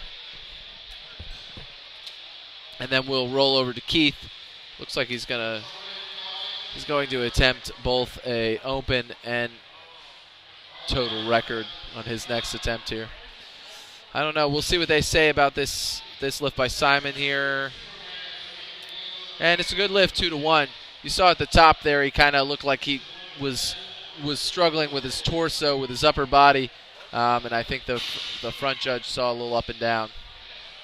Well, and it seemed like that it was slow developing at the top to where by the time he was able to lock himself out that there was some hesitation, and certainly it got the attention of the central official. All right, Keith McHoney here, K-Mac, looking to break 2 records now. This is the deadlift record as well as the total record. All before 2 p.m. All before 2 p.m. Not a bad day. Not a bad day at all.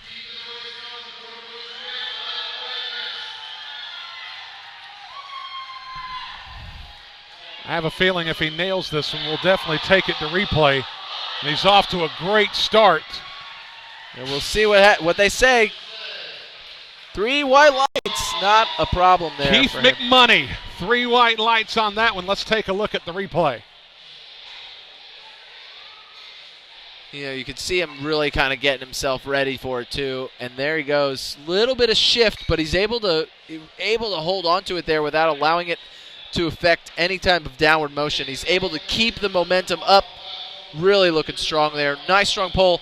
And really, at the end of the day, when it's that 3rd attempt, it's about a little bit of heart, a little bit of gut. You got to get behind it. So. Well, and with that said, he was able to sell out there on that final lift, but I think the thing that was more impressive for me there was the fact that he's really trying to get himself in a locked position. It's real easy to forget your hands there and completely lose grip, but he was able to maintain grip while putting himself in that locked position. Right. And that's, I just realized that was only his 2nd attempt. He might be coming back to break some more records as we keep going here. And here's Tony Walton. He's also he's going for a total record here as well.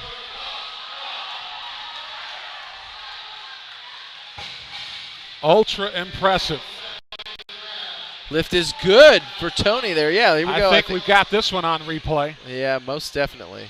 Now that's, we talked about Botsy's start with the yawn. That was an interesting address to the bar here in this segment of the afternoon. Well, if you watch what he's doing there, he's got his hands up, and it's somewhat of some dramatics to it as well. You're kind of getting into that state, into that mindset of proper form, of really trying to get tight.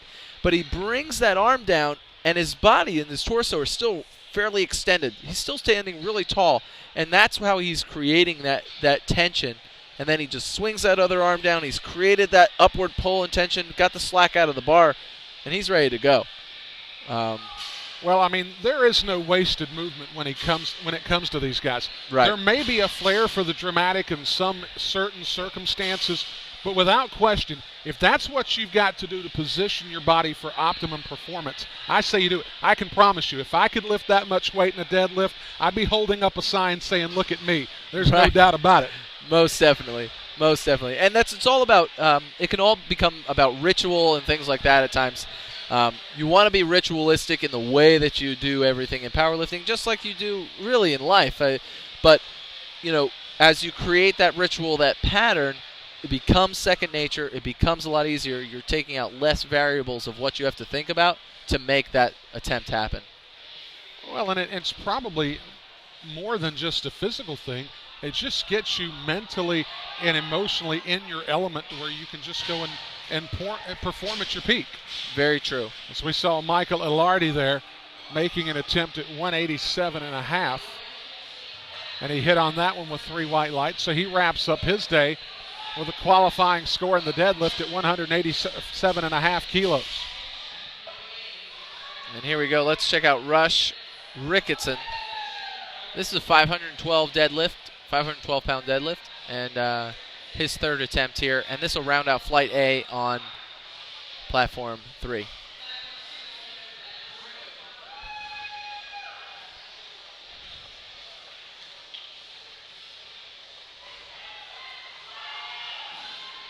All right, let's see what they say about that. A little bit of a hesitant on a lockout, but I think it's going to, they didn't really like that. He kind of stopped there for a second. There could have been some downward motion. And that's tough. What we were talking about earlier when that the lift, depending on how it looks to the judges in the beginning, are they going to give it? Are they not going to give it? If that wasn't as ratchety, I should say, that's probably a good word for it because it kind of looks like he stopped and then continued to make the pull. And that gives you an opportunity for downward motion. It gives the opportunity for the judges to take a look at that for a second to see what's happening versus if that had only been a split second and he had pulled right through it. Well, it definitely did seem to have more of a mechanical feel to it. It was definitely lacking some of the fluidity that you would look for in that deadlift, especially going to the lock position. And that was Joseph Wang, and that number's not in the cards for him today. He attempted 215 twice and didn't even get it to budge off the floor. And certainly you hope for Joseph's perspective that he's not contending with possibly a tweaked muscle or something of that nature. And that's what I wasn't sure about. When I watched him go to pull on the first one, it looked like he barely made an effort. This time it looked like he really tried to make a pull. But right, that could be the case, and I really hope that's not the case, but you're exactly right. That could be what's going on for him. And this is Nick Puleo. All right. He's getting amped at the chalk bowl there. You see some of you at home may see them waving this bottle in front of his face, and that's actually an ammonia. And that a lot of times lifters will it kind of heightens their senses a little bit, kind of gets them a little more in the zone for one of these bigger lifts. I can relate to it well. In fact, I can tell you a little story from back in my baseball days after Puleo gets done with his deadlift opportunity here. There it is. Come on, lock it out. Oh my gosh, he's trying so hard, but it's not going to happen for him today. Puleo, in that situation, you were talking about the ammonia in baseball circles, especially in a place like Atlanta, Georgia, where it's often hot and without question humid. A lot of the times what you'll do in baseball dugouts for starting pitchers is you'll actually put a towel in you'll take ice water and throw ammonia into it also, drop a towel in between innings you'll actually put the towel over the pitcher's head while he's taking in that ammonia a little bit, sort of give him a little lift, if you will, but also cooling off his body temperature at the same time. That's a common practice in dugouts throughout baseball. Wow, okay, all right. I did not know that. That's awesome. More of an old school thing. Yeah, but definitely works. Here's Phillip Brown. This is 534 pounds. Missed it on his last attempt. Oh, and he's going to miss it again. Slipped right out of his hand there. Difficult. Grip is an interesting thing as well. Being able to maintain a strong grip on that bar, no matter how you choose to grip the bar. It's tough when you lose that deadlift at the top because of grip. It's just like you definitely. That's the day you go back to the gym and you walk around and you pinch plates all day and you just walk up and down, or just stand in one place. And just you pinch those plates till you can't pinch them anymore. Well, and another aspect of the training that never shows up out here. Right. I mean, you don't typically see guys in front of the crowd or even back there behind the stands pinching plates and trying to work on grip necessarily, but that's part of the game plan in trying to make sure that day in and day out they're perfecting their craft, and that's one of the parts of it. That was an amazing lift there. We just said, are we getting a replay on that one? Yeah, here we go. Look at this. Look at this. Just fighting for every inch there on that deadlift, and he's of course excited about it. That was Jin Kim, and the place erupted here with him as he made that deadlift. Wow. But, whew, I don't know. I don't know what else to say. That was awesome. That was awesome. Those are the kind of things I live for when I watch powerlifting. I always like to see when it's that last little bit. I get that there's days you get on the platform and, the weights just all seem to fly. But when you pick that right number, there's just something about that moment. And, the fans love that moment. Well, and they caught it one time, but those watching the 5-bar showdown today, they got to catch it twice. They got to catch it live and on replay. Right. And that's why Dr. Cunningham is in the house. Right. That's exactly it. All right, and that was Carlton Beasley, but they're going to give him a no lift there. Or was that Jordon Frazier, actually? I'm sorry, that was Jordon Frazier. But that was a good lift for Jordon. I apologize. Now we go. Keith is coming back up. Well, let's see. We might get Robert Sterling here first. So Robert, as we were saying earlier, is new to the sport of powerlifting. In fact, did a little more research while I was on break. Okay. This is his very first tournament, if you will, this particular event. As you can see right now, wearing the Belmont Abbey College singlet. Played college basketball at Belmont Abbey. Of course, I get to be the broadcast voice of the Crusaders, so very familiar with Robbie Sterling, and he is a newbie. I mean, he is a fresh-faced baby, and he is getting his lift opportunity. But now we turn our attention to Keith McHoney. As if the first two attempts weren't enough, we'll see what happens here.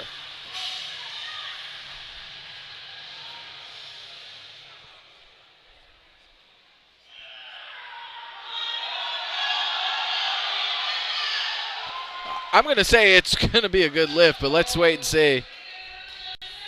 Lift is good, 2-1. Keith McMoney. There we go. No doubt about it. Let's take a look at the replay. There it is. I'll tell you, it almost looked exactly like his last lift. It was, about the same amount of effort, and it was really, I was strong. It was strong for sure. Just watch it here.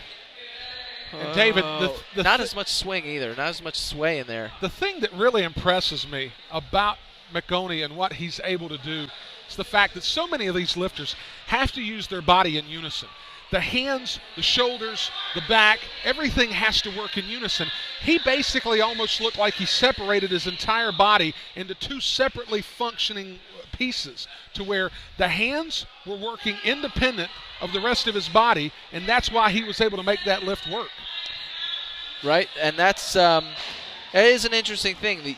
We're talking about that rhythm and a little bit of the unison earlier today, and that's right. You do have to kind of get different aspects to engage properly and at the right time and in the right order. So. Well, there's also that variable if he's just freakishly strong, which makes it all the easier for him to not necessarily be perfectly in rhythm and still accomplish the lift. I think he's going to go for I think Tony Walton here is going to try and pull to win over Keith McHoney here. He's going to try to pull for first place right now over Keith McHoney. This is currently what he's trying to do. He's trying to go for the money here. Is he ever? That is exactly what's happening. So if we notice for a minute, it took a second. Kilos. Right, took a second, and they were changing the weights around here.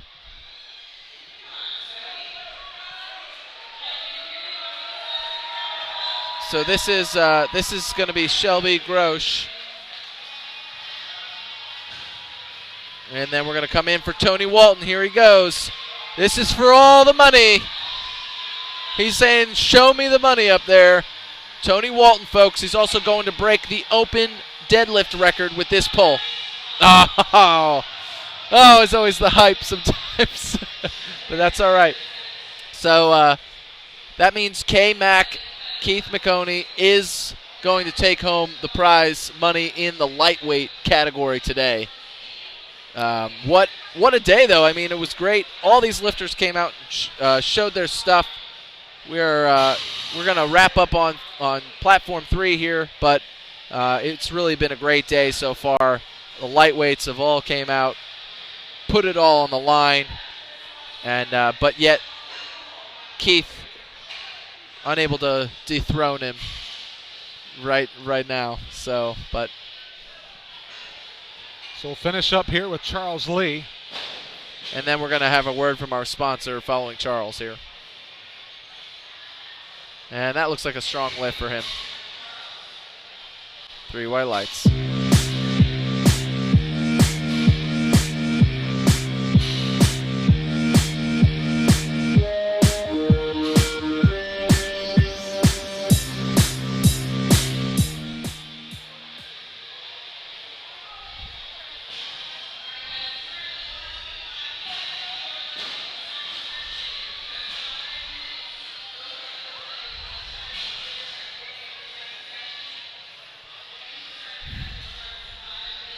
All right, here we are. Chris Costley is the lifter. Opening attempt, 551 pounds. Well, now our job's going to be a little easier because we're not going to require. It's not going to require us to jump back and forth here, so we'll be able to watch these final lifters here.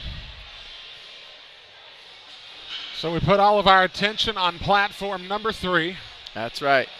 And then Chad Pauley now will be our lifter. 573 pounds, 260 kilos for his opening attempt. And let's see. They don't have the same setup here as far as the Wilks is concerned, what we had going on earlier.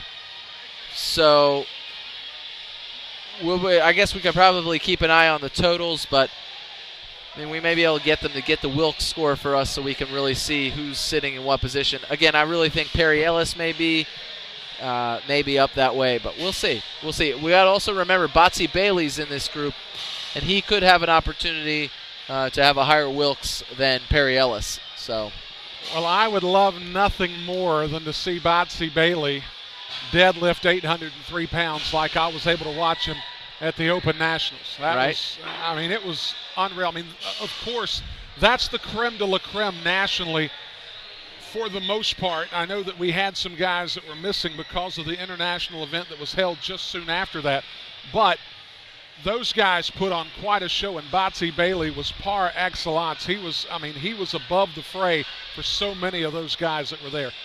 Incredibly entertaining to watch Botsy Bailey perform in Orlando back in May. Right, and the interesting thing is for a young guy, he's been around for a long time.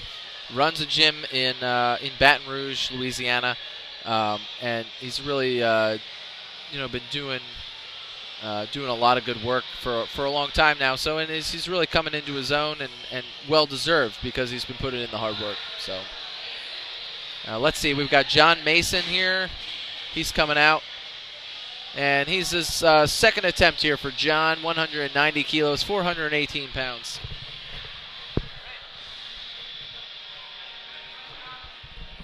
Wrapping up here on platform number 3.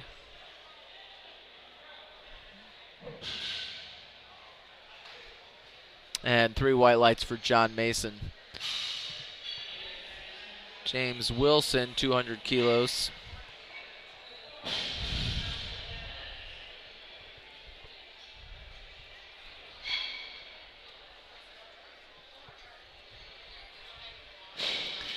James Wilson coming up here in a moment. He hit on 195 his first attempt. He'll get his second attempt at 200.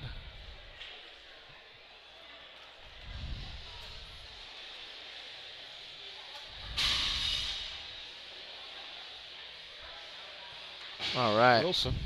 Not a problem there for him. 3 white lights. Now that'll bring up Robbie Sterling to follow. Sterling connected at 212.5 in his first attempt. He'll be attempting 215 this go-round.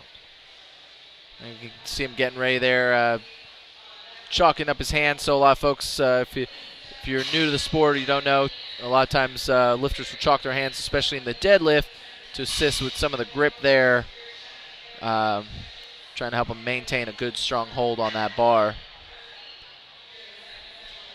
And there he is, that Belmont Abbey I know that there. singlet very well. Right? It's actually a wrestling singlet. I was going to say, right. It is a wrestling singlet that he's using this afternoon. All right, here he comes. All the way to the brand new fonts and everything on the new logos. There he goes. Got the alternating grip in the sumo deadlift position.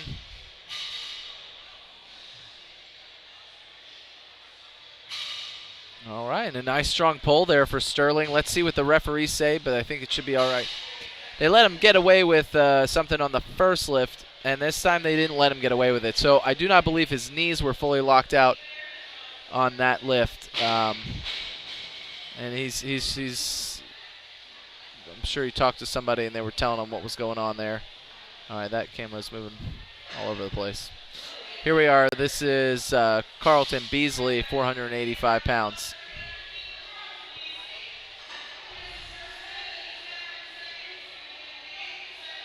Beasley missed at 210 his first time around. He's going to make an attempt of 220 here. Right, yeah, so maybe it was on technicalities such as missing the down command or something of that nature.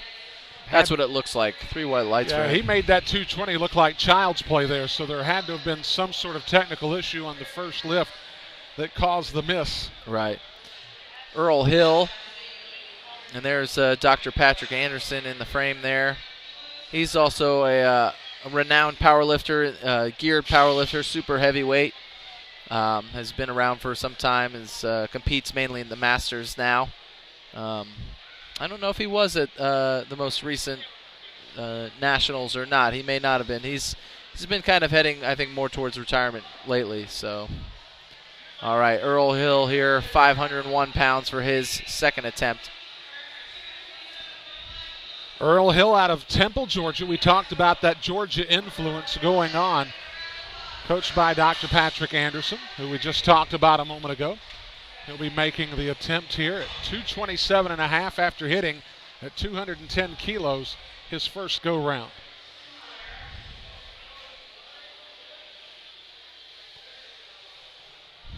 All right, nice work there. Easy work for Earl there. All right, Colin Lambert is the lifter. Again, local Georgia lifter, lifting out of Atlanta Barbell in Decatur, Georgia.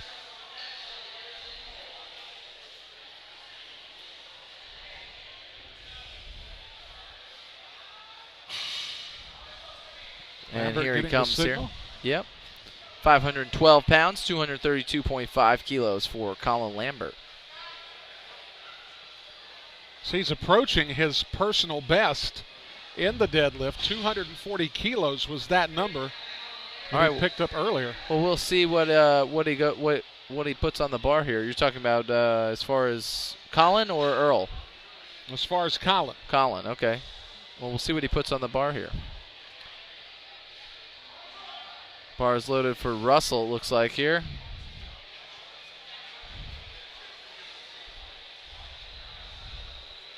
And Russell coming out for 235 kilos, 518 pounds.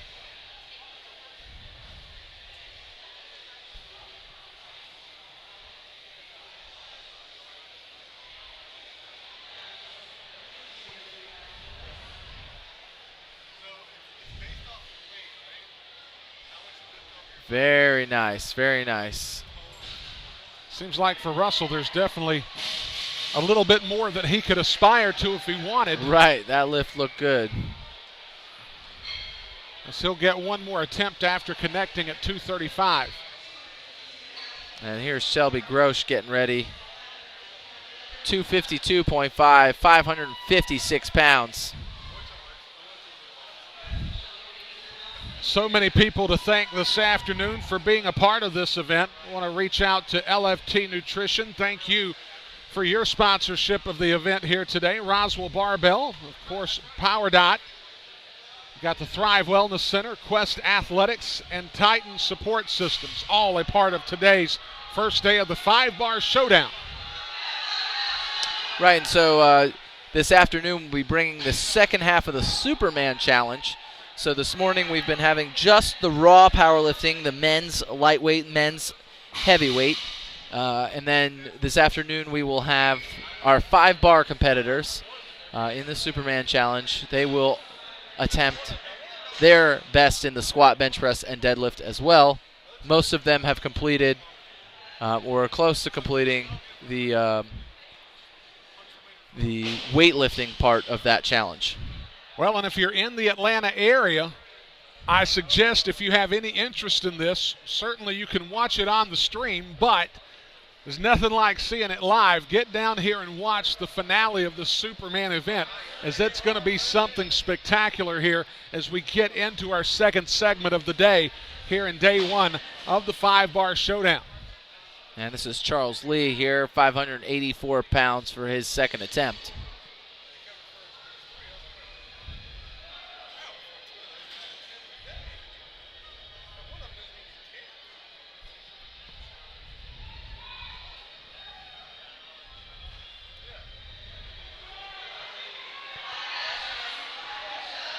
And Charles looking strong there. 3 white lights for Charles, and he's pumped about that, and that's only his second attempt. Well, can't wait to see what his third looks like. He's very excited, and I'll be intrigued to see what he ends up doing for a finale. Right. Chris Costley here at the chalk bowl heading out. 589 pounds on the bar for his second attempt.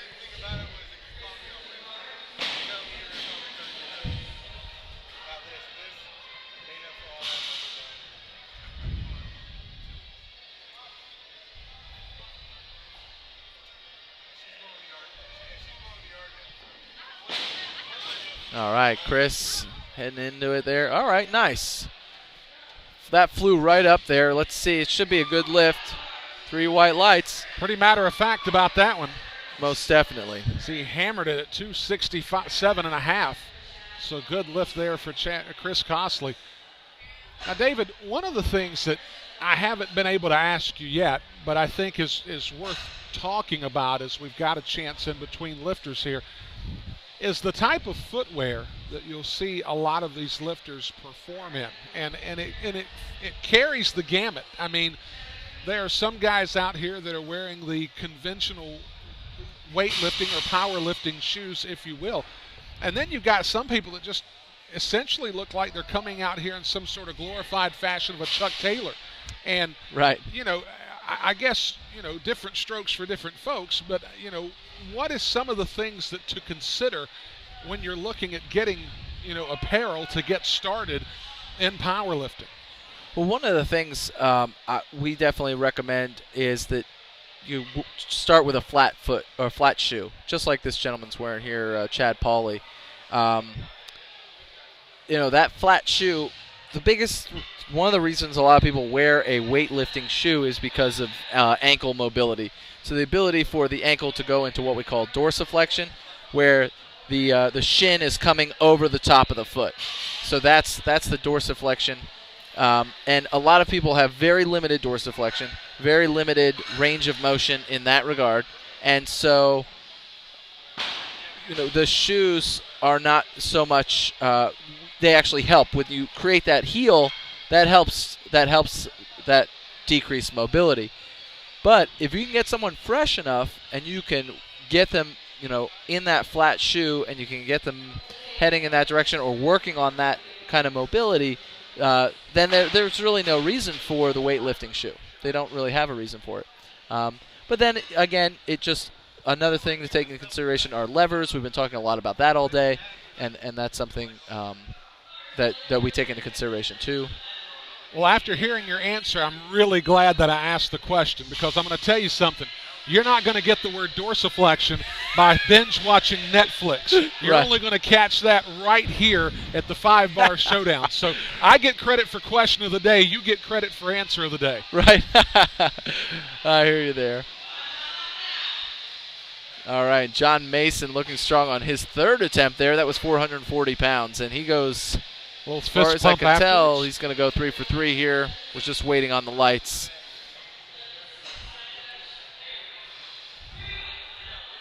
And it looks like he's put together a total of 567.5. So right, and now, so you look at that, right? You look at 567.5, and currently, before we even get into Flight C, that puts him at 12th in the heavyweights.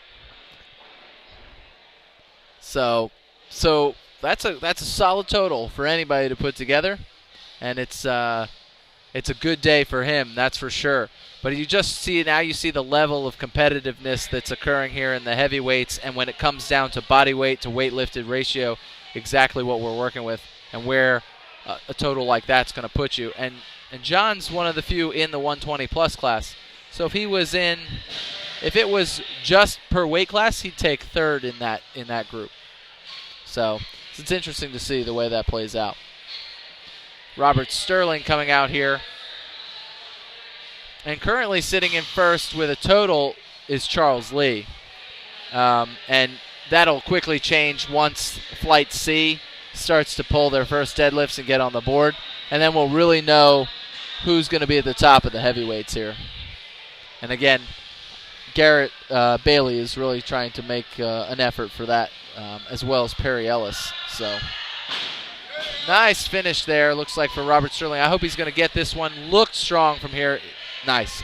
So I think he was a little bit more convincing on that lockout that time, and that's what allowed him to come back on that. The first one, not so much in his opener, but they gave it to him. The second one, they nailed him on it. The third one was right on the money. Able to make the adjustment, and actually made the adjustment with more weight, so he finishes in the deadlift segment at 222.5. So a good day for Robbie Sterling in his first event. He's going to finish the day at 517.5. So not a bad debut in powerlifting circles for Robbie Sterling.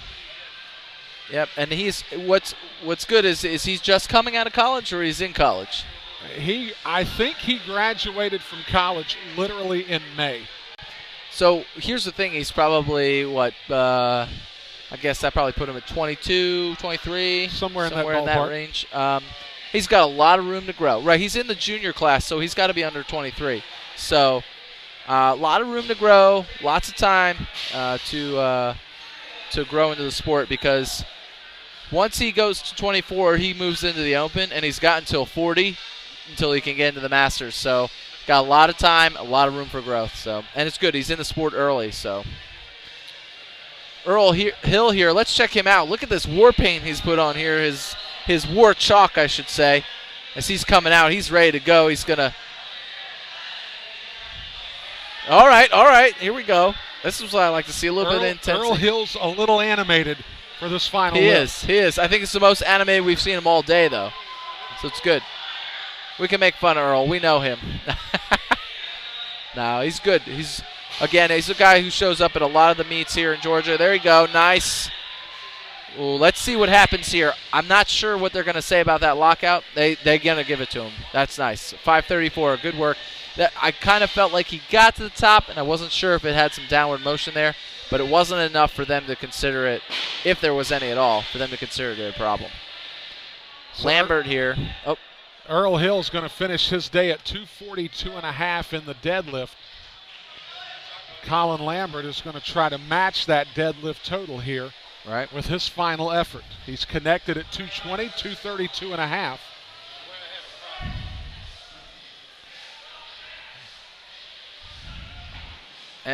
No problem there. That actually, he might have had a little bit left in the tank on that, but that was a strong final pull for Colin Lambert. And one of the things that I think is so interesting out of Colin Lambert is each one of his lifts in the deadlift looked very quiet and very efficient. Didn't look like he was wasting a lot of energy, which kind of gives me an idea that as they go back into further training, you actually put a couple more plates on there. You let that weight get a little higher and higher, and you see how to what benefit that efficiency might give him. He could have a considerably higher ceiling in what he's able to lift in the very future. Right. That's exactly it. Very true. And he's a young guy, too. I think he might have just snuck out of the juniors within the past year or so. So, again, lots of room for growth in the sport with the young guys. And like you said, the sport is growing exponentially here in Georgia and across the country. Josh Russell there with 551 pounds for his third attempt. Well, and with the likes of a Robbie Sterling or a Colin Lambert, not only is it growing, but it's growing and getting younger. Right. Which a lot of sports don't necessarily work out that way. This sport growing and getting younger, there's a real lifeblood in that for the sport in general. Right, yeah, you're definitely seeing more and more teens competing, Teen 1 groups, Teen 2, Teen 3. And actually in the United States, those are some of our biggest categories, because when we go to the world platform, a lot of times we dominate those categories because it's such a hobby here. It's so many people like really dedicate a lot of their free time to it, and the fact that it's how quickly it's growing. I would say the USAPL has to be probably one of the larger federations in the world. And that was a no lift there for Grosh, but he did give it a lot of effort. So Grosh will wrap up his day at 252.5. He'll finish at 575 with his total on the day. Wrapping up the final three lifts for of flight this B B. flight. Yep, and Still then we'll have one more flight to go. Right. Right. And another crescendo to the action. Everybody thought, okay, well, the lightweights decided their thing. It's sort of anticlimactic now. No, don't turn off the stream just yet. Stick around. This action's going to get all the more intense as we go into Flight C here in just a little bit. That's exactly it. We still have yet. Now, Charles Lee, right now, before Flight C has gone, is in the first place. Based on Wilk's score, he is in first place. And he got really excited about his second attempt. I'm excited to see what happens here on his third. Hopefully he's got it in him. And I'm sure we're going to get quite the celebration if he can finish this lift strong. Well, he started with a little bit of a celebration. Yeah, he's doing a little bit of a dance move prior to stepping to the platform. Here we go. There it is. Goes finish it now. Just all right. Yep. And I somewhat expected that. Just based on the amount of energy he expelled on that second attempt. He did expel a lot of energy there on that second attempt, trying to. And then he got really excited about it too, which can really kind of tax you as well sometimes. David, I'm gonna ask you a broader spectrum question in the world of powerlifting. What do you think is in the offing for powerlifting in the next, say, 5 to 10 years? Where could the sport see itself take itself to in the next decade here in America and even abroad? That's a good question. With the amount of growth that's happening, I think here in the United States, I think we could definitely see it become more of a mainstream thing as we're doing things such as the online aspects and kind of getting into that. And with this crossover now, this hybrid system we're creating, this Superman, again, I think that's very intriguing for the general public because it kind of throws an extra mix into it. The tough thing is that sometimes powerlifting just isn't as exciting as something like CrossFit in that regard, It's not as high pace or fast pace, and I know that's kind of like what we're used to here and the kind of sports we like to watch. But I think with more and more people drifting towards strength training in their general life, not even competitively, you're seeing more and more people, more and more doctors are telling people to, hey, you should think about starting to lift, some amount of weight with, under supervision. Because they know it's strengthening bones and it's good for a healthier lifestyle and all these different things, and that you may get more and more interest to the point where people are willing to sit down on their couch and watch this on mainstream television. And looking forward to the possibility of making that happen. Right, exactly, definitely. So I think, and that's just the thing is, and here in this country, what's amazing is we do have that luxury to have this as a hobby, to have it as a thing that can be pushed forward in such a way that that we have this kind of expansion and this kind of energy surrounding it. So, Chad Pauley. All right, and this will be Final the last lift lifter for segment B. Light B.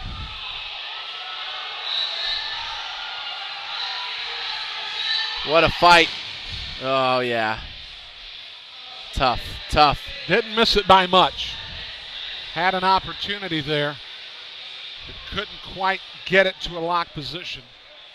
So now Pauley will take a 275 with him out of the deadlift segment. That's right. And here we go. We're getting ready to roll into this third flight here on platform 3.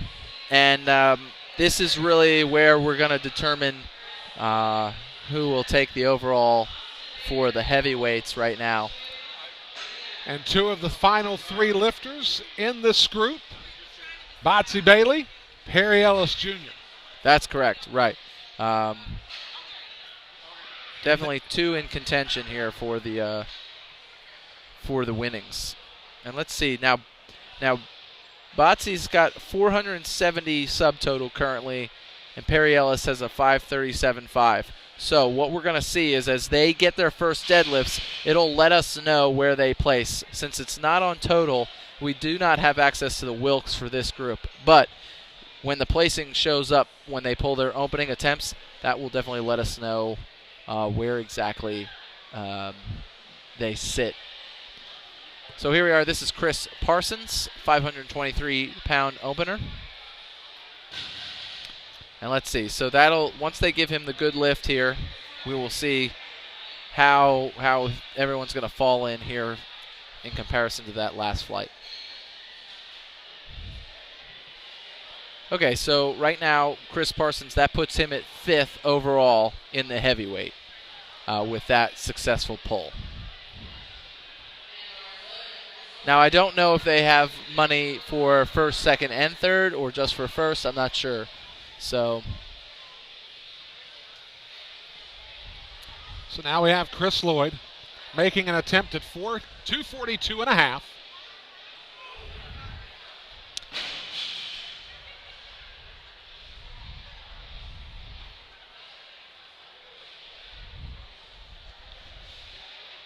And a nice opener there for Lloyd. And let's just go here really quick. I just want to say this Scott Wilkes shirt, very appropriate for today, considering Wilkes is what it's all about.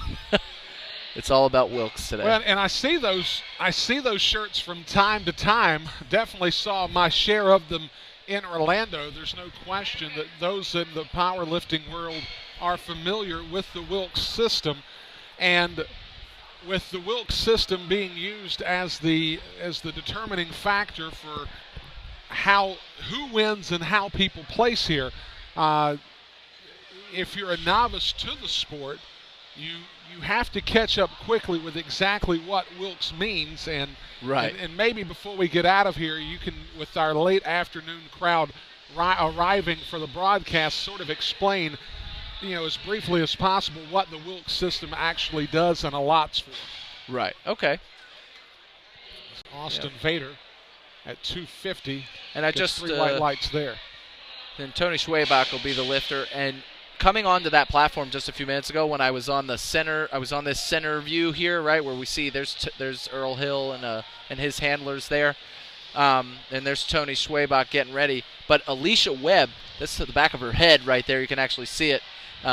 She recently just won her category at Worlds, Alicia, and she also took best overall female lifter at that event as well, which is a huge undertaking at the World event. So best overall female lifter, which is again based on Wilkes.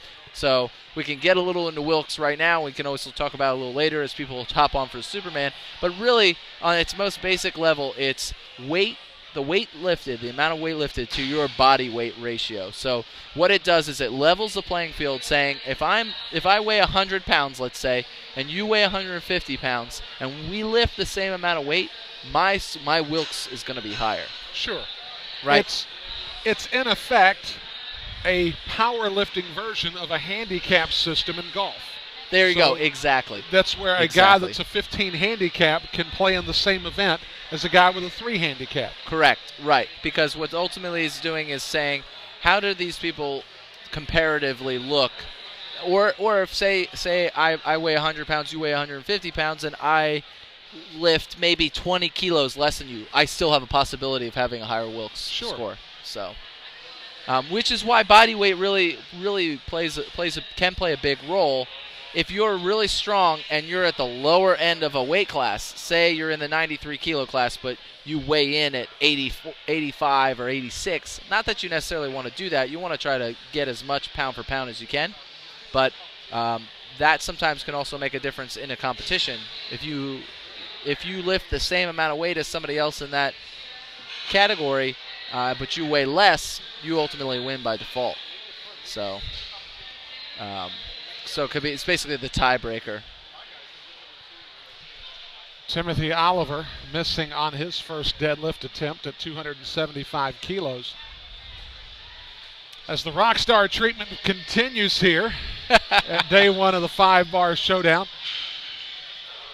I'll tell you what, this is my second event, and I've been around some very good color analysts, but by far, there's no question you are the most popular of all the ones that I've seen so far, at least in the Atlanta, Georgia demographic. Right. So you got that going for you. Right. Yeah, well, again, it's a lot of it has to do with, with being just present, being a volunteer. I think that's a big thing. I always say to anybody who wants to be known, show up, So right here we got Shane Sepek right there in the orange. That's Vanessa Gale, Dr. Vanessa Gale, I should say, who owns and operates Pretty Strong Powerlifting. This is one of her lifters here. One of the presenting sponsors of the event this weekend. Correct. She offers online coaching, in-house coaching here in Marietta, Georgia. I don't know if he's going to get that. It looks like he let go of it at the bottom. No, okay, good. Okay. It was close. It was kind of close. So Sepek starts at 290, which will give way to Kevin Mays. Right, so now what we're seeing is each consecutive lifter now looks like they will basically take the first spot. So as long as every lifter makes it, I think Perry Ellis may hold the first spot. Well, we'll see after the first round here. We really have to get everyone on the board first before we can see where they sit. So, but right now Sepek with that pull is in first place.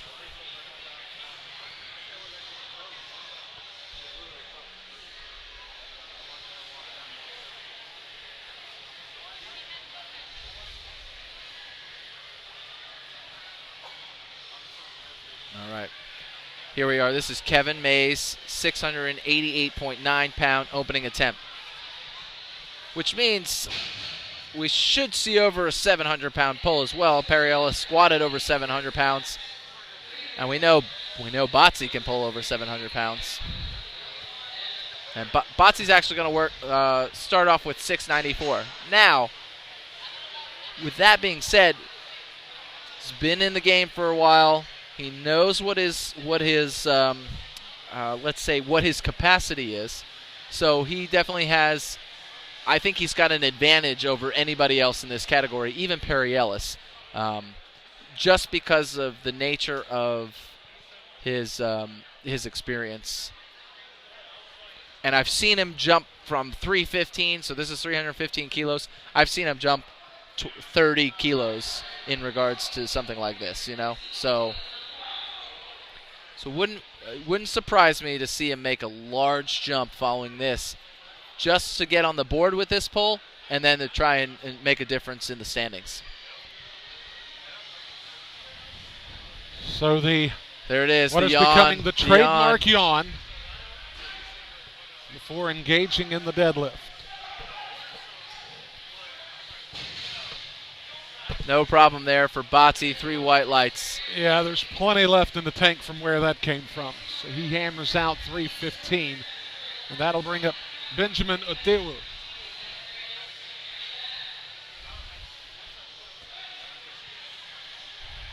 And Otewu looks like the kind of young man that could have for himself a considerable future in the world of powerlifting, as he's going to try to start out at 317 and a half. Correct. He's right. He's a junior as well, so he's under the age of 23, and but over the age of 20. So 20 to 23 is the junior category. And Otewu at 317 and a half. Gets 3 white lights. That was just good lift. Pretty straightforward. Most definitely. He's not a problem there for him at all. So that kind of changed the rankings around a little bit. So Kevin Mays is now currently holding first place.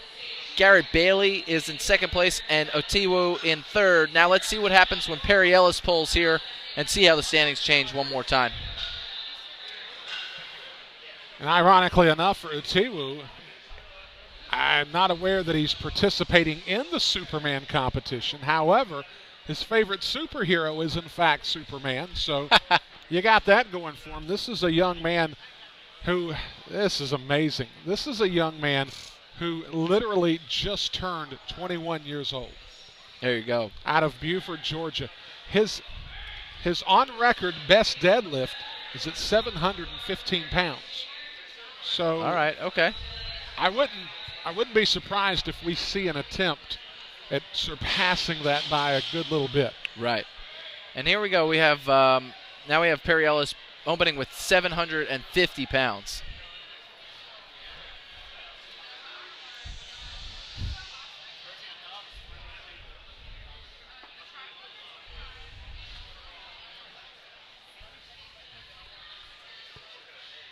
Nice opener there for Perry Ellis. And the Mountain Man from Stone Mountain hits on that lift. So he's on the board at 340. Okay, so here we go. So now what's happened here is, so Perry Ellis is taken first. Botsy is in third. Kevin Mays is in second. But Botsy's put in quite the increase here. Looks like, let's see, he's upwards of 25 kilos here on top of what he opened with.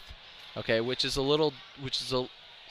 a good sized jump in comparison to everybody else. So let's see if he can make it happen. He might be able to sneak that first place spot with his final pull if him and Perry Ellis come down to it.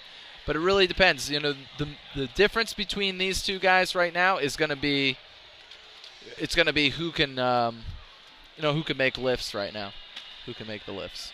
So Chris Parsons will come up for his second attempt. And I will ask after Parsons' attempt, since we're running on just one platform, possibly some of the gamesmanship, if you will, that takes place in this deadlift segment as Parsons completes that lift at 250. For someone like Botsy Bailey, is it possible that Bailey, because let's be honest, to make a 25 kilo jump seems to be rather substantial. Is it possible that Garrett Bailey, knowing that he can hit on so much more than 315, knowing that he didn't necessarily need a qualifying score per se because he's going to reach for so much more than that, was basically just using that as sort of a technique lift? So I want to make sure that I've got everything in alignment. So I put up a number that I know that I can reach, like you said, every day of the week. And then I'm going to go ahead and, once I've locked in the technique, go after the heavier weight. Most definitely, yes. And a lot of times when you get to this level of competition, when you're trying to jockey positions, a lot of times you don't want to show your whole hand.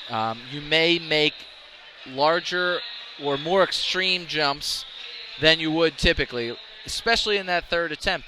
A lot of times, you might have just made a 25 kilo jump, but you were going to go 15 or 10 kilos for your third, but now you're like, you know what, let's go 20 kilos because that's going to push me into first place. And, it's whether or not, one, you can pull that weight, so therefore it is a trump card and you're able to just overtake the other person. Or you're going for the gut buster to try and win it, and if you don't make it, you're going to just hold that second place position. Another thing people will do is they'll start to change their third attempts. Sometimes they'll put a third attempt in that's higher than what they're capable of, but because we work on a lot number system, if your lot number is lower or is higher, you can go ahead and put in a higher number and not have to pull that weight first. So that's an interesting concept as well. Taking a look at Chris Lloyd, he connects at 255. Tony Schwabach hit at 250. He missed his first go-round at 250, but was able to connect there at 250. Lloyd follows up at 255. It's always good to be able to come back and finish strong on a second attempt after missing a first. I'll tell you that. Nobody likes to miss an opening attempt, but when you do, you want to come back strong on it. So Austin Vader, who connected at 250 his first go-round, will get an attempt at 265. 265 is just 584.2 pounds.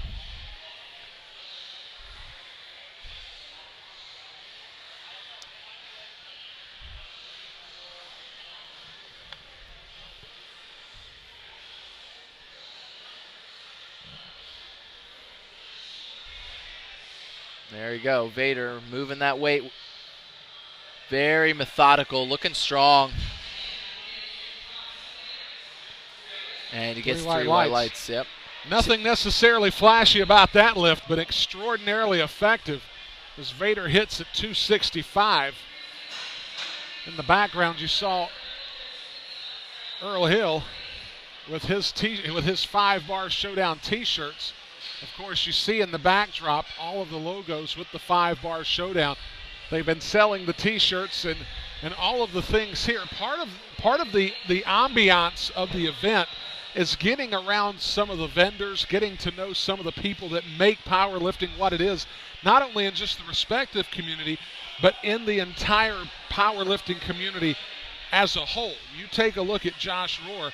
Rohr is a household name in powerlifting, not just in Atlanta, not just in Georgia, but nationally. He's one of the who's who that really makes this event and this sport what it is today. That's the truth. That is the truth. And as we were saying earlier today, bringing young, new ideas in, trying to get the sport to the credibility of something, and to the level of something where people want to see it, where they want to be a part of it, because we're making it exciting, because we're making it a little flashy sometimes, a little bit of what, makes it fun, a little bit of the show business part of it. Absolutely, an entertainment value. Correct. Part of the reason why we're here doing what we do. Right. You could just run a stream and have a bunch of nothing. Right. We're trying to add something to the spectacle, sort of giving people an idea of what it's like from the fans' perspective, coming more from my side of things, and then giving things more of what the insider would know, given your perspective, and sort of blending the two together. That's exactly it, which is a lot of fun. I mean, I've been doing live streams. I've been doing live streams now, probably for 2 or 3 years, and it's always a good time. I always enjoy being able to talk about it and have this discussion. And one of the things is it's not always something you can say out loud over the loudspeaker here and as an announcer. So it's a lot of fun to bring this color to it. And Jeff Bigham there with no problem. That was 6.66 for his second attempt. And then Shane Sepak is coming out, and he's got 6.72 on the bar. But bringing this to the fans and to the people at home is definitely something I enjoy.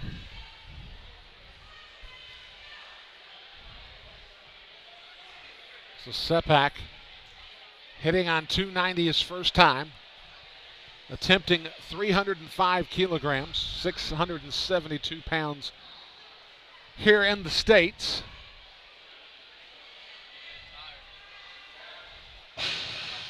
And an interesting adjustment there. We'll see the scoring. He got 3 white lights. It seemed like that he almost handled that weight more efficiently than the previous lift. While there was some struggle in that first lift, he seemed to really hammer that one out.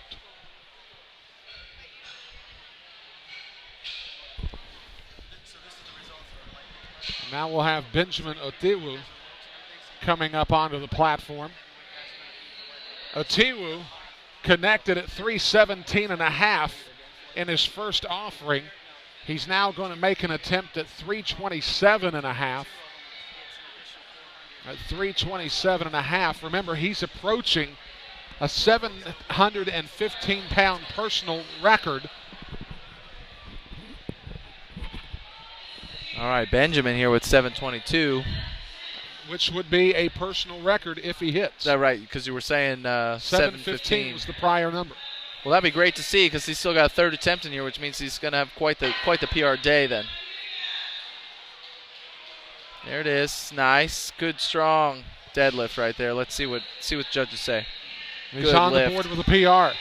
So I was just informed that by Josh Rohr himself, the man, the myth, the legend. He graced us with his presence here to let me know that. So there'll be a winner in both the heavyweight and the lightweight. And that winner takes home $350. The winner overall between those two groups takes home an additional $400. And the winner overall between men and women takes home an additional $500. So using the Wilkes platform. So what he told me to do is to take a look here. I've got the scoring for the lightweights, and then we've got the scoring for the heavyweights here, and he just opened it up for us a little bit. He must have gone over and made an adjustment, because now we can see what the Wilkes scores are here. And so right now, the highest Wilkes score we have is 505 with Perry Ellis. It's going to be tough for Botsy Bailey to catch up on that. We'll see. But let's see what the top ones, the highest Wilkes total from from the lightweight group. As Kevin Mays hit on 332.5 got 2 out of 3 white lights there, so now he's sitting at 332.5 on his second lift. We'll still have one attempt as Botsy Bailey will step to the platform. And that brings him to a 490 Wilks. So the highest Wilks from the earlier session was Keith McHoney.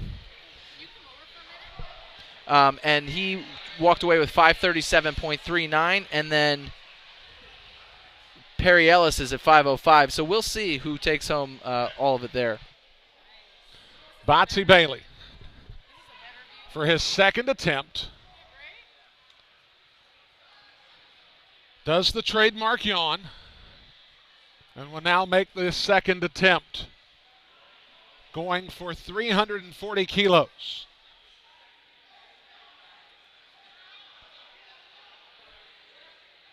He's able to elevate. We'll see what the scoring looks like. Gets 2 out of 3, so he's on the board at 340 kilos.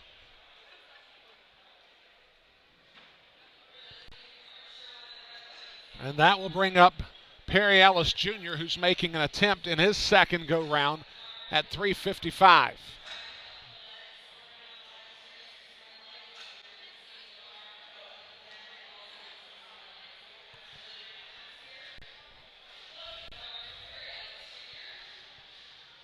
So Perry Ellis Jr. will step to the platform. Bailey matched him with his second attempt. Matched Ellis Jr.'s first attempt at 340. Ellis now attempting 355.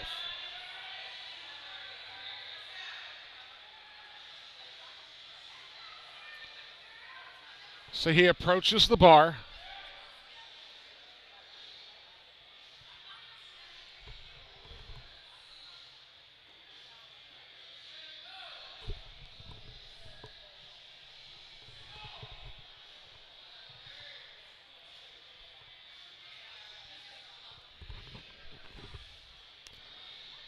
Perry Ellis Jr.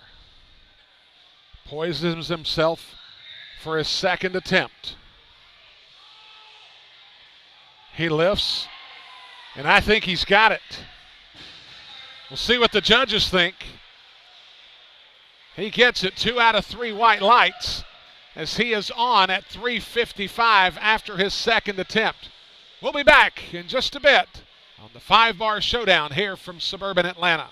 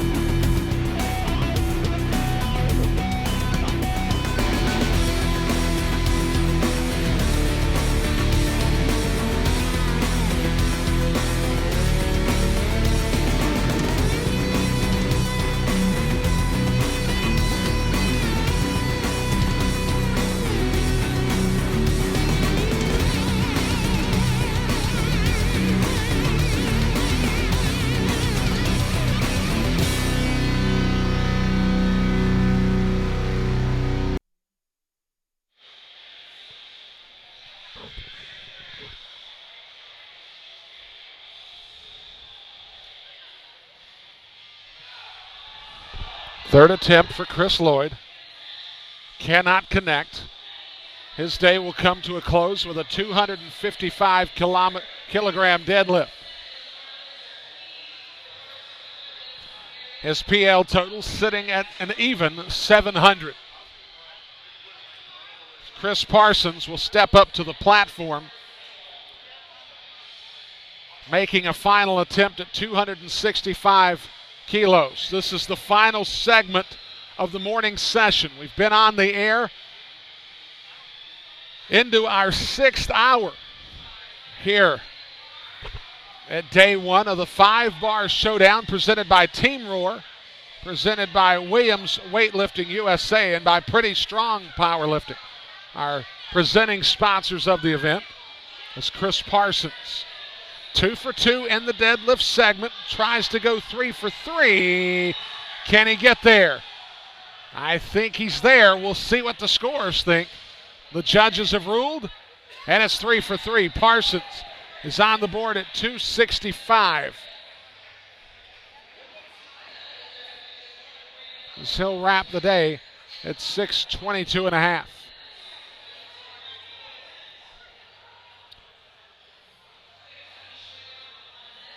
Austin Vader will be next to the platform.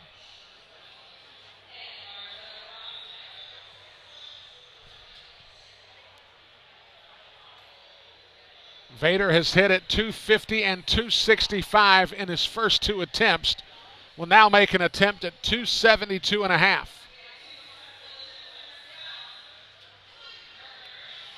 It's been a full day already of powerlifting action here in suburban Atlanta, and we've still got another half to go. Vader working, striving, trying to get there, won't be able to do so.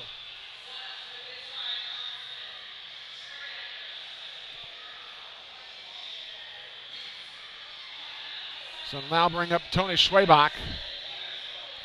Schwabach, who missed his first go-round at 250, connected his second go-round at 250, will now attempt a lift of 285 kilos.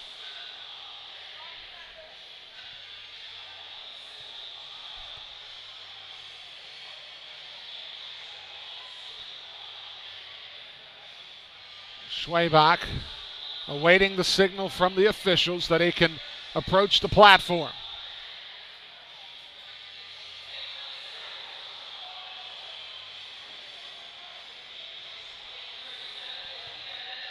As the bar has been set and Schwabach is on the clock. He is on the board for 250, making an attempt of 285.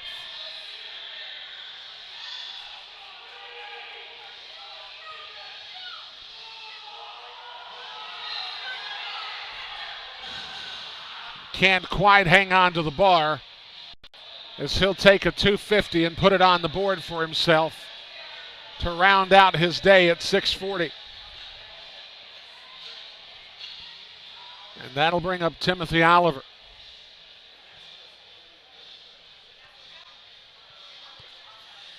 So we still have the wrap-up of the Superman segment coming up later on today.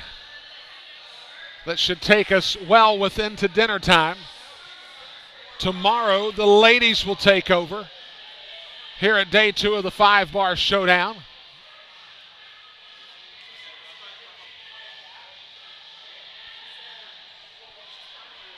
Oliver has connected in the deadlift segment at 282.5. That was on his second attempt. He missed previously at 275. And he can't do it. As his attempt at 292.5 will come up short. So his day closes at 712.5. As Jeffrey Bigham will now take a final lift effort of 315 kilos.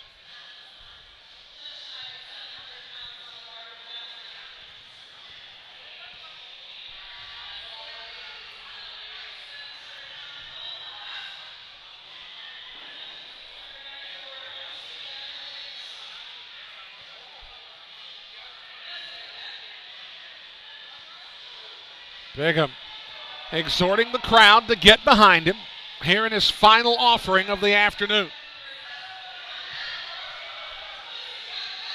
Bigham goes right to it, can't hang on to it. His day is done. So Jeffrey Bigham will put a 302.5 on the board for his deadlift segment. He'll finish the day at 732.5. As we're getting down to the very end, only 5 lifts remaining here in this final group.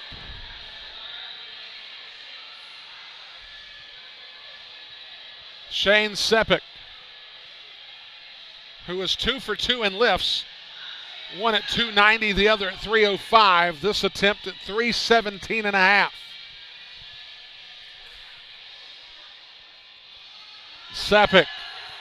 Sepik. We'll see what the judges have to say. It looks good. I think it's going to be good, as he'll put 317.5 on the board in the deadlift segment. And that'll bring up Benjamin Otiwu.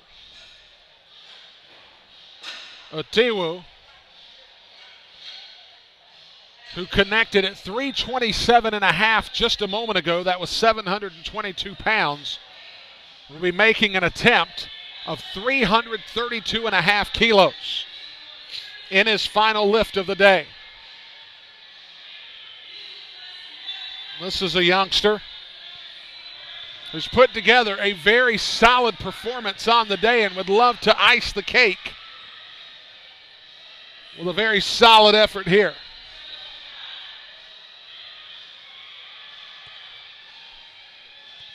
Otiwu, with very little fanfare, will approach the bar. And we'll begin the lift.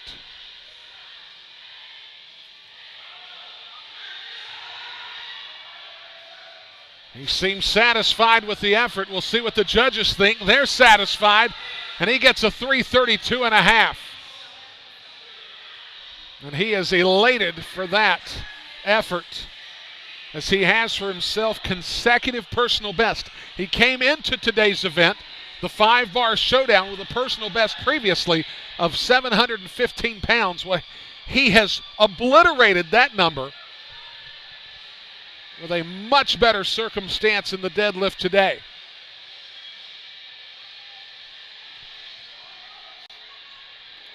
And so now we bring up Kevin Mays.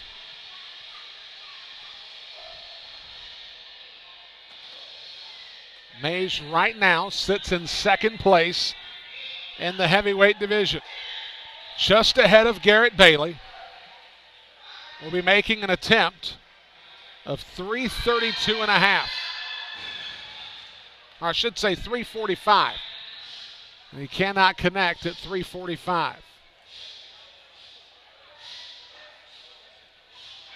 So now we're down to 2 lifts. It comes down between Botsy Bailey and Perry Ellis Jr.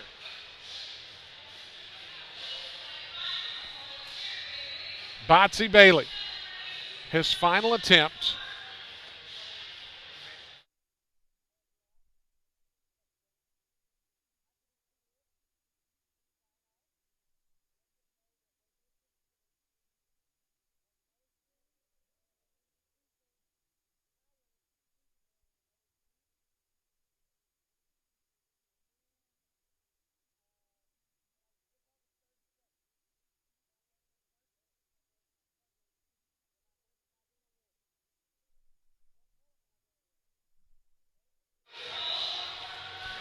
So Botsy Bailey will step to the platform. He connected just a moment ago at 340 kilos. Bailey making an attempt at 355.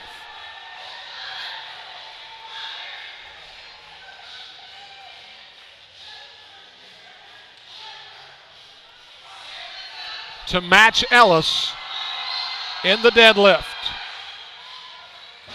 He finishes the lift. Let's see what the judges say. He gets 3 white lights, and he's amped and has every reason to, as he connects at 355. Let's take a look at the replay here. As you can see, he got off to a good start, took it just above the knees, had to find another gear, and was able to do so. And in doing so, connects, and you see the enthusiasm from the young man out of Baton Rouge, Louisiana, as he is now on the board at 355 and is now in second place in the heavyweight segment. Perry Ellis has locked in his numbers. He sits at 355 in the deadlift. He's looking to put the cherry on top at 365 kilos. This is the final lift of the day, and it draws the attention as everyone clamors to platform number 3.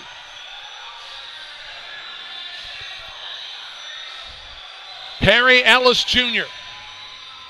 looking to wrap up the powerlifting segment of the 5-bar showdown with a crescendo.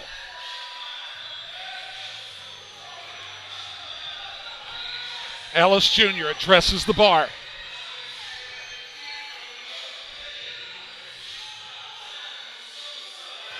And here he goes. Does he have enough to get there? We'll see. Looks like he's just short.